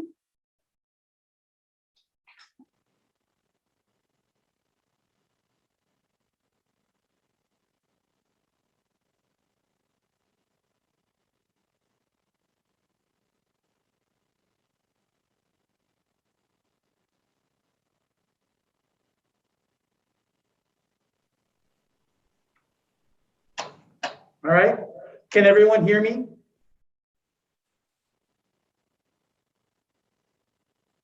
MS1, report on the ILWU Memorial Association. Background. The ILWU Memorial Association, MA, was first established in 1950 as a membership organization to support the ILWU. Facing attacks from employers and government, and concerned about the potential for seizure of assets, primarily real estate, the union placed all properties under the ownership and control of the ILWU MA. In 1992, the MA was reconstituted to strengthen the separation of the two organizations to ensure continued protection of union assets. Purpose. The purpose of the ILWU Memorial Association is to promote the labor organizational and educational efforts of the ILWU Local 142 in order to improve the employment, education, and living conditions of its members. Today, the MA has essentially two functions. One function is to maintain the structural elements of the buildings on properties owned by the MA and leased to Local 142. The other function of the MA is to oversee all activities related to ILWU pensioners, including sponsorship of a biannual conference. The last 3 years. As the triennium began, it was business as usual for MA activities. In 2019, the MA continued to tackle projects to maintain the buildings and properties leased to Local 142. Despite aging membership, pensioners clubs continue to hold meetings and activities, and we're looking forward to another biannual conference in 2020 on Maui. Impacts of a global pandemic. In early 2020, the world learned of a novel coronavirus that was transmitted easily and caused illness and death. A global pandemic was declared, and Hawaii, as elsewhere, was locked down to all but essential activities, and everyone was urged to wear face masks, stay physically distanced from others, and observe hand washing and sanitation guidance to curb the spread of the virus. COVID-19, the disease caused by the virus, brought serious illness and death to millions. COVID-19 vaccines were developed in record time and available since early 2021. But a large swath of Americans, including Hawaii residents, are resisting vaccination due to politics and misinformation. COVID-19 was a huge blow to ILWU pensioners. Even without being infected, pensioner club meetings and other activities like Hawaii Division's quarterly meetings of all 8 clubs on the island, Kauai's annual pensioner picnic, Oahu's monthly bingo activity, and Maui's membership meetings and year-end holiday party have all been canceled or postponed indefinitely. The biannual conference scheduled for 2020 was canceled. Pensioners were mostly isolated at home, rarely seeing their friends and even relatives. They are aging, some passed on, and they've all missed the social interaction that the pensioner clubs offered them.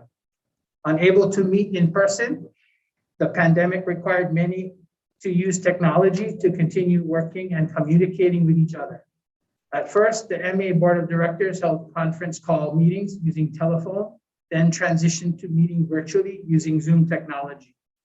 However, most ILWU pensioners have no access to the internet or are reluctant to learn new technology. Keeping in touch has been a challenge for most pensioners. To maintain contact with pensioner club members, the MA mailed out a letter and an ILWU face mask last summer to each pensioner club member statewide. At the end of the year, because so many pensioner activities were canceled, the MA sent a $25 check to each pensioner club member to help them celebrate the end of a very difficult year. Prior to 2020, the MA offered to contribute to Hawaii Longshore Division's annual Labor Day picnic, which is rotated to a different island each year, but the picnics were put on hold due to the pandemic.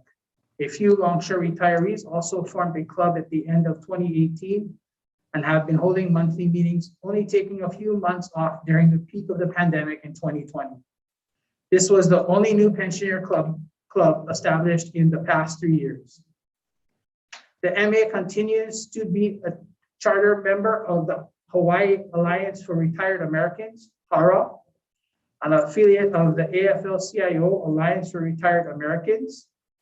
HARA is a coalition of labor and senior organizations organized to influence legislation aimed to address kupuna needs. Due to the pandemic, HARA activities have been suspended since March 2020. ILWU buildings. Work to upgrade the Kauai, Maui, and Honolulu buildings continued virtually uninterrupted, thanks to collaboration between the MA and Local 142. In accordance with the lease agreement, interior work, e.g. flooring, painting, light fixtures, acoustical paneling in the Honolulu conference room was initiated and paid for by Local 142, while other structural repairs were paid for by the MA. On Kauai, work was done on the kitchen, the lanai restrooms, the parking lot, and an absorbent cesspool was filled and the building connected to the county sewer system. On Maui, repair and major maintenance work had been done a few years ago, thus only minimal upgrades were required. In Honolulu, the two chillers servicing the air conditioning system were replaced to restore maximum cooling in the building. In Hilo, the MA planned to replace the roof and upgrade the parking lot, but before work began, the local and the division approached the MA about making major changes to the large three-sided meeting space off the courtyard. The space is not air conditioned, but has been used for stewards classes, negotiation caucuses, membership meetings, and other gatherings where conditions have been difficult to tolerate on very hot days. At the end of 2019, the MA decided to take on a major Hilo project and contracted with Scott Rappel of COA Project Management to serve as project manager. The MA engaged in considerable discussion about the scope of work with Mason Architects and the project manager. By the end of 2020, the MA contracted with Constructors Hawaii as the general contractor. Work began following approval of the building permit in May 2021. Division staff moved into a rented office for the duration of the construction. The project is expected to be completed by January 2022. Although the MA is signatory to the construction contract, the work is a joint project of the MA and the local. The MA obtained a loan from the local for $2 million for the $3.4 million project, plus architect and project manager costs. ILWU properties. The MA leases all of its 6 properties to Local 142 in a lease agreement that commenced in 2003. The lease rent was negotiated at $600,000 per year and remained unchanged until January 2019, when rent was increased by $20,000 a month. Local 142 now pays the MA $840,000 per year in lease rent.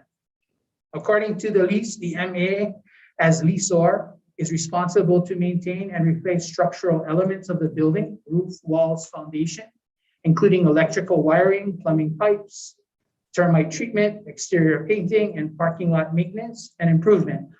Local 142, as lessee, is responsible for routine maintenance of the buildings and may make improvements to the interior of the buildings. Aside from properties used as division offices, the MA owns properties on Molokai and Honoka'a. The Molokai property remains vacant after demolition of the structure, which has been used as an office many years ago. The demolition was required as the building had been unused for at least a decade and was in such disrepair that a passerby alerted the MA that the roof was lifting and it had to be secured with rope. Although unsolicited offers to purchase the property have been received, none have been viable. The Honoka'a property and building have also been unused and vacant for several years. The large Quonset hut structure served as a union hall and the ILWU office for 60 years, but the building became badly deteriorated and the cost for repair and renovation was prohibitive. Reluctantly, the MA finally decided in 2019 to list the property with realtor Paul Takamatsu. The property was placed on the National and State Historical Registers thanks to two individuals who are also helping other buildings in Honoka'a to apply for historical designation.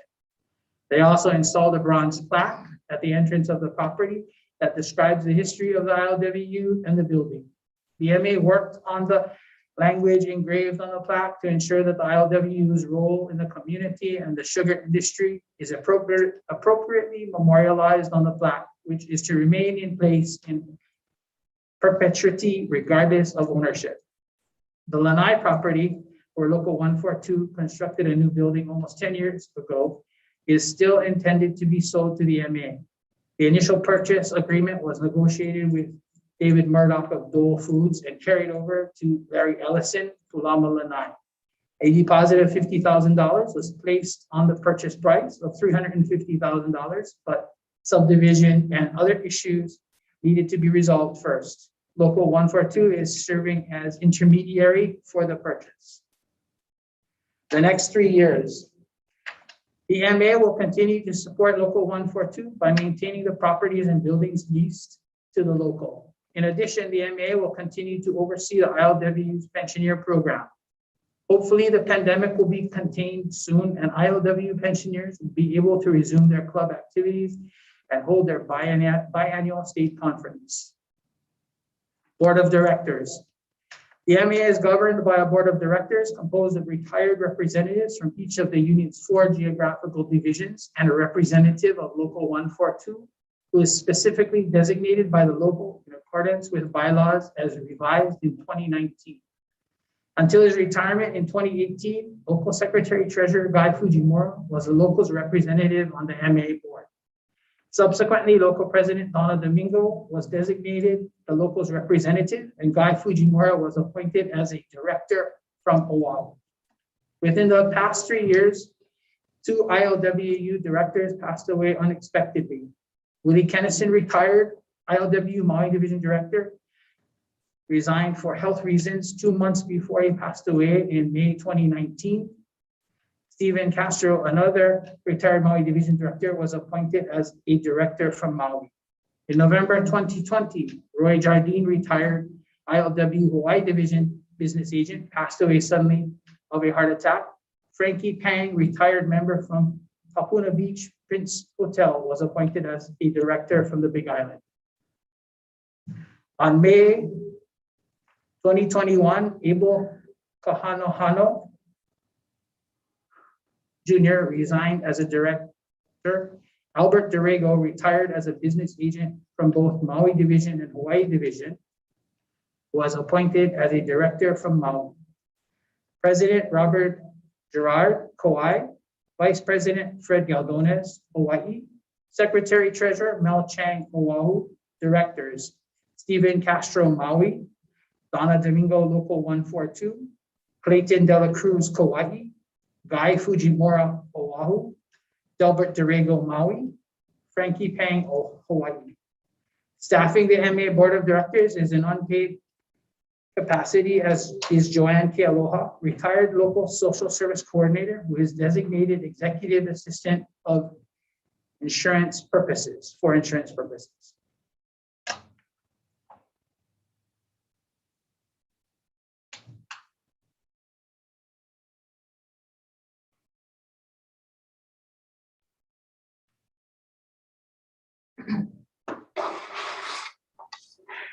Thank you, Dylan. Next, we'll have a report on sports, MS2, to be read by Jose Miramontes.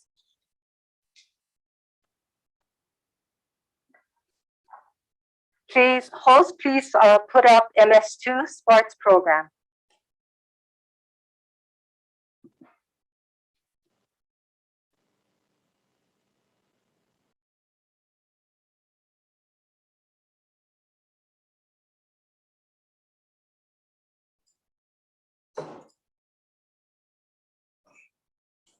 You guys can hear us?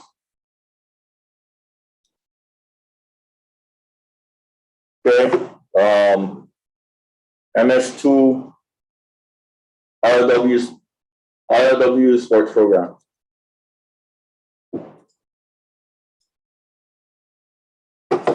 ILWU sports program since 1953. The ILWU local sports program has been ongoing. It has a distinction of being the oldest of its kind in Hawaii and is the envy of many youth. The late brother, Saburo Fujizaki, molded and nurtured the ILWU sports program with the help of rank and file during the early years. The late brother, Fred Paulino, worked diligently to improve and add to the sports program, and brother Clayton De La Cruz, with his expertise and leadership skills, directed the sports coordinator statewide. All of the brothers are very much missed.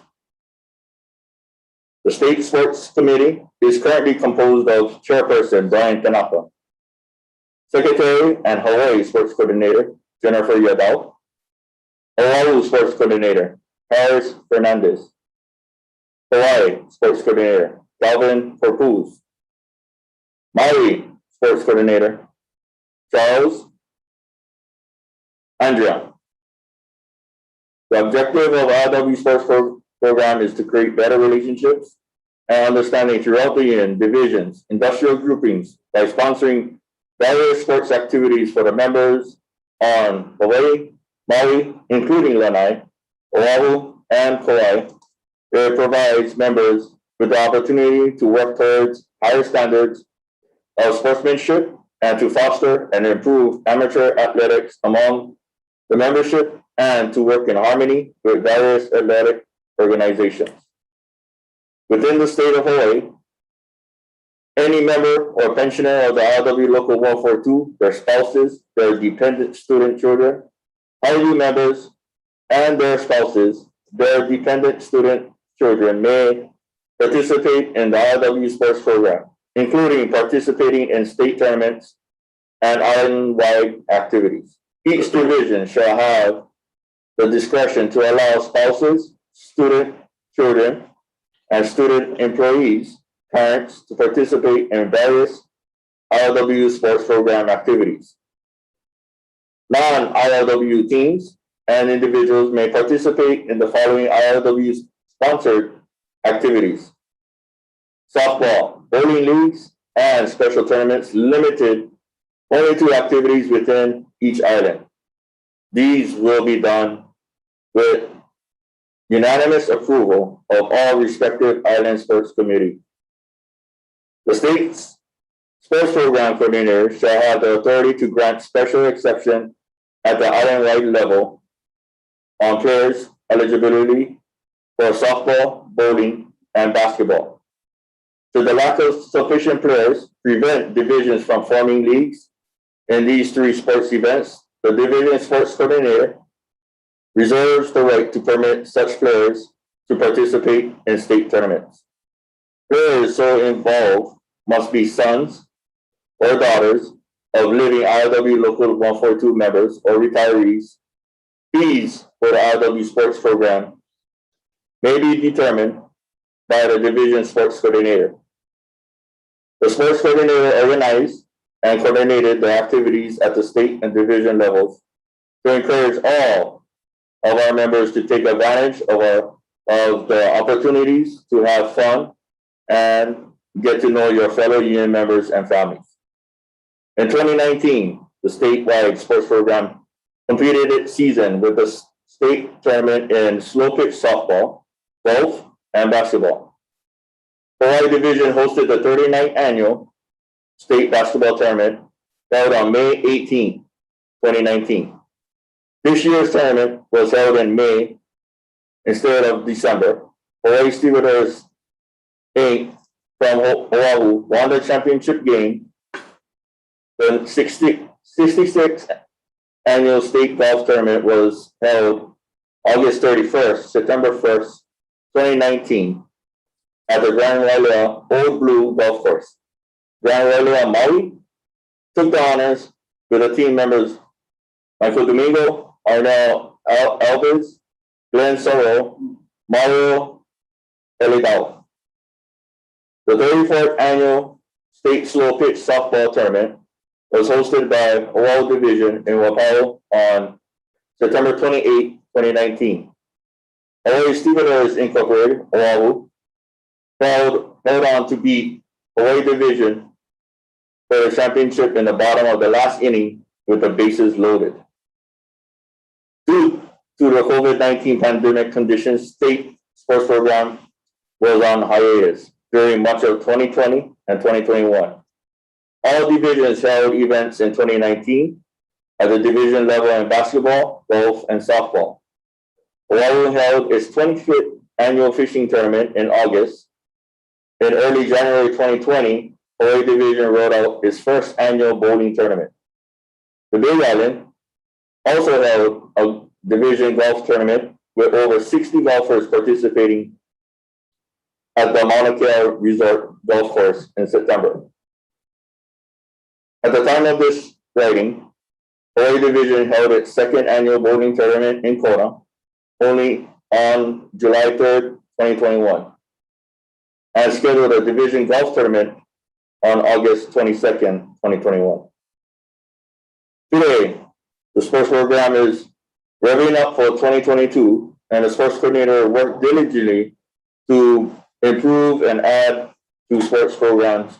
On July 22nd, 2021, the division sports coordinators discussed and planned the overall sports program for the next triennium, 2022 to 2024.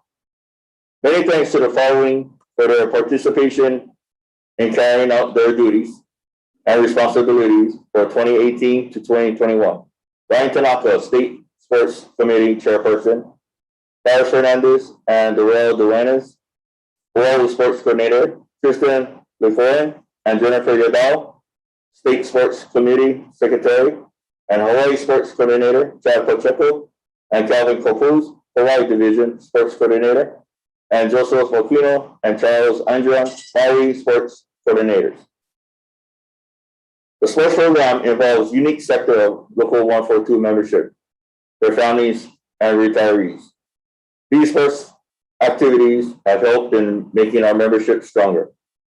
The sports coordinators will administer the policy, rules, and ILWU sports program will make changes as necessary from time to time in accordance with our sports program.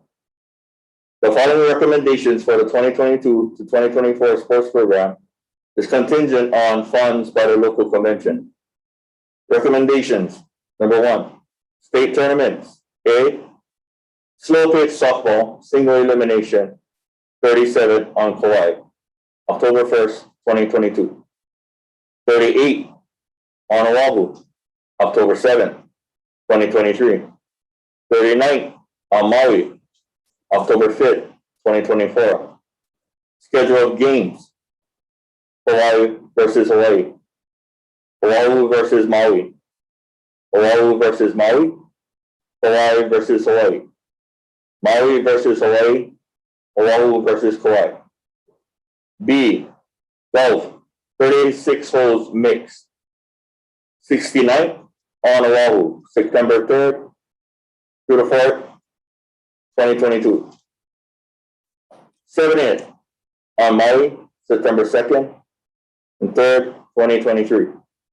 71st on Hawaii, August 31st, September 1st, 2024. C, basketball, single elimination, 41st on Hawaii, May 28th, 2022. 42nd on Kauai, May 27th, 2023. 43rd on Maui, May 25th, 2024. Schedule of games: Hawaii versus Maui, Hawaii versus Oahu, Hawaii versus Hawaii, Oahu versus Maui, Maui versus Kauai, Hawaii versus Oahu. 2, island-wide activities. A, softball leagues. Each division has the option of organizing a slow pitch league state tournament geared for the first Saturday in October. B, golf. Clubs will play whichever best suits the needs of the membership, if any. State tournament geared for Labor Day weekend. C, bowling. Leagues, season dates, mode of play, optional within each division. D, Basketball leagues. Oh. Basketball leagues, each division has the option of organizing a basketball league state basketball tournament geared to the last Saturday in May. E, other sports, optional within each division. 3, administrative. A, the role of sports coordinator or any FTO assigned to a sports should primarily be organized participation, calling meetings, planning, assisting with the necessary paperwork, etc. In addition to assigning a responsible person or persons to supervise and handle the league affairs, the sports coordinator and FTOs as a follow-up should make themselves available to extend on-site assistance to league managers or persons handling the particular event. B, schedule an annual January meeting for sports coordinators to review activities and discuss programs for the calendar year. Sports coordinators shall meet in July 2024 to discuss programming for the next 3 years. C, the eligibility rules remain as is. Local 142 members in good standing, their spouses, their non-ILWU membership status notwithstanding, pensioners and spouses and dependent children attending school full-time and members of the ILWU office staff spouses are eligible to participate in all activities on a regular basis. Associate members are eligible to participate in all ILWU sports with the exception of golf, guest status, and with the stipulation that no team sport can be made up of more than 50% associate members. West Coast, Canada, or Alaska ILWU members in good standing may participate in state and island golf and bowling tournaments as regular members. D, all those who apply to participate in activities sponsored by ILWU, Local 142, its division units must sign the waiver and release form before participating.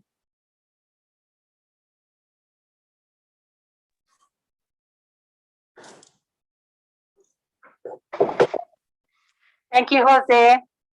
Next, we'll have MS3, Membership Services, to be read by Durrell Duenas.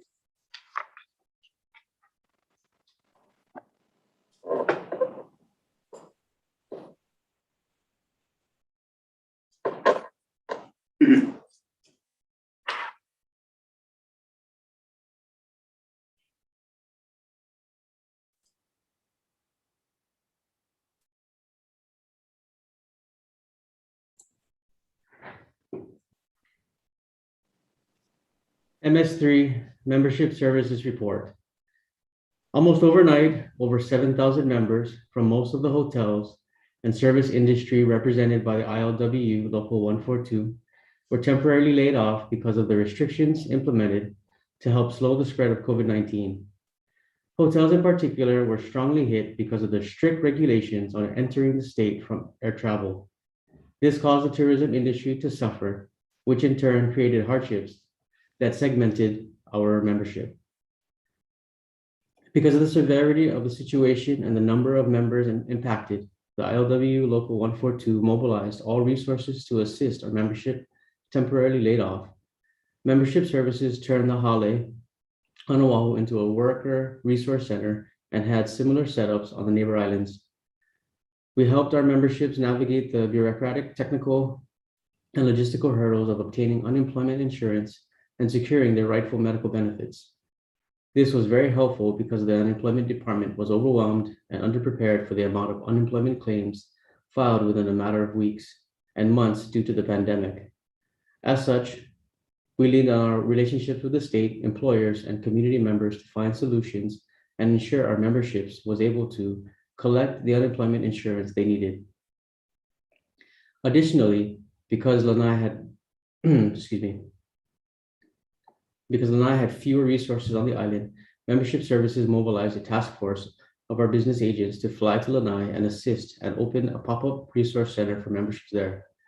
Once our membership was taken care of for unemployment insurance and medical benefits, we held classes and workshops to educate and train our membership. We held classes on how to apply for jobs and held workshops to learn to utilize technology in the digital age. For some of our members, they never needed to learn various digital components, but with the rapidly changing world and an increase to people to work from home, learning how to use a computer was more important than ever. And while for some, this may seem simple, for others, it was a huge learning experience. Members learned how to navigate a web browser, create an email account, use Zoom and other virtual platforms. By learning to use a computer, members now had the ability to apply for jobs online, apply for unemployment insurance online, and learn how to write a resume through programs such as Word.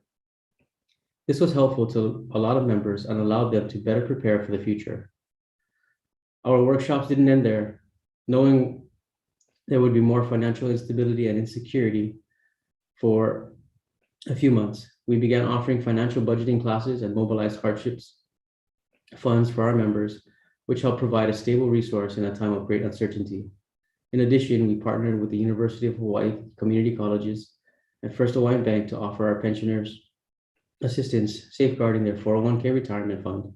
We also helped them learn how to do all of this through digital tools, which were not just used for conducting business, but also a way to stay connected with friends and loved ones while everyone stayed home to mitigate the spread of COVID-19 and protect their family members. We also knew this pandemic would likely take a mental and emotional toll on our membership.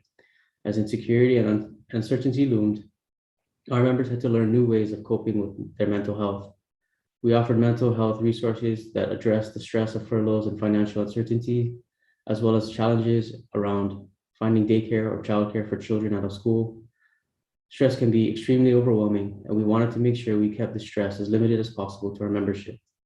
And lastly, as much of the world hunkered down to stay safe during the pandemic, the ILWU Local 142 stayed open and worked tirelessly to ensure our members' interests were protected and services were provided to them.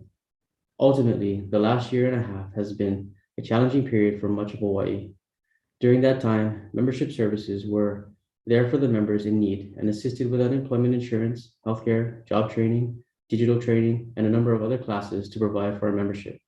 Hopefully, as we move into 2022, the pandemic will be under control and we can begin to provide additional workshops and classes to train and educate the membership the next 3 years. A social services coordinator with a background and experience in labor was hired in June 2020 to fill the vacancy that existed. The social service coordinator is a statewide staff position that helps assist and support the membership and retirees of the ILWU Local 142. Although the pensioner program is covered by the ILWU Memorial Association, MA, and not discussed in this report, the social services coordinator must also provide support for pensioners in addition to the MA Board of Directors. The social services coordinator reports to the title officers and may be assigned additional work pertaining to the position and/or the needs of the ILWU Local 142 and its memberships. In the coming triennium, the program will A, continue to provide assistance and support to individual members, retirees, and their families. Assistance includes information and referral for resources where members may pursue their own, but advocacy must also be provided as needed. B, network with government and community resources, establishing good working relationships with public and private resources helps the union extend its ability to assist members and retirees.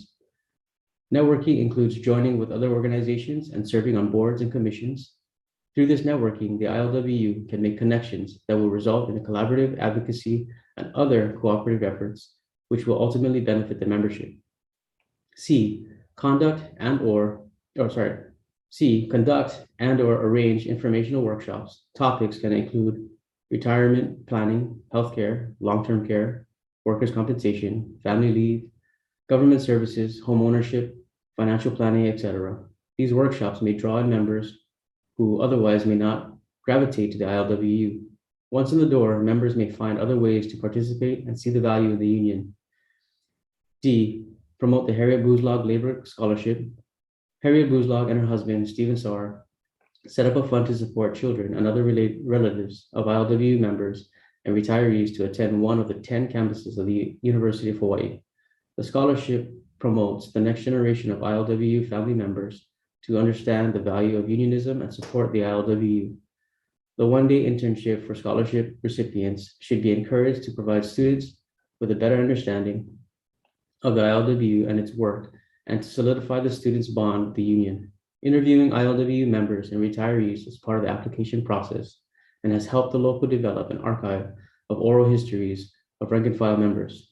The Buzlog Labor Scholarship offers a direct benefit to members and retirees whose family members receive funding at UH. E, activate the ILWU Oral History Program. Our members and retirees have invaluable stories about their lives, their work, and their connections to ILWU and the community, yet so few of their oral histories have been recorded. The ILWU should set a goal of interviewing at least 4 people each year, starting with retired ILWU full-time officials, to ensure that their stories are not lost. F, build labor solidarity. Develop opportunities for members and retirees to interact with each other and with other trade unionists. These opportunities include the ILWU sports program, which should be actively supported and funded, and activities like the Labor Unity Picnic, which brings together members from various unions to celebrate Labor Day. Other social activities, like Oahu Division's Family Night, can be organized to bring members and their families together and help them develop a sense of belonging and loyalty to the ILWU. The last couple of years may have been challenging, but brighter times are ahead. Union favorability is near an all-time high, and members and working families are pushing back against anti-union rhetoric. With vaccines readily available, the COVID-19 pandemic may come to an end in the near future, allowing for more stable employment and more normal way of life. Regardless, the membership services position is available to help and assist the membership during challenging times and positive times, and will continue to educate the value of unions and the need for economic and social justice.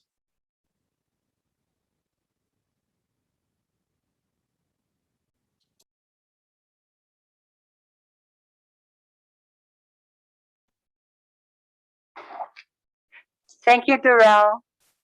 Next up, we have the VIBA report that will be read by Dylan Hollinger.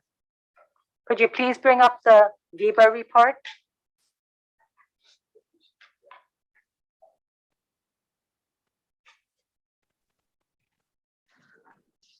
Thank you. Dylan, are you ready? Yeah. Thank you. Report of the ILWU Viva Trust.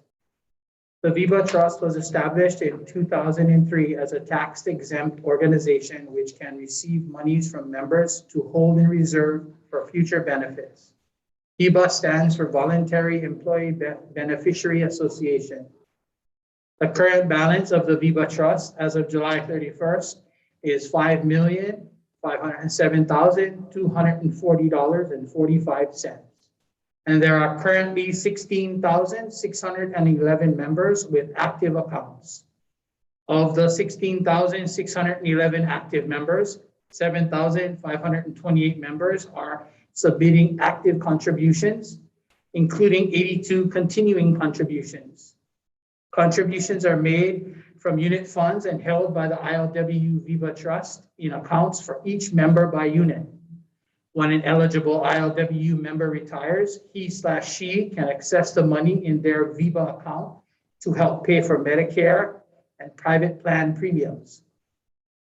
To be eligible for payment in the future, the participant must meet the following criteria. 1, accrue 10 years of credit, i.e. 10 years of required contributions. 2, be retired. 3, be at least 62 years of age. 4, make required contributions for at least 12 months during the 36-month period prior to applying for benefits. 5, apply for benefits. The required contribution is currently $3 per month and must be paid by the unit if the participant is actively employed, or by the participant if he or she is no longer a member of the unit. Members who leave a participating unit may elect to continue required contributions on a self-pay basis.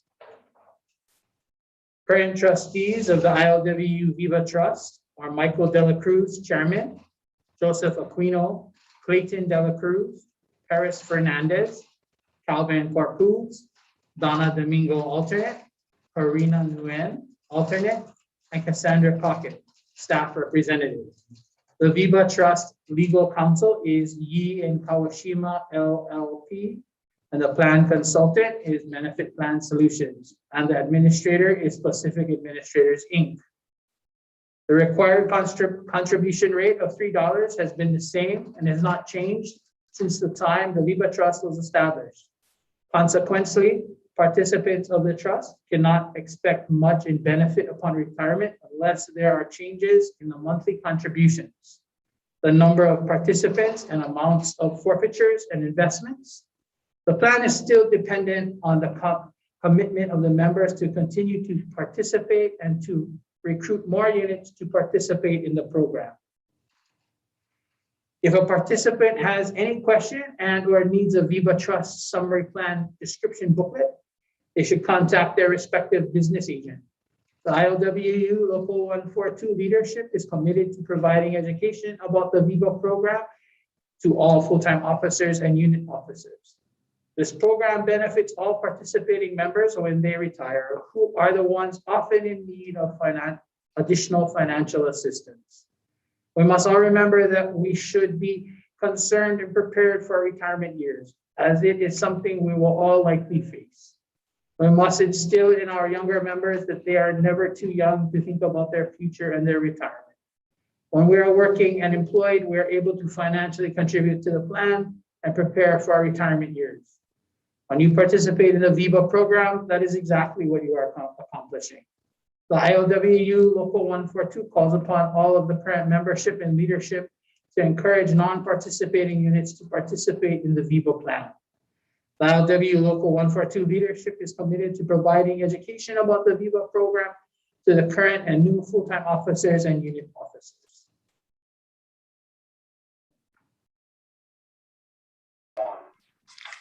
Thank you, Dylan. Next up, we will have the PAC 1 report, as well as attachments 1, 2, 3, and 4 to be read by Jason Bradshaw. Can you please bring up the PAC report, PAC 1, and attachments? Thank you.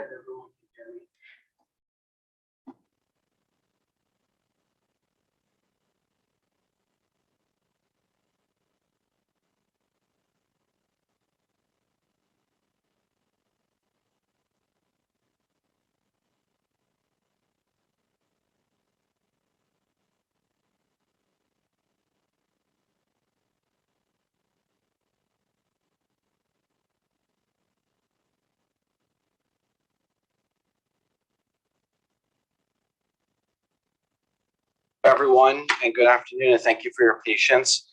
Please bear with me. This report is fairly long, so I will begin now.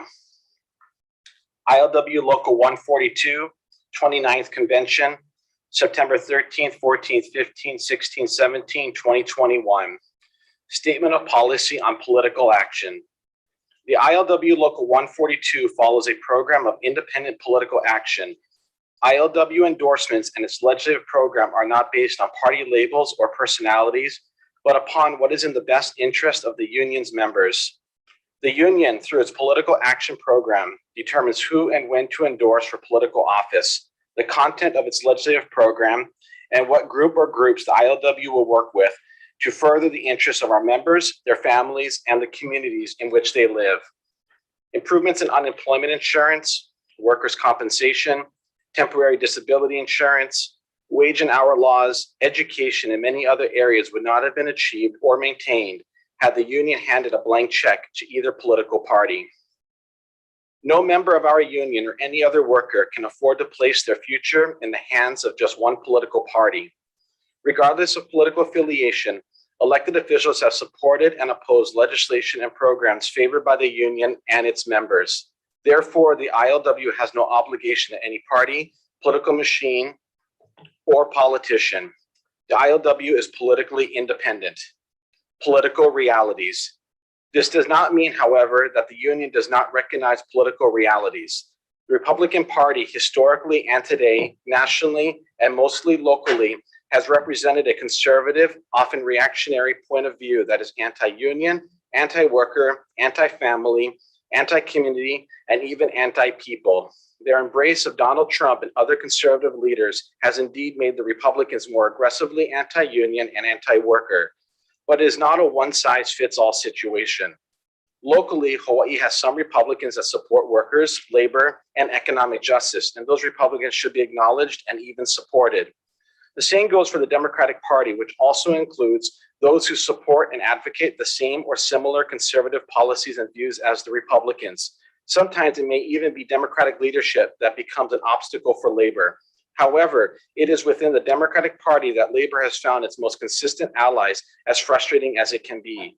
Wherever and whenever possible, the ILWU will seek to build working relations with those who can help our members and their families. Members are, of course, free to participate in the party of their choice. However, if the union chooses, as part of its independent program, to coordinate the activity of union members in a party, or if the union encourages members to actively participate in a party as part of a coordinated effort, such activities shall be within the guidelines and principles of the ILW's political action program and shall be directed at furthering the welfare of the membership. The ILW will maintain its basic political independence. Union officials will continue to be governed by the policy regarding endorsed candidates. To better defend the rights of our members and the benefits they enjoy through ILW political action and as part of the Hawaii Labor Coalition HLC strategy, the ILW continues to work with and within the Democratic Party.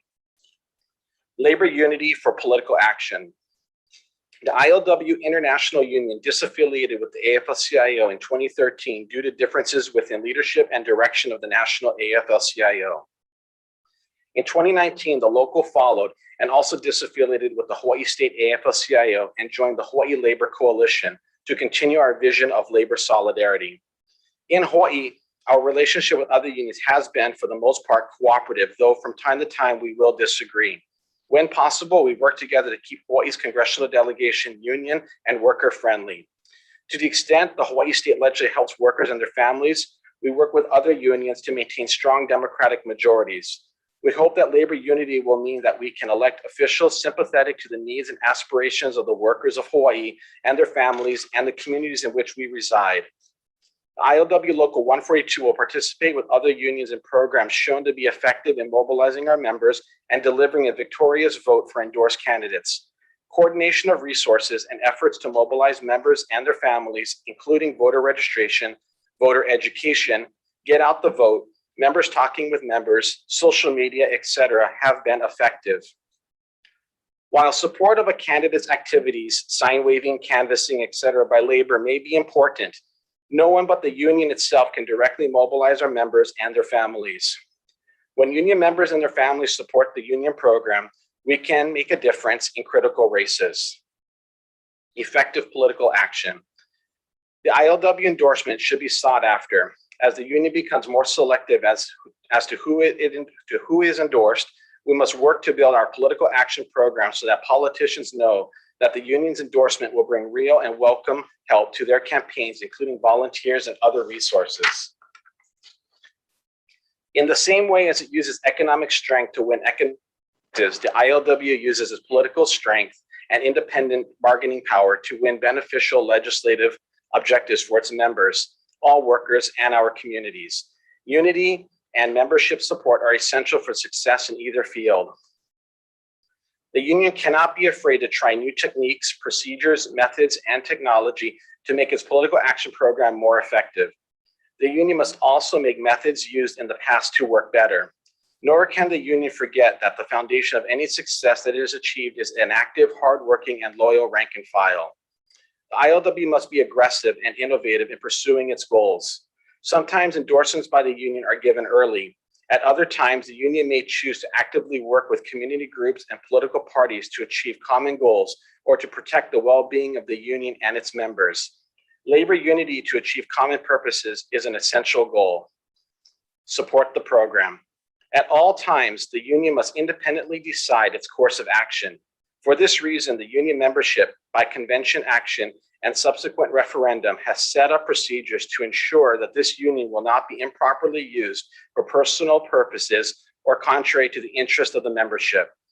Endorsements and all other matters pertaining to policies are handled by the union's Political Action Committee, as shown in the chart, ILW Political Action Machinery. It is the policy of the ILW Local 142 that all union officials who are in positions where they effectively represent the union must follow the union's political program when engaging in political activity and must use the official union political action machinery in all matters of endorsements, appointments to public boards, commissions, and advisory commissions and committees, and union policy determination. Individual union members, while encouraged to support the union's political action program, are not politically restricted, but no one has the right to speak or act in the name of the union or to give the appearance of doing so contrary to the policies and procedures determined by the union. Union members' welfare is affected by public policies as well as by contract conditions. That is why the union political action program is concerned about the general welfare of the community. One way in which the union seeks to advance the interests of its members and the general welfare of the community is by obtaining effective labor representation in the legislature and on public boards and commissions, which affect workers and their families. However, no union member should accept an appointment to such a board or commission without first consulting an official of the division or local political action committee. Where union members serve on public boards without being selected by the union and without being systematically informed on the union's position, they cannot truly represent labor. Instead, they will hurt labor by giving the false impression that labor's interest is being protected when in fact it is really not even represented. Attachments: ILW Political Action Machinery, ILW Political Action Committees, Working Rules for Local Legislative Representative, Reports of union members serving on public boards and commissions. We are now going to be moving on to Pack 1, Attachment 1.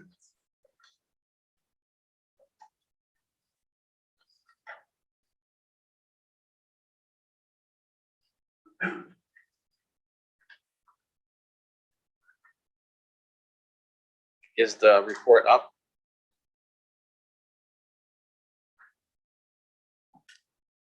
Could you please put the Pack 1, Attachment 1 up, please?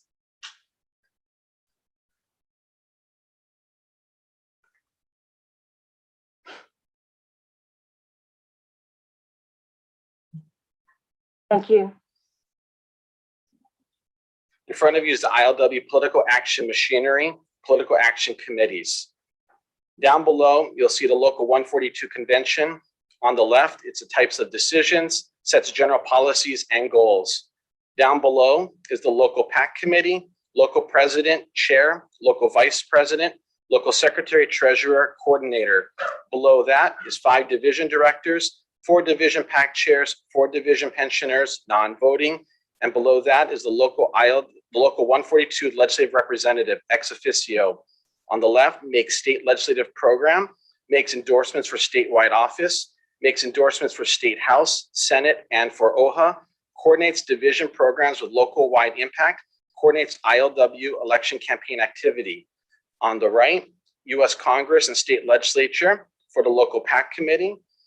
Down below, Local 142 Legislative Representative includes state legislature, state boards and commissions, and on request, county boards and commissions. Down below, Division PAC Committee, Chair, Vice Chair, Secretary, Division Director, Unit PAC Chairs, FTOs, including Division Coordinator, Pensioner Club Rep. On the left, makes program on county level, may recommend State House, Senate, and OHA endorsements, makes endorsements for county office, may recommend legislative proposals to local PAC. On the right, county boards and commissions, and down below, ILW pensioner clubs.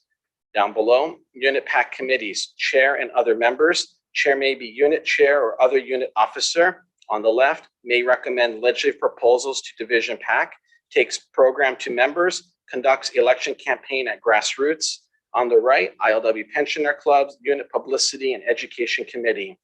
Down below, union political endorsements can be made only by the proper elected PACs as shown above. Union officers, stewards, committee members are prohibited from making political commitments before the PAC meets or from working contrary to union political program. Individual union members may campaign for non-endorsed candidates but are encouraged not to do so. Persons holding union positions as officers, stewards, or committee members should not campaign for non-endorsed candidates. The union's name or logo shall not be used in support of non-endorsed candidates, nor should the union's endorsement be implied by any means. The next report is Pack 1, Attachment 2.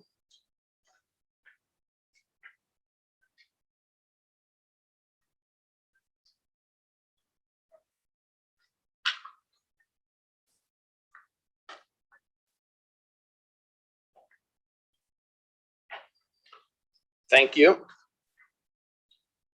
Pack 1, Attachment 2, ILW Political Action Committee, Local Political Action Committee. A local political action committee PAC shall be maintained. This committee is charged with the responsibility of handling matters pertaining to politics and its related subjects. The local PAC shall be generally responsible for the establishment of division and unit political action committees in all divisions, formulating a legislative program, reviewing the work of the legislature and of the various county councils when necessary, reviewing the records, positions, and actions of the legislators, and advising the legislature as to the position of the ILW on issues of concern and on legislation the union supports or opposes. The local PAC also reviews the positions and the work of the state administration and its departments, and when necessary, the performance of the county mayors. The committee shall be responsible for issuing reports on the legislative programs of the union and the policies adopted by the local political action committee, and shall be responsible for publicly putting forward the positions of the ILWU when necessary on a year-round basis. Positions taken by the ILWU are based on the policies and principles of the union, action by the convention or LEB, and the union legislative program. Composition of the committee. The local political action committee shall be composed of the 3 titled officers of the ILW Local 142, the 5 division directors, and the 4 geographic division political action committee chairs. The designated local legislative representative shall be non-voting and ex officio to the committee. Also, each geographical division may select a pensioner who shall be a non-voting member of the local PAC. The local president shall chair the committee. The union secretary treasurer shall be the local's political action coordinator. Endorsements. The local political action committee is responsible for the endorsements of statewide candidates and of state house and senate candidates, and for the formulation of endorsement guidelines, which may include development of a candidate questionnaire for use at the local and division levels. Recommendations for endorsements of state house and senate candidates may be made by the respective division political action committees. The division political action committees are responsible for endorsements for the respective county mayors, county councils, and prosecutors. The local political action committee may also make endorsements for races such as the Office of Hawaiian Affairs, OHA. The respective division political action committees may make recommendations where the seat is geographically based or at large. Local PAC endorsement recommendations for any canoe districts shall be subject to confirmation by both division PACs involved. The local political action committee may endorse candidates or incumbents before the filing deadline. The division political action committee may also do so for county races. If an endorsed candidate is elected, the union's endorsement will continue to be in effect until endorsements are made for the next election. Endorsements given by the local PAC and the division PACs may be withdrawn. An endorsement of a candidate means the union urges its members to vote for the candidate. The union and its officers may actively support the candidate. If the race is one which the union has prioritized, members and officers will be urged to concentrate support for the candidate. No officer, employee, steward, agent, or representative of the local or any division or unit shall support any candidate for political office who is running against a candidate endorsed by ILW Local 142. No member, officer, employee, steward, agent, or representative of the local or any division or unit shall be permitted to use the ILW trade name or logo, title, status, or any position associated with the union to support or endorse a candidate for political office who is not officially endorsed by ILW Local 142. An open endorsement means that members may vote for any candidate in that race. The union is neutral. Persons may support candidates for their choice in an open race, as long as there is no reference to union name, title, position, or status associated with the support. No endorsement of a candidate means the members will be urged not to vote for or to support the incumbent. No endorsement may mean that members will be urged not to vote for or to support any candidate in that race. No endorsement may also apply only to a particular candidate. An interim endorsement may be given between elections when appropriate, but such endorsements will expire similar to regular endorsements. No officer, employee, steward, agent, or representative of the local or any division or unit shall support or oppose any constitutional amendment, referendum, initiative, bill, or other public measure which is contrary to the official position or endorsement of the ILWU Local 142. Any person seeking a valid accommodation of religious or other valid objection to the official position or endorsement of the ILWU Local 142 shall promptly notify the titled officers in writing of said objection and supporting basis for the objection, and shall comply with all reasonable requirements established by the titled officers under the Financial Code and other applicable laws. Division Political Action Committee.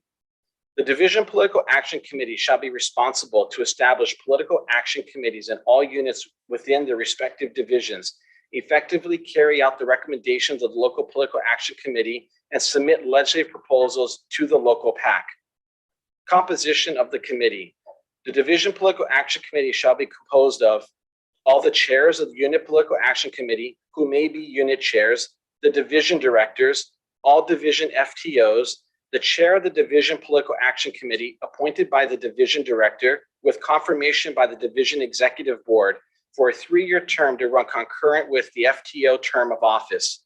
The Division Political Action Coordinator designated by the division director and a representative from each pensioner club in the division. The chair shall be responsible to conduct meetings and submit reports and minutes to all levels. Members of the division executive board may be members of this committee.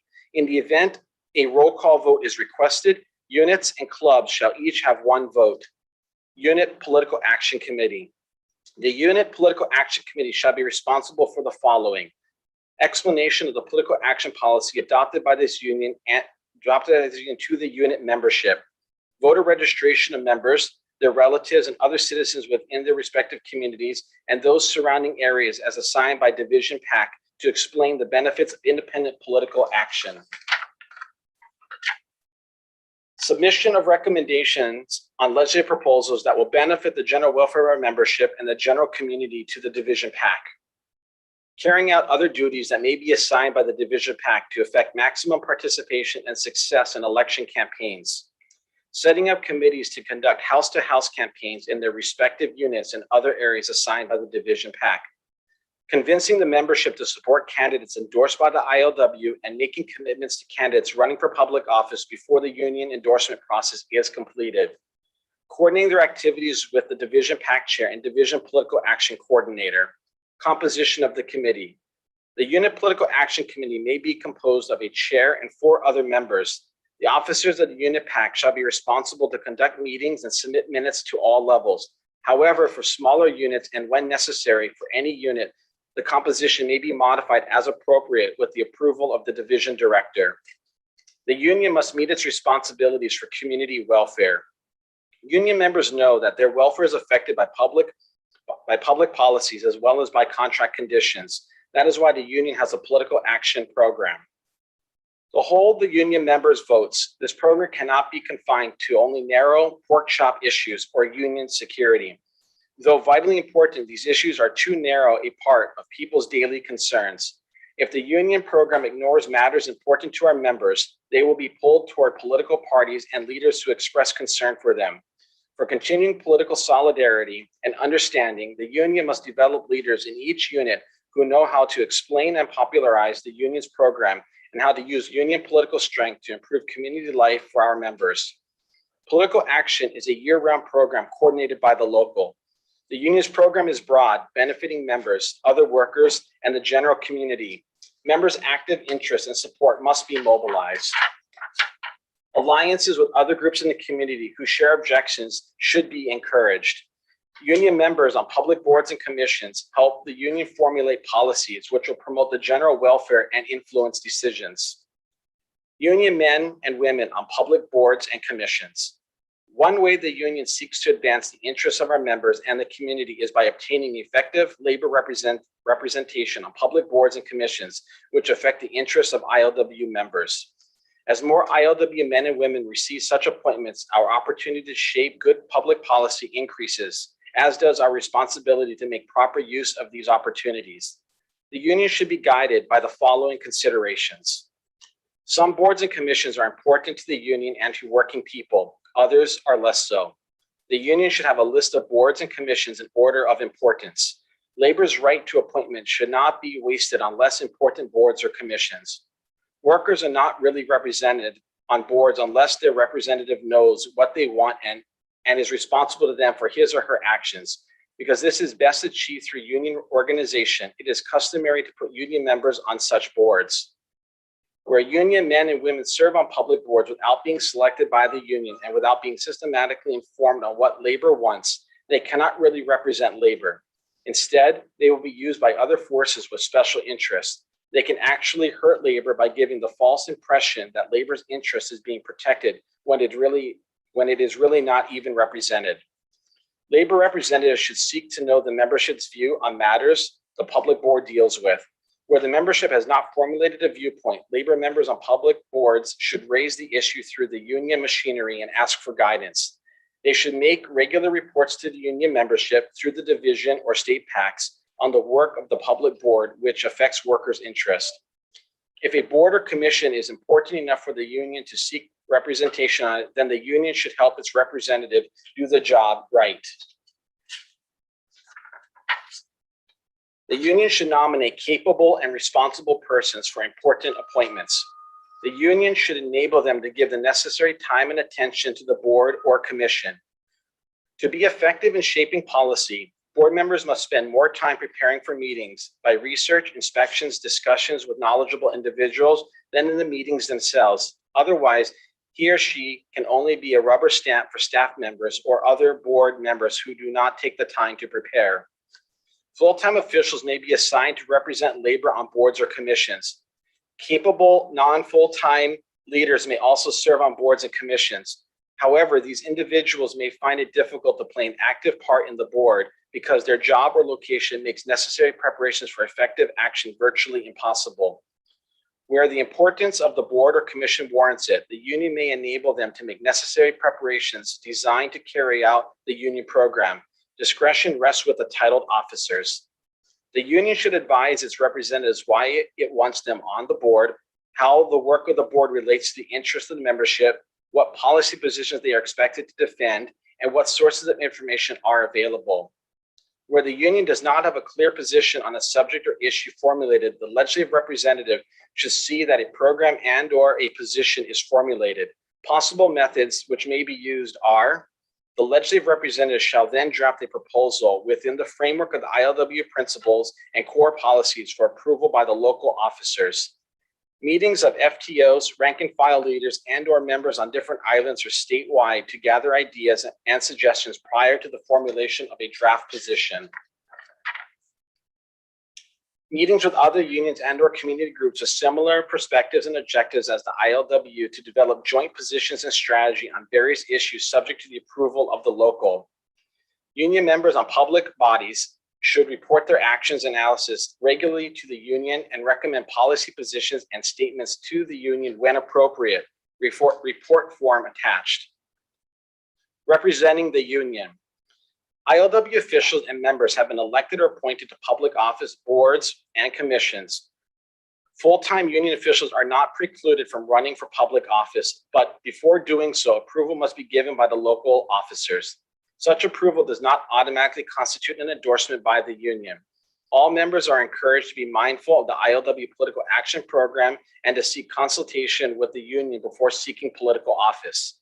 FTOs may be required to resign from ILWU office before running for elective office.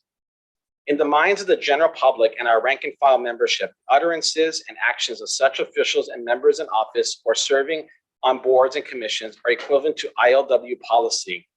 It is difficult, if not impossible, to expect that the public and the rank and file will distinguish between individual views and the ILWU's position. It is the policy of the ILW Local 142 that all union officials at all levels, when engaging in political activity, must follow union political programs and must use official union PAC machinery in all matters of endorsements, appointments to public boards and commissions, and union policy determination. Individual union members have political freedom, but no one has the right to speak or act in the name of the union or to give the appearance of doing so, contrary to the policy and procedures democratically determined by the membership. ILW Legislative Representative. The appointment of any ILW legislative representative shall be made at the discretion of the local officers. However, any such appointment may be evaluated by the local political action committee. Duties and responsibilities. Keep track of legislative and administrative developments which affect the interests and needs of our members and require legislative or administrative action. Assist in developing programs to meet our members' needs and advance their interests. Develop and maintain contacts with public officials of other organizations in order to explain ILW objectives to them and to further the union's program. Keep an up-to-date list of all ILW members who serve on public and private boards, commissions, and committees, copies of which shall be furnished to each division and the local. Transmit requests from organizations for representation at either the local or division level. Coordinate the union's legislative and public administration program. Represent the union on public issues before public bodies. Maintain a systematic record of legislative and public administration programs. Inform union officials and members of political and legislative developments affecting their interests. Attend division executive board and division political action committee meetings when requested. Follow working rules for legislative representative. Copy attached. ILW legislative program. The local PAC develops and adopts the ILW legislative program at the end of each year. The legislative program is a listing of issues about which the local has a position. The document is provided to each state house and Senate legislator to inform them about the issues of general interest to the ILWU. The local PAC also develops a list of priorities for the upcoming legislative session. Political fund. In order to protect the benefits won in negotiations and through past legislative action, and also to maintain the union's independent political action program, there is established a political fund through an assessment of $6 per member per year to be collected annually from each unit during the triennium. Monies are to be submitted to the local between January 1st and 31st annually. $3 of the $6 is allocated to the general account and $3 is allocated to the division account. All divisions will make regular financial reports of any monies advanced to them by the local political action fund. These funds shall be used to advance the legislative and political programs of the union. The ILW Hawaii Political Action Committee Fund is established in order to comply with the requirements of the State Campaign Spending Commission. Expenditures authorized by the local coordinator, authorized signatures include the local titled officers and the office manager, are reported to the Campaign Spending Commission and follow limits set by law. The local must also be in compliance with the IRS requirements for the reporting of political action expenditures and meet the reporting requirements of the State Campaign Spending Commission.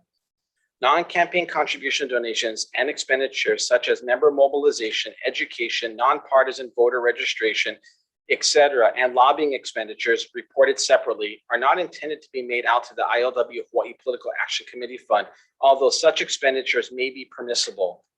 ILW Political Action Fund, PAF.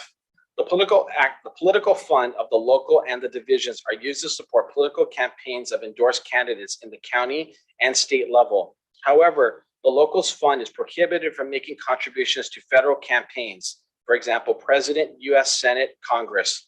Contributions to federal candidates may only be made from funds contributed by individuals. As a result, the International Union established the ILW Political Action Fund to receive personal contributions from members and employees of the ILWU. Members are encouraged to contribute to the international PAF. We are now on PAC 1, Attachment 3. This one is as amended. This is where some of the corrections were made to he or she or him or her. And we will begin. Working rules for the local legislative representative. In order to prevent future understandings of the working rules for the local legislative representative, the following rules shall be adhered to by the local political action committee. The local political action coordinator, who is the local secretary treasurer, shall be the administrator of the local political action committee, and the local legislative representative shall check with him or her daily on assignments. All requests from the division political action committee shall be channeled through the local political action coordinator. The local PAC chair, who is the local president, in consultation with the local political action coordinator, shall call meetings of the local political action committee. In the absence of the local secretary treasurer, the local president shall act as the local political action coordinator or designate an alternate to act as the local political action coordinator. The local legislative representative shall consult with division directors on the schedule of the division PAC meetings in order that he or she can participate in the meetings. The local legislative representative shall attend all meetings called by the local officers, such as staff meetings, local executive committee meetings, and local executive board meetings. And we are on the last attachment, PAC 1, attachment 4.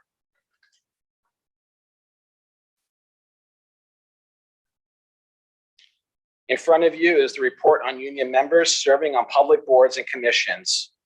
Date submitted, name, unit, name of commission and/or board, specific county or state, list date and a brief summary of direct concerns to union and community. Other remarks.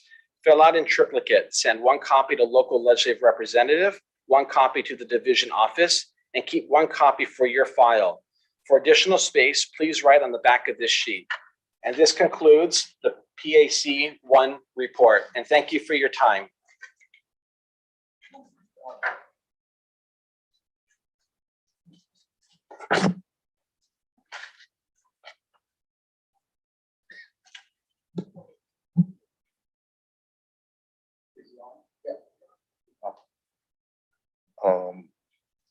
Hope everybody can hear me.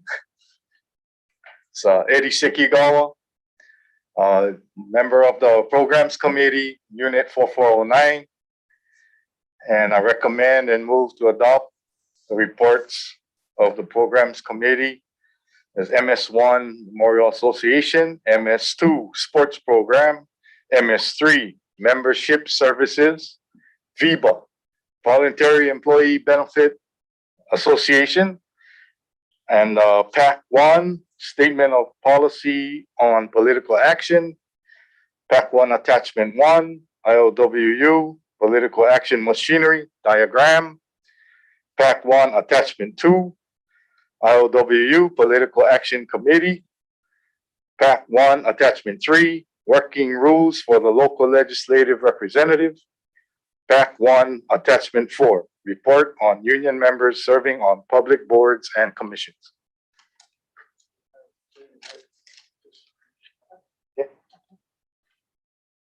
Okay, thank you, Eddie. Yeah, so we're gonna move on with so a motion was made. Is there a second to adopt the report on programs? There is a second? Okay, there's a second. Is there any discussion? Okay, first speaker, James Yates, Ala Moana 2.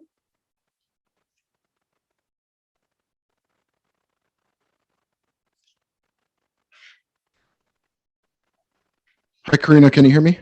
Yes, I can. Go ahead, James. Jamie Yates, 4201-01. I have a question, and it's specific to, but not limited to public boards and commissions. Why is it that the local is trying to, why does the local care what I do with my personal time? Basically is my question. If I'm appointed to a board I'm really involved in my church, and if my church appoints me to a board, why does the local get to say whether I can or cannot be part of that board?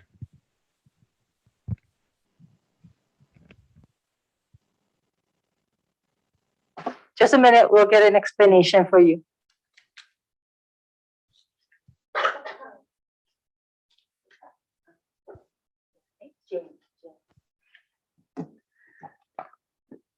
Donna Domingo. Thank you, James, for that question. Now, it is a program if we, the local PAC, in concurrence, that it's a strategy. And this is a plan and how we work. Now, if you as a private citizen and you are not being paid by the union, we're not going to stop you. This pertains to full-time officers, and it's a union business. And we never created this. This has been for centuries, and how this PAC was put in because it can be very effective.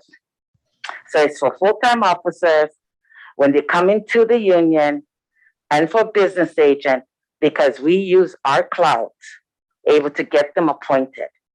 And it's a strategy. Okay, thank you. No, and I agree with that to a certain extent. Yeah. To a certain extent, if you are getting paid to do board and commission work, then you should have the best interest of the ILWU. But it doesn't spell that out in the programs. It gives the impression that all members of the ILWU should be, and I don't mean to use this word, but it should be controlled by what the union decides is proper. I don't. And that is the intent when you look at the ILWU program, and it is strictly and you become a representative. And then if you're paid full-time by the union, that's what it is. It's not private people or members, because you are part of the public at large. So right, but it doesn't. In my opinion, it doesn't spell that out. So I would like to make an amendment to the programs committee to attachment to PAC 1 attachment 2 that it state that it only apply to FTOs. Okay, sorry, James. No amendments to committee reports shall be entertained. That means we can't. I'm sorry. You're right. Yeah, you're right. Then I speak in opposition to the programs committee report, and I ask that we vote this down so that we can send it back to committee and make the proper amendments. Okay. And then we took it as a whole in order to vote it down, we're voting down the entire programs report. Yes. Yeah. And yes, I understand that. Okay. Thank you, James. James, sorry, can you come back on?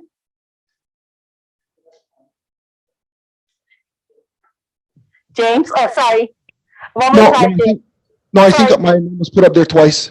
I only wanted to speak once. No. I have a question. What section were you speaking about in regards to the amendment? Well, I heard several sections, several times that it was read, but I saw it specifically in PAC 1 attachment 2, where it talks about boards and commissions. Where it talks about boards and commissions. Okay, thank you. Yeah, and then also on the form, if we could spell it out that it's specific to FTOs, so that there's no confusion there. And then remember, again, I can't entertain a motion to amend unless the report is sorry, you're right. You're right again. Okay, thank you.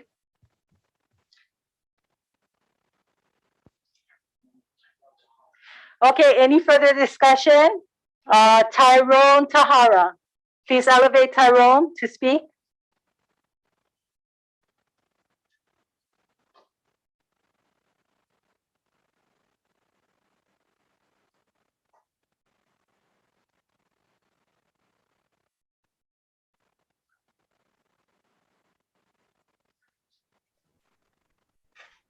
Oh, you gotta sweep me this way. Oh, I gotta sit over here. No.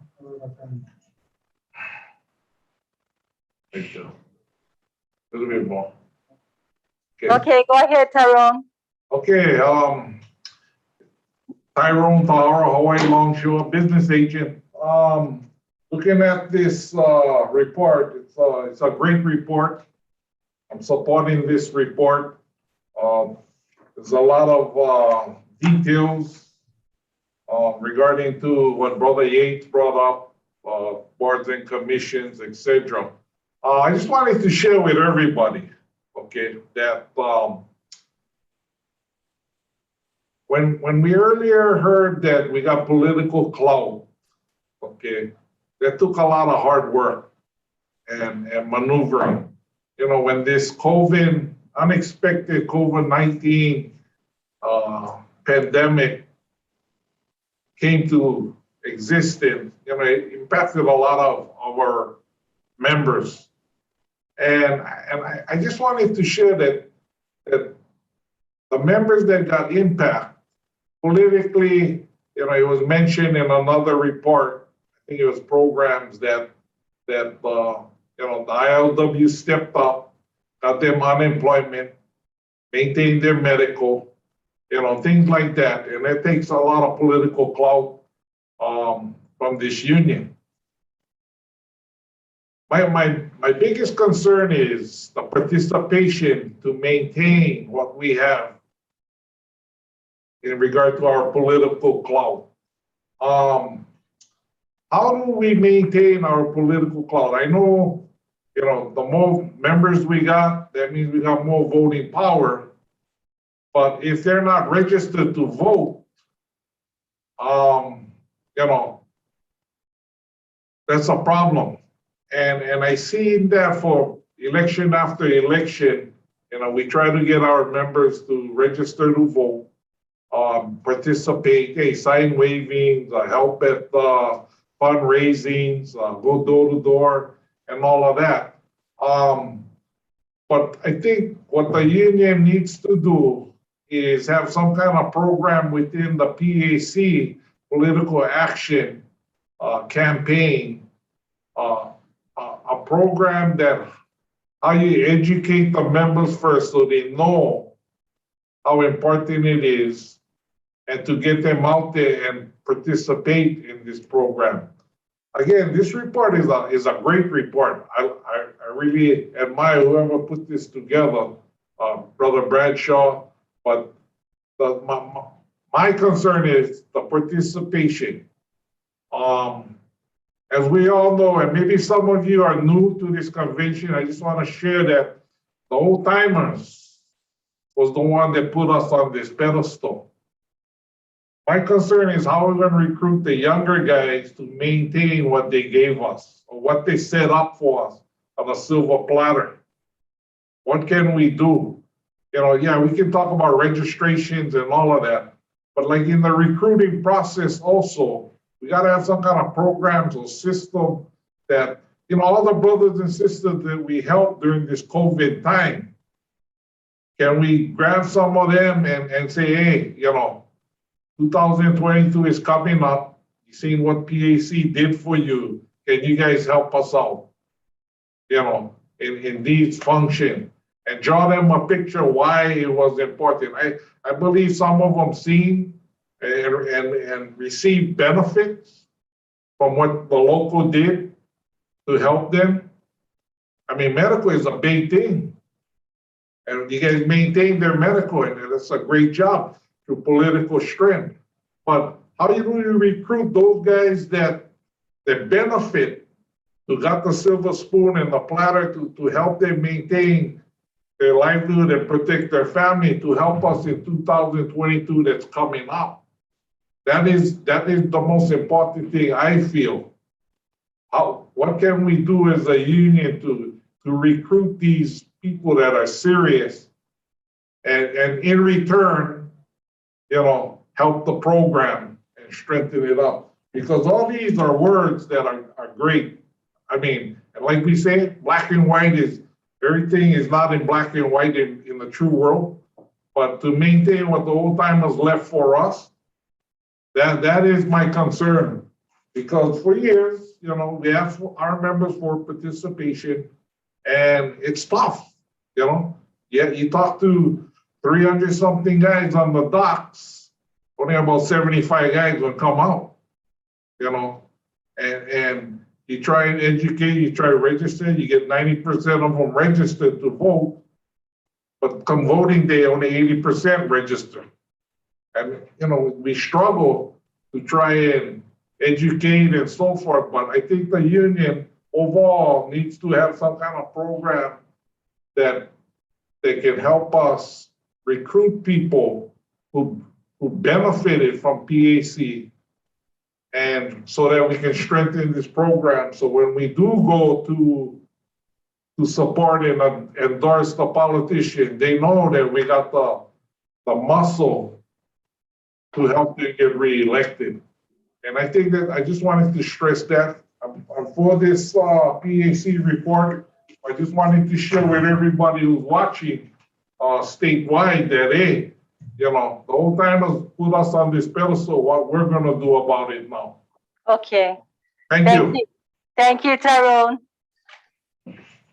Okay, so. Okay, the question has been called for to end debate. Can we have? I'm sorry. Oh, Yates is first, sorry. Okay, let's go ahead and James, can you please come back on? James Yates, Ala Moana 2. Sorry, thank you, Karina. 42, Jamie Yates, 4201. So as I was sitting down thinking about it, and as Tyrone was speaking, I'm not in favor of it being FTOs. Once again, I'm not in favor of the report because I want it to be sent back to committee. But I'm not in favor of FTOs. If an FTO, if I was to run for a division director, vice division director, BA, whatever, and my church appointed me to a board, I would have a hard time saying no to my church and letting and seeking approval in everything that I do from the union. So I once again am not in favor of the programs committee report. Okay, thank you. Point well taken. Thank you. Okay, so now I guess. Yeah. Okay, so we got a second. The question was called for to end debate. Can we push that question to election body for a vote? And the question is to end debate.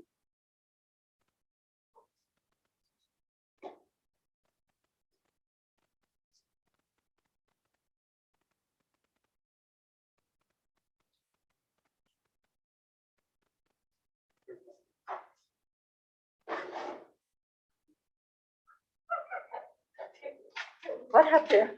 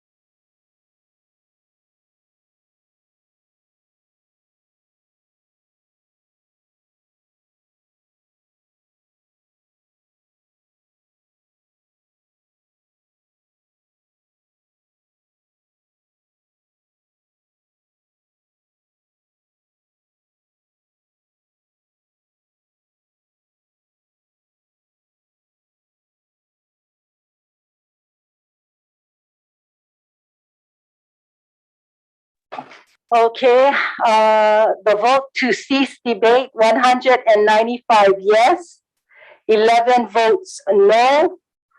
I'm sorry, I can't, 5 abstained. Okay, so it passes with a 2/3. Now we're going back to the main motion. And the main motion, as MS1 did not require any action, we're going to vote on MS2, sports program, MS3, membership services, VIBA, Pack 1 with the 4 attachments 1, 2, 3, and 4. So election buddy, could you please launch the ballot?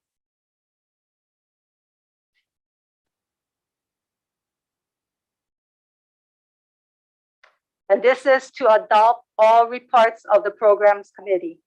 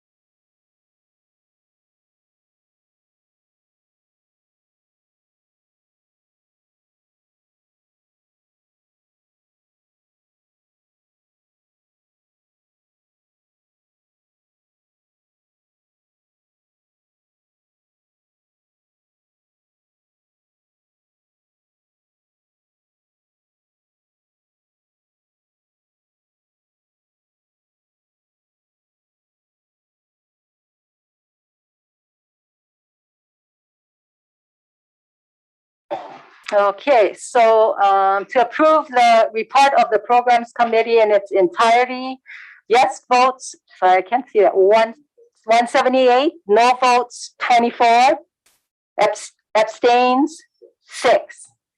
Okay, so the Programs Committee passes its reports. I would like to, and so this concludes the work of the Programs Committee. I would like to thank my Chair, Michael Yamaguchi, Secretary Nathan Galario, our panelists, Kapono Kili Ikoa and Edwin Sikigawa. And I am also so thankful for my staff support, Terry Miyoy, Mie Omori, local support, Lohe Kaaloha, the entire Programs Committee statewide, readers Dylan Hollinger, Jose Miramontes, and Durrell Duenes. And last but not least, the hosts and operators statewide for all their support and hard work. Thank you very much.